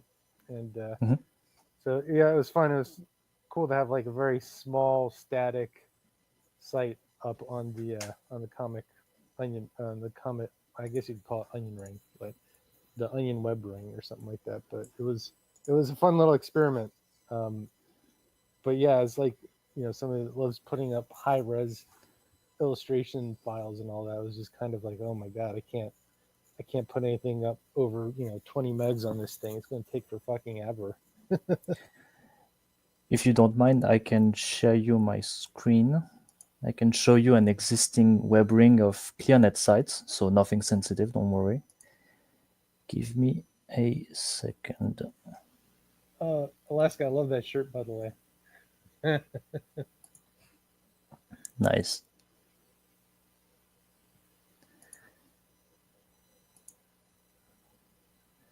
I'm going to read it to you. My wife made it for me. Well, Chloe helped too, but my wife, I have a lot of them actually.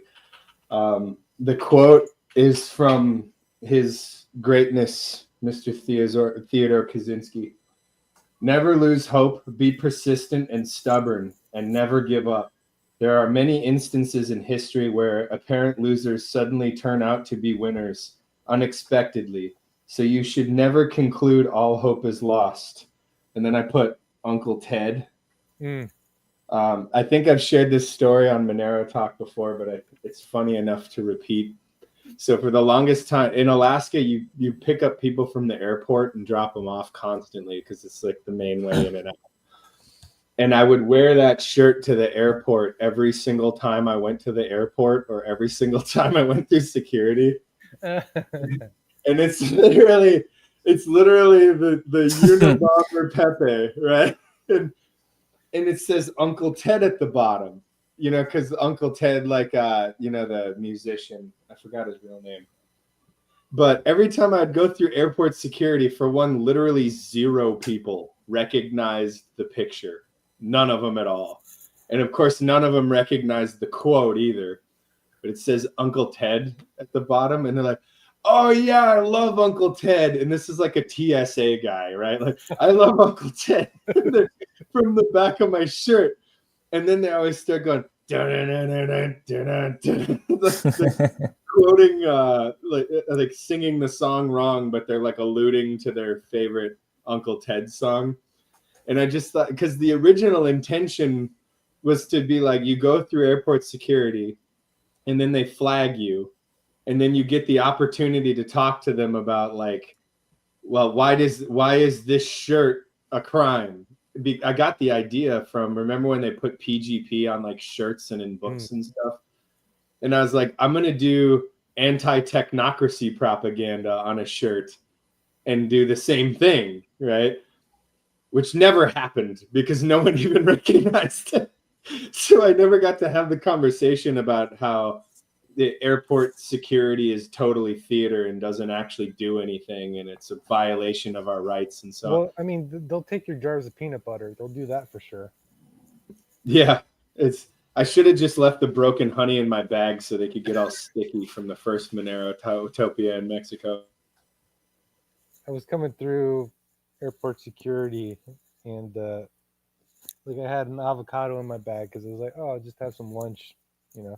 Didn't think anything of it because it's just like, you know, it's a fucking avocado. Anyways, I get through passport control, and then like a fucking beagle, an adorable little beagle, is just like, "Oi, you got fresh produce in your bag," and so they stole my fucking avocado. I'm like, you bastards. You know what you should do? You should go to the airports, you know, with a Monero shirt, and they're like, "Hey, don't you have Monero? Hey, let us tax you," you know. And then they just can't find it. My favorite part about the avocado thing is that same avocado they will send to the same location on like trains and boats and so on. And you can buy that same avocado from a grocery store, but if you just take it with you, it's a crime. Even though if they're going to be like, oh, we don't want to pollute the environment, it's like, what is there, like avocado pollen on my avocado, and it's just going to like pollinate avocados around me or something? And when it goes on a train, it's in like an open basket, just like blowing across the, and then it goes across borders all on land, versus like a hermetically sealed plane. It's like a pill capsule going all the way to your destination, where they sell the same avocados. But, you know, God forbid you had any freedom at all for any reason. Well, no, it's just literally walking past the, you know, the little gate. And it's just then all of a sudden my avocado became, you know, verboten. You're not allowed to have that. When it's like, I could have eaten that avocado waiting in line. I probably should have, honestly, you know. The true miracle going on here is that anyone puts up with this at all. Like, oh, it's the government. What are you going to do? Like, remember when Alex Jones was famous enough where he was like on Thanksgiving or something like that, we're all going to boycott naked body scanners. And so rather than deal with that, they just shut down the naked body scanners through the entire Thanksgiving weekend or something like that. I mean, this is forever ago, but it's like they're willing to admit that it's all theater and it's all bullshit in order to avoid people rebelling. But they're willing to turn the theater back on when they think they can get you to submit. And yet people just like go along with it over and over and over again. And so they've basically already admitted that all you have to do is just say no and it all goes away. But people just keep saying, yes, steal my avocados and put me through the gauntlet and so on. And it's like, okay, so I have to give it to you if I cross right here, but I don't have to give it to you if I'm 3 feet back, right? Yes. So this is still mine until I cross that line right there, correct? Yes. So I'm going to eat it over here. No, you can't eat here. Okay, so I'm not allowed to eat over here, but I'm not allowed to have an avocado over there. Like, and just keep pushing them to actually define the terms of the argument until like they have the feedback loop, like the NPC response thing or whatever. It's such a joke. Like the whole thing is so fucking ridiculous. You need to make them crash, you know. Oh, you know what was really funny? So my wife had water and we were traveling. And then the lady was like, you can't have this water unless you tell me right now that it's for your child. And she's like, okay, it's for my child. Okay, now you can have as many ounces of water as you want because it's for your baby. But if it's your water, you can't have it. But you can buy that many ounces of water when you cross the barricade. Like, yeah, and she's like currently nursing, right? So it's like, okay, so if she drinks the water and the baby drinks it via nursing, it's forbidden. But if it's water for the baby, but what isn't it for the baby if she drinks it because she's nursing? Like, it's so broken. It's so ridiculous. The thing that I find disturbing though is like the idea of like all this biometric scanning for movement. Like yeah, right now it's fairly optional, right? Like what was it, Global One Pass or something like that. It's all optional, and it's like when you're going through airport security, it's optional to do the biometric scan. And like when you get on certain airlines, they'll try and say like, oh yeah, we do the biometric check-in for your tickets. Like I'm just like, yeah, no, I can opt out of that fine for now, but I'm worried about the day when it's no longer optional. You can't say, yeah, no thanks, I don't want my biometrics in this system or something like that.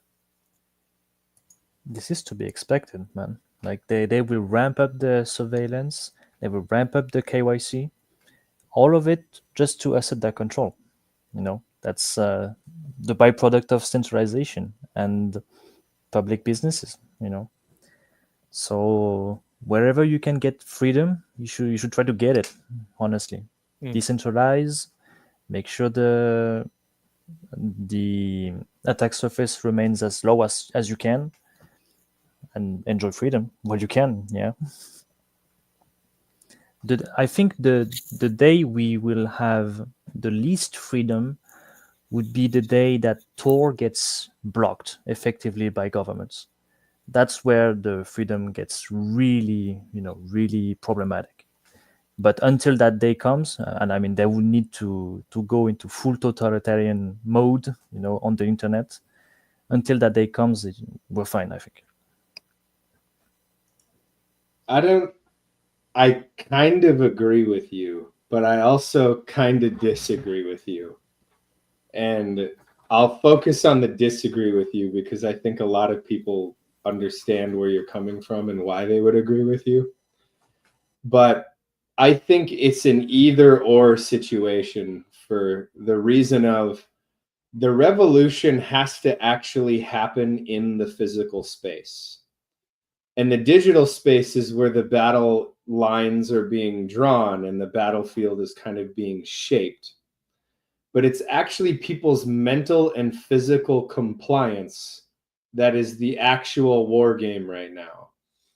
And all Tor does is it stretches out the battle space. And what I mean by that is there's a larger landscape where the totalitarians can't enforce wrongthink and the individual can have freedom of expression. But the thing is it's just amongst each other. And so what I mean by that is the darknet is darknet people talking to darknet people with feds around. And it's the feds talking to darknet people with the darknet and the feds around, and so on and so on.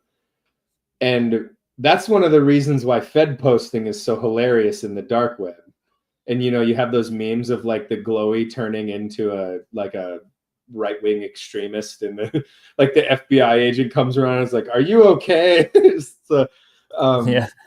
But like the underlying premise is and it's one of the things that I fight so hard within the Monero community is like, we have to stop letting this be cypherpunks talking to cypherpunks about cypherpunk stuff. And not that it's bad to do that, but we have to do, we'll call it the Tuman method, where you have to take that stuff and bring it to the people has to be the main goal, right? So, and yes, we should be within I mean, personally, my favorite Monero Talk episodes are like the last one with Luke Parker, right? Of course, that's, because it just feeds my inner cypherpunk nerd. It's like crack to me, right? But I also know that I'm not going to go and share the Luke Parker episode with my farmer neighbor, right? He's going to be like, what the is this guy even talking about, right? Like, it's virtually useless out in the world, but it's like, Or another good example is like the body segment, right? That's my favorite segment by far, right? I mean, it's just, I love it, right? But it's very technical, and he's obviously talking to like a section of the population of the Monero talk people. So for example, Chloe, who lives with me, like she's not into that because it's just stuff that she doesn't dabble in. My wife is like right in the middle, where half of it makes sense and half of it doesn't. And I'm just like, give me more, man. I need more. Like I could watch Body talk for 5 hours and I would never get bored, right? But it has to be both, right? And from what I've heard, and I don't know if it's true or not, it's probably people just like stimulating my inflated ego, but I seem to be something that normies can kind of understand better, bringing the cypherpunk principle to the normie. But the goal is to get them to stop listening to me and start listening to Body, or stop listening to me and start listening to Luke. You know, like I guess you could say I'm like the freedom gateway drug, maybe. I don't know. But we do need to really focus on getting out to the people. And I think that the dark web and Tor and all of that stuff, you could almost call it like the Luke Parker. And then you talk about like the farmer's market introducing Monero would be like the Alaskanon, right? Where we lose one of our best strongholds if Tor goes down, but we certainly do not lose the war. In fact, it would have very little effect on the war in the immediate sense. It's really the long term, like preserving the cypherpunks that it's. So basically, the clock starts ticking when we lose Tor.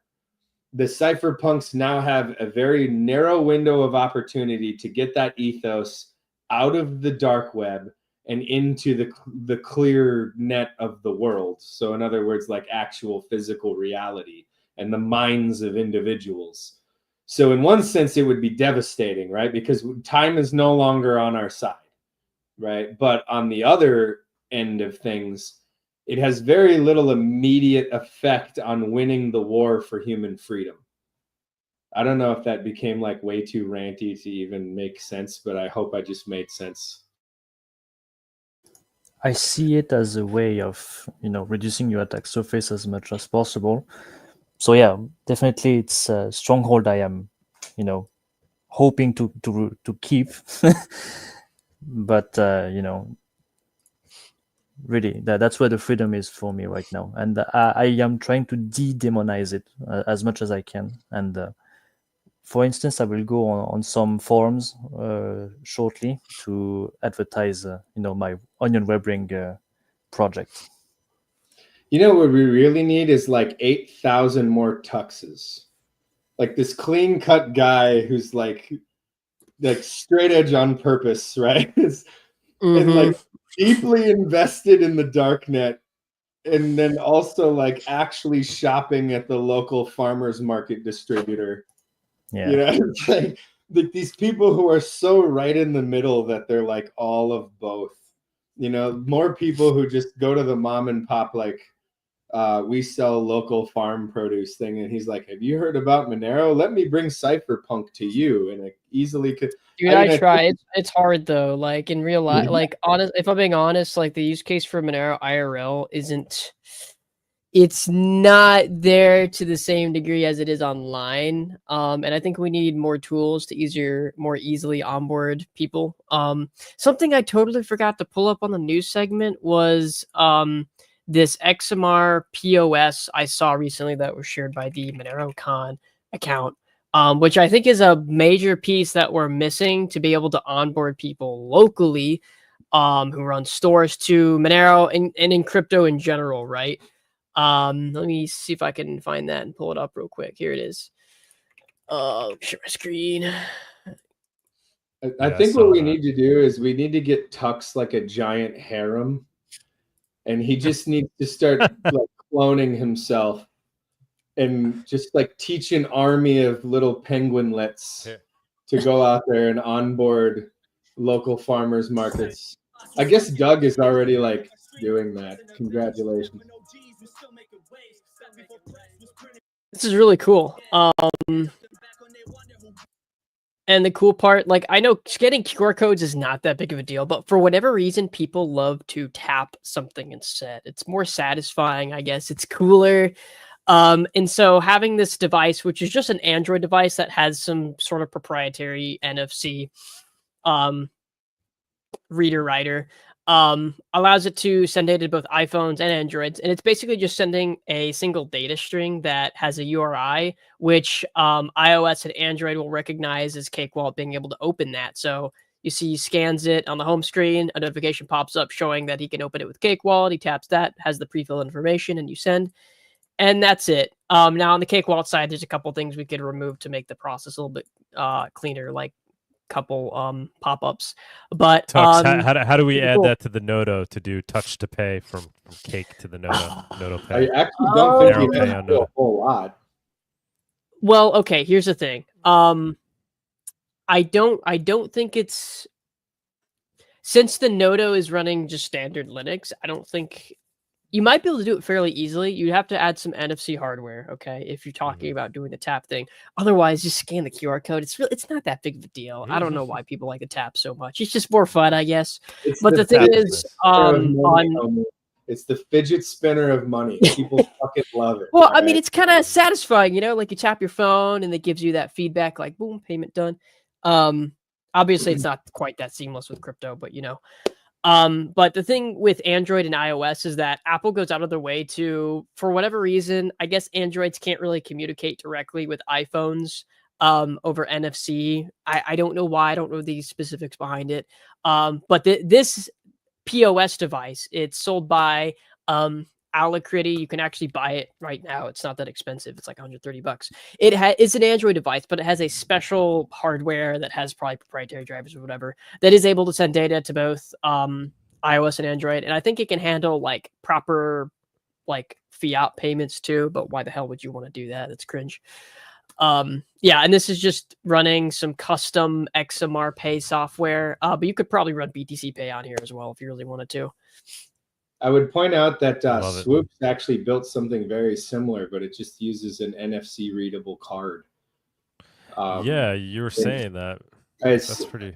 Like I said, I would love to see him on Monero Talk, but that's probably the one that shouldn't go on YouTube, or it can't be live. That's for sure. Like as long as you like edited it, you could put it on YouTube. But that would be a hilarious show. Like that guy is not like anybody else. But yeah, Swoops built something exactly like this, and I know. Yeah, I remember he was talking to me about that in person. And yeah, I don't know if this device is totally necessary, but it gives. So like my goal is I want to buy a few of these and then try to onboard people locally, because instead of trying to explain them out Monero and then like, yeah, got to use a phone and stuff, just giving them a device that has this stuff set up and ready. It's like, oh yeah, you know, that kind of makes sense. I got a dedicated device that can process the payments for cryptocurrency, and it doesn't just have to be onboarding them to Monero. Obviously that's like the goal, but you can be like, yeah, with this you can accept like a bunch of cryptocurrencies. You can accept Bitcoin, you can accept Litecoin, you know.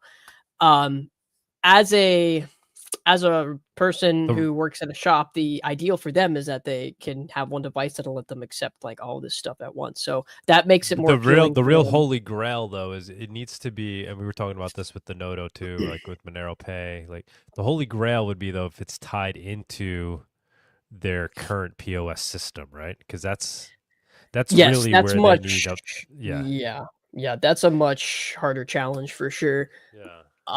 Which is something because this, while it is nicer, it's really effectively not that much different than them just using Cake Wallet on their iPhone or Android, right? I mean, there is some nice usability to it, but it's not really solving the problem of accounting and keeping track of their payments coming in.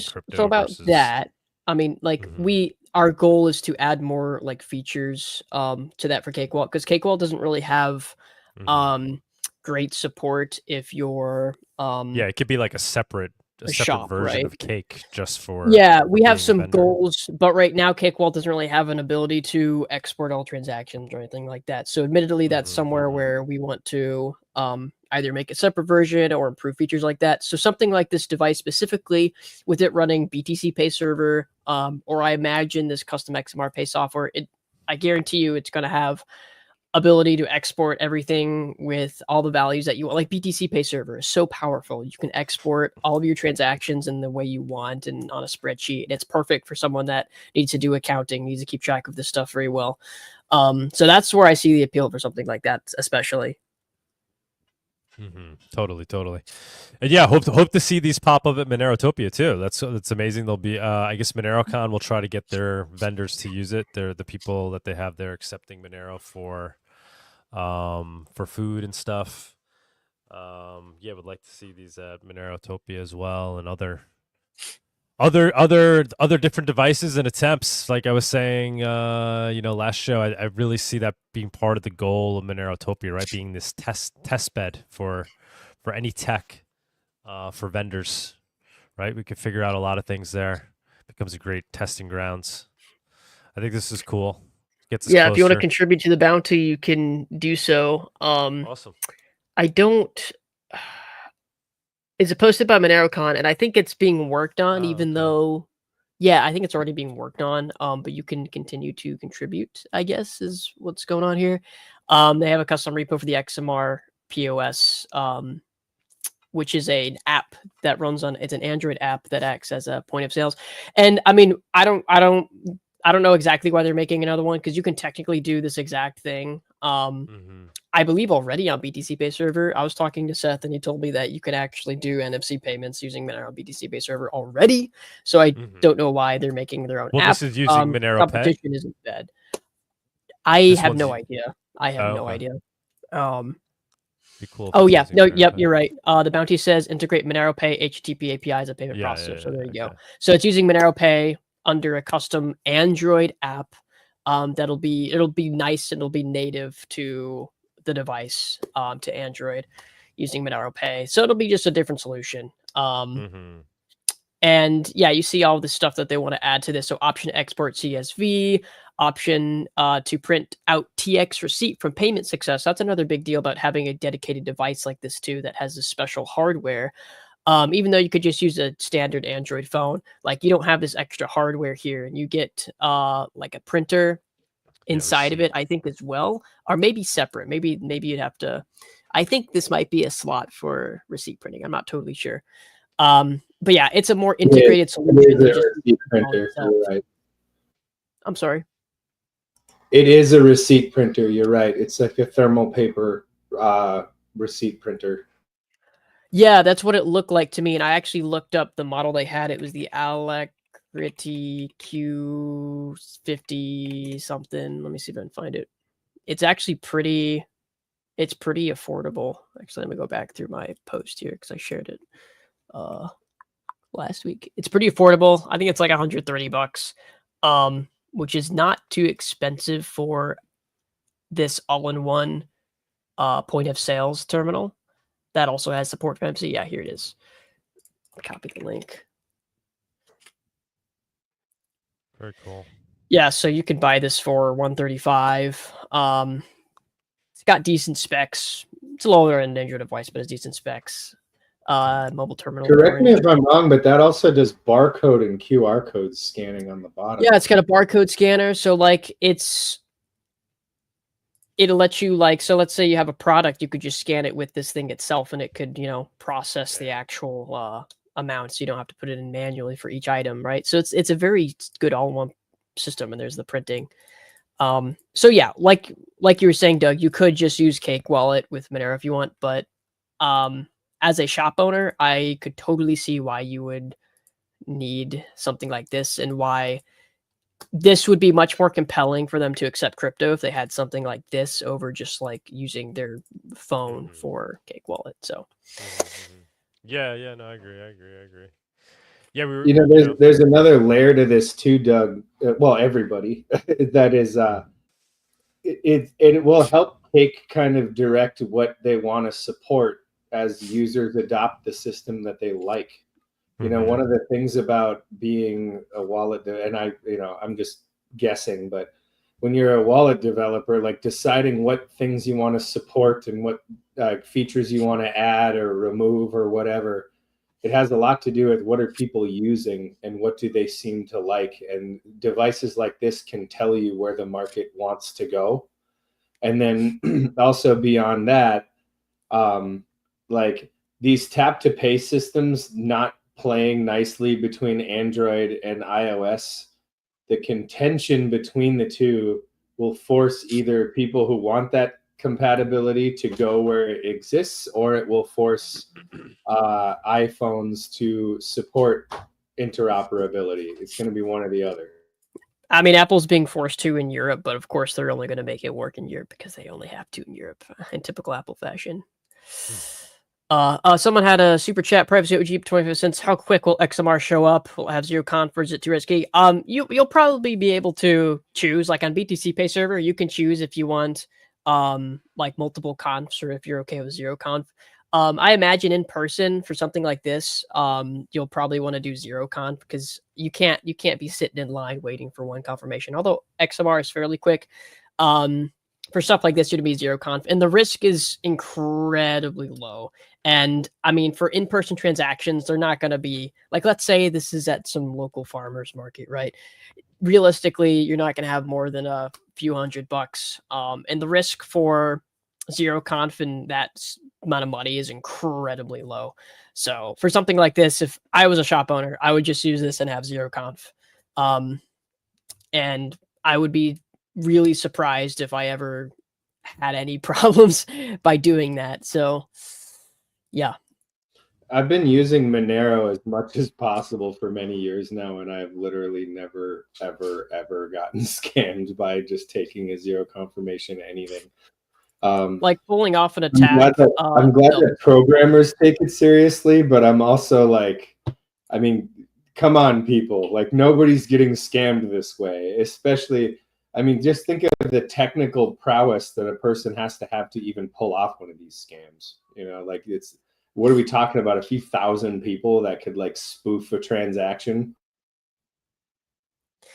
Yeah, like, yeah, the requirements for pulling off that kind of attack is just like, at some point, it's going to cost you way more than the money that you're trying to save to pull off the attack and the time. So it's super hard to do anyway. So I think it's a very low risk.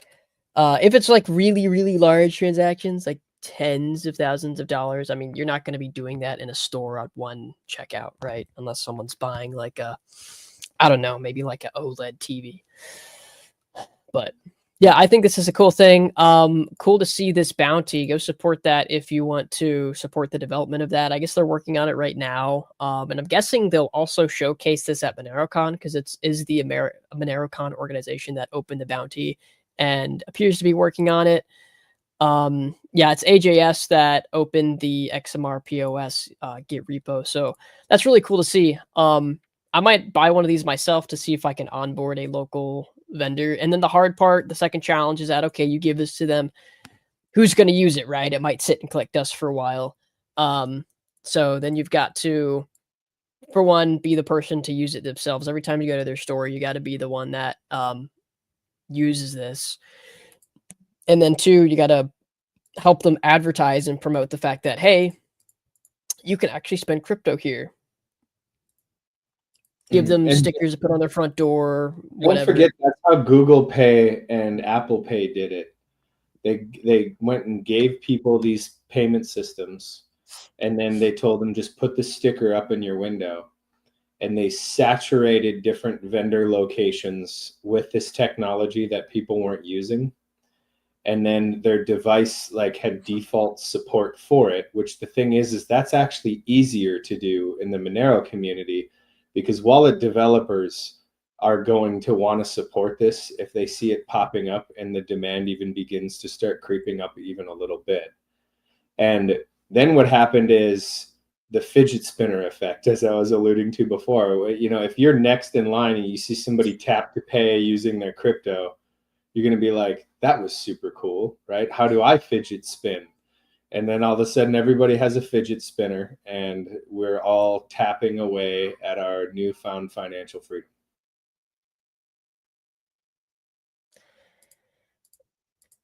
This is the in Alaskadon's words, this is the fidget spinner of payment methods. The tap to pay. It is sexy though. I love it. The device, yeah, it's a Yeah. cool little device. It's got a lot of features for how compact it is. It's not very expensive, and I mean this is a pretty generic device. I think they're just able to develop an app, but this one might be like easier to interact with the hardware potentially. I would love to see my local pizza guy just pull up one of these and then just, oh, you want to pay with Monero? Yeah, hey, go ahead. That would be so great. Leave it to the autistic community of Monero to be like, I can't wait to fidget spin with my Monero. Doug, imagine that pizza shop that you get your air quote Monero pizza from. Imagine if they actually accepted Monero and you could actually go in there. How cool would that be? Instead of by proxy. Although it's quite convenient to have somebody buy it for me on demand. It's made it instant for me to buy pizza. I'm just like, yo, pizza me. He calls up his pizza dealer. If everybody else wanted to buy crack on the internet, but Doug just wants pizza. That's the new shirt instead of eggs. Instant Monero pizza app.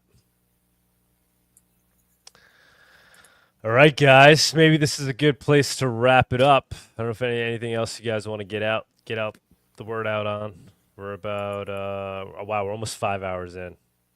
Watchman Privacy reviewed the Nodo. And oh yeah. Everybody should check that out. I don't know, Doug. I don't know if you've linked it on your Twitter accounts or anything. I don't watch Twitters, but just telling you right now that they did review the Nodo, and it was quite the positive review. And I just want people to understand they bought it themselves. Nobody paid them to review it. It was an honest review from two hacker nerds, and they seemed to believe that it is doing what it was intended to do, and they seem very hopeful for the future of the system as well. But I don't want to spoil it too much. It was a really good review. I actually haven't watched it yet. They did an episode on sir. For shame on you. I know I've been a little busy. Been focusing on more important things, believe it or not. No, she should be listening with you. She's right next to me. She's listening. She already knows your voice, Alaska. She seemed very soothed by it. I'm like her ears. The mute button's going on. Don't worry. But yeah, you should listen to it. It's her eyelids were fluttering. I could see her like getting programmed. She was like.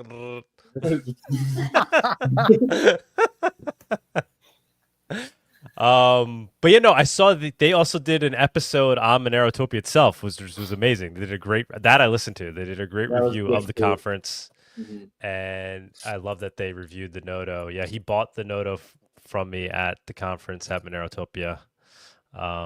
So yeah, great, especially coming from those guys, right? I think they're well respected in the privacy tech community, so that's good news to hear that they're giving the Nodo thumbs up. I'm worried about how much respect they've lost after having me on, but oh, you were on? I gotta watch. Wow, I gotta watch that first. I didn't see that. You were on there on the watch. Yeah. Okay, I'll give that a listen. I'm sure. How deep did you get? Well, man, you must have went down a whole bunch of rabbit holes. Well, the premise is because I've been unbanked for so long, they wanted to ask me questions about like being out of the banking system. So. You've been on a couple of podcasts recently. You're getting out there. I don't know why, man. I have. You're a celebrity, bro. I mean, look at you. You're raw. You're community of hackers. Dude, he's like Luke Smith. He doesn't really do anything, but he gets out there anyway. He just exists. He just exists as Alaska Ani. I mean, he's a 1 in a billion for sure. I think I'm like the catharsis for the Monero community. Everybody wants to say how much they hate the government, but I'm the person willing to just be like, no, I'm going to own it right now. Come and get me. Like it's fearless. All right, guys. Yeah, I'm willing to call it here. Get back to the newborn. Yeah. Anything anybody needs to say, or shall we end it? Watchman Privacy Nodo review. That's it. All right. We'll kill it there. Tux, roll the credits. See you guys next week. Catch you all later. In the new year. See you guys. Have a good new year. Thanks, God guys. bless you all. Adios. Thank you for joining us on this week's Monerotopia episode. We stream live shows every Saturday at 11 a.m. Eastern. You can find and subscribe to our show on YouTube and Odyssey, or listen to the podcast on iTunes, Spotify, or Stitcher. Don't forget to follow us on Twitter or join us in the Monerotopia Telegram group. See you all next week.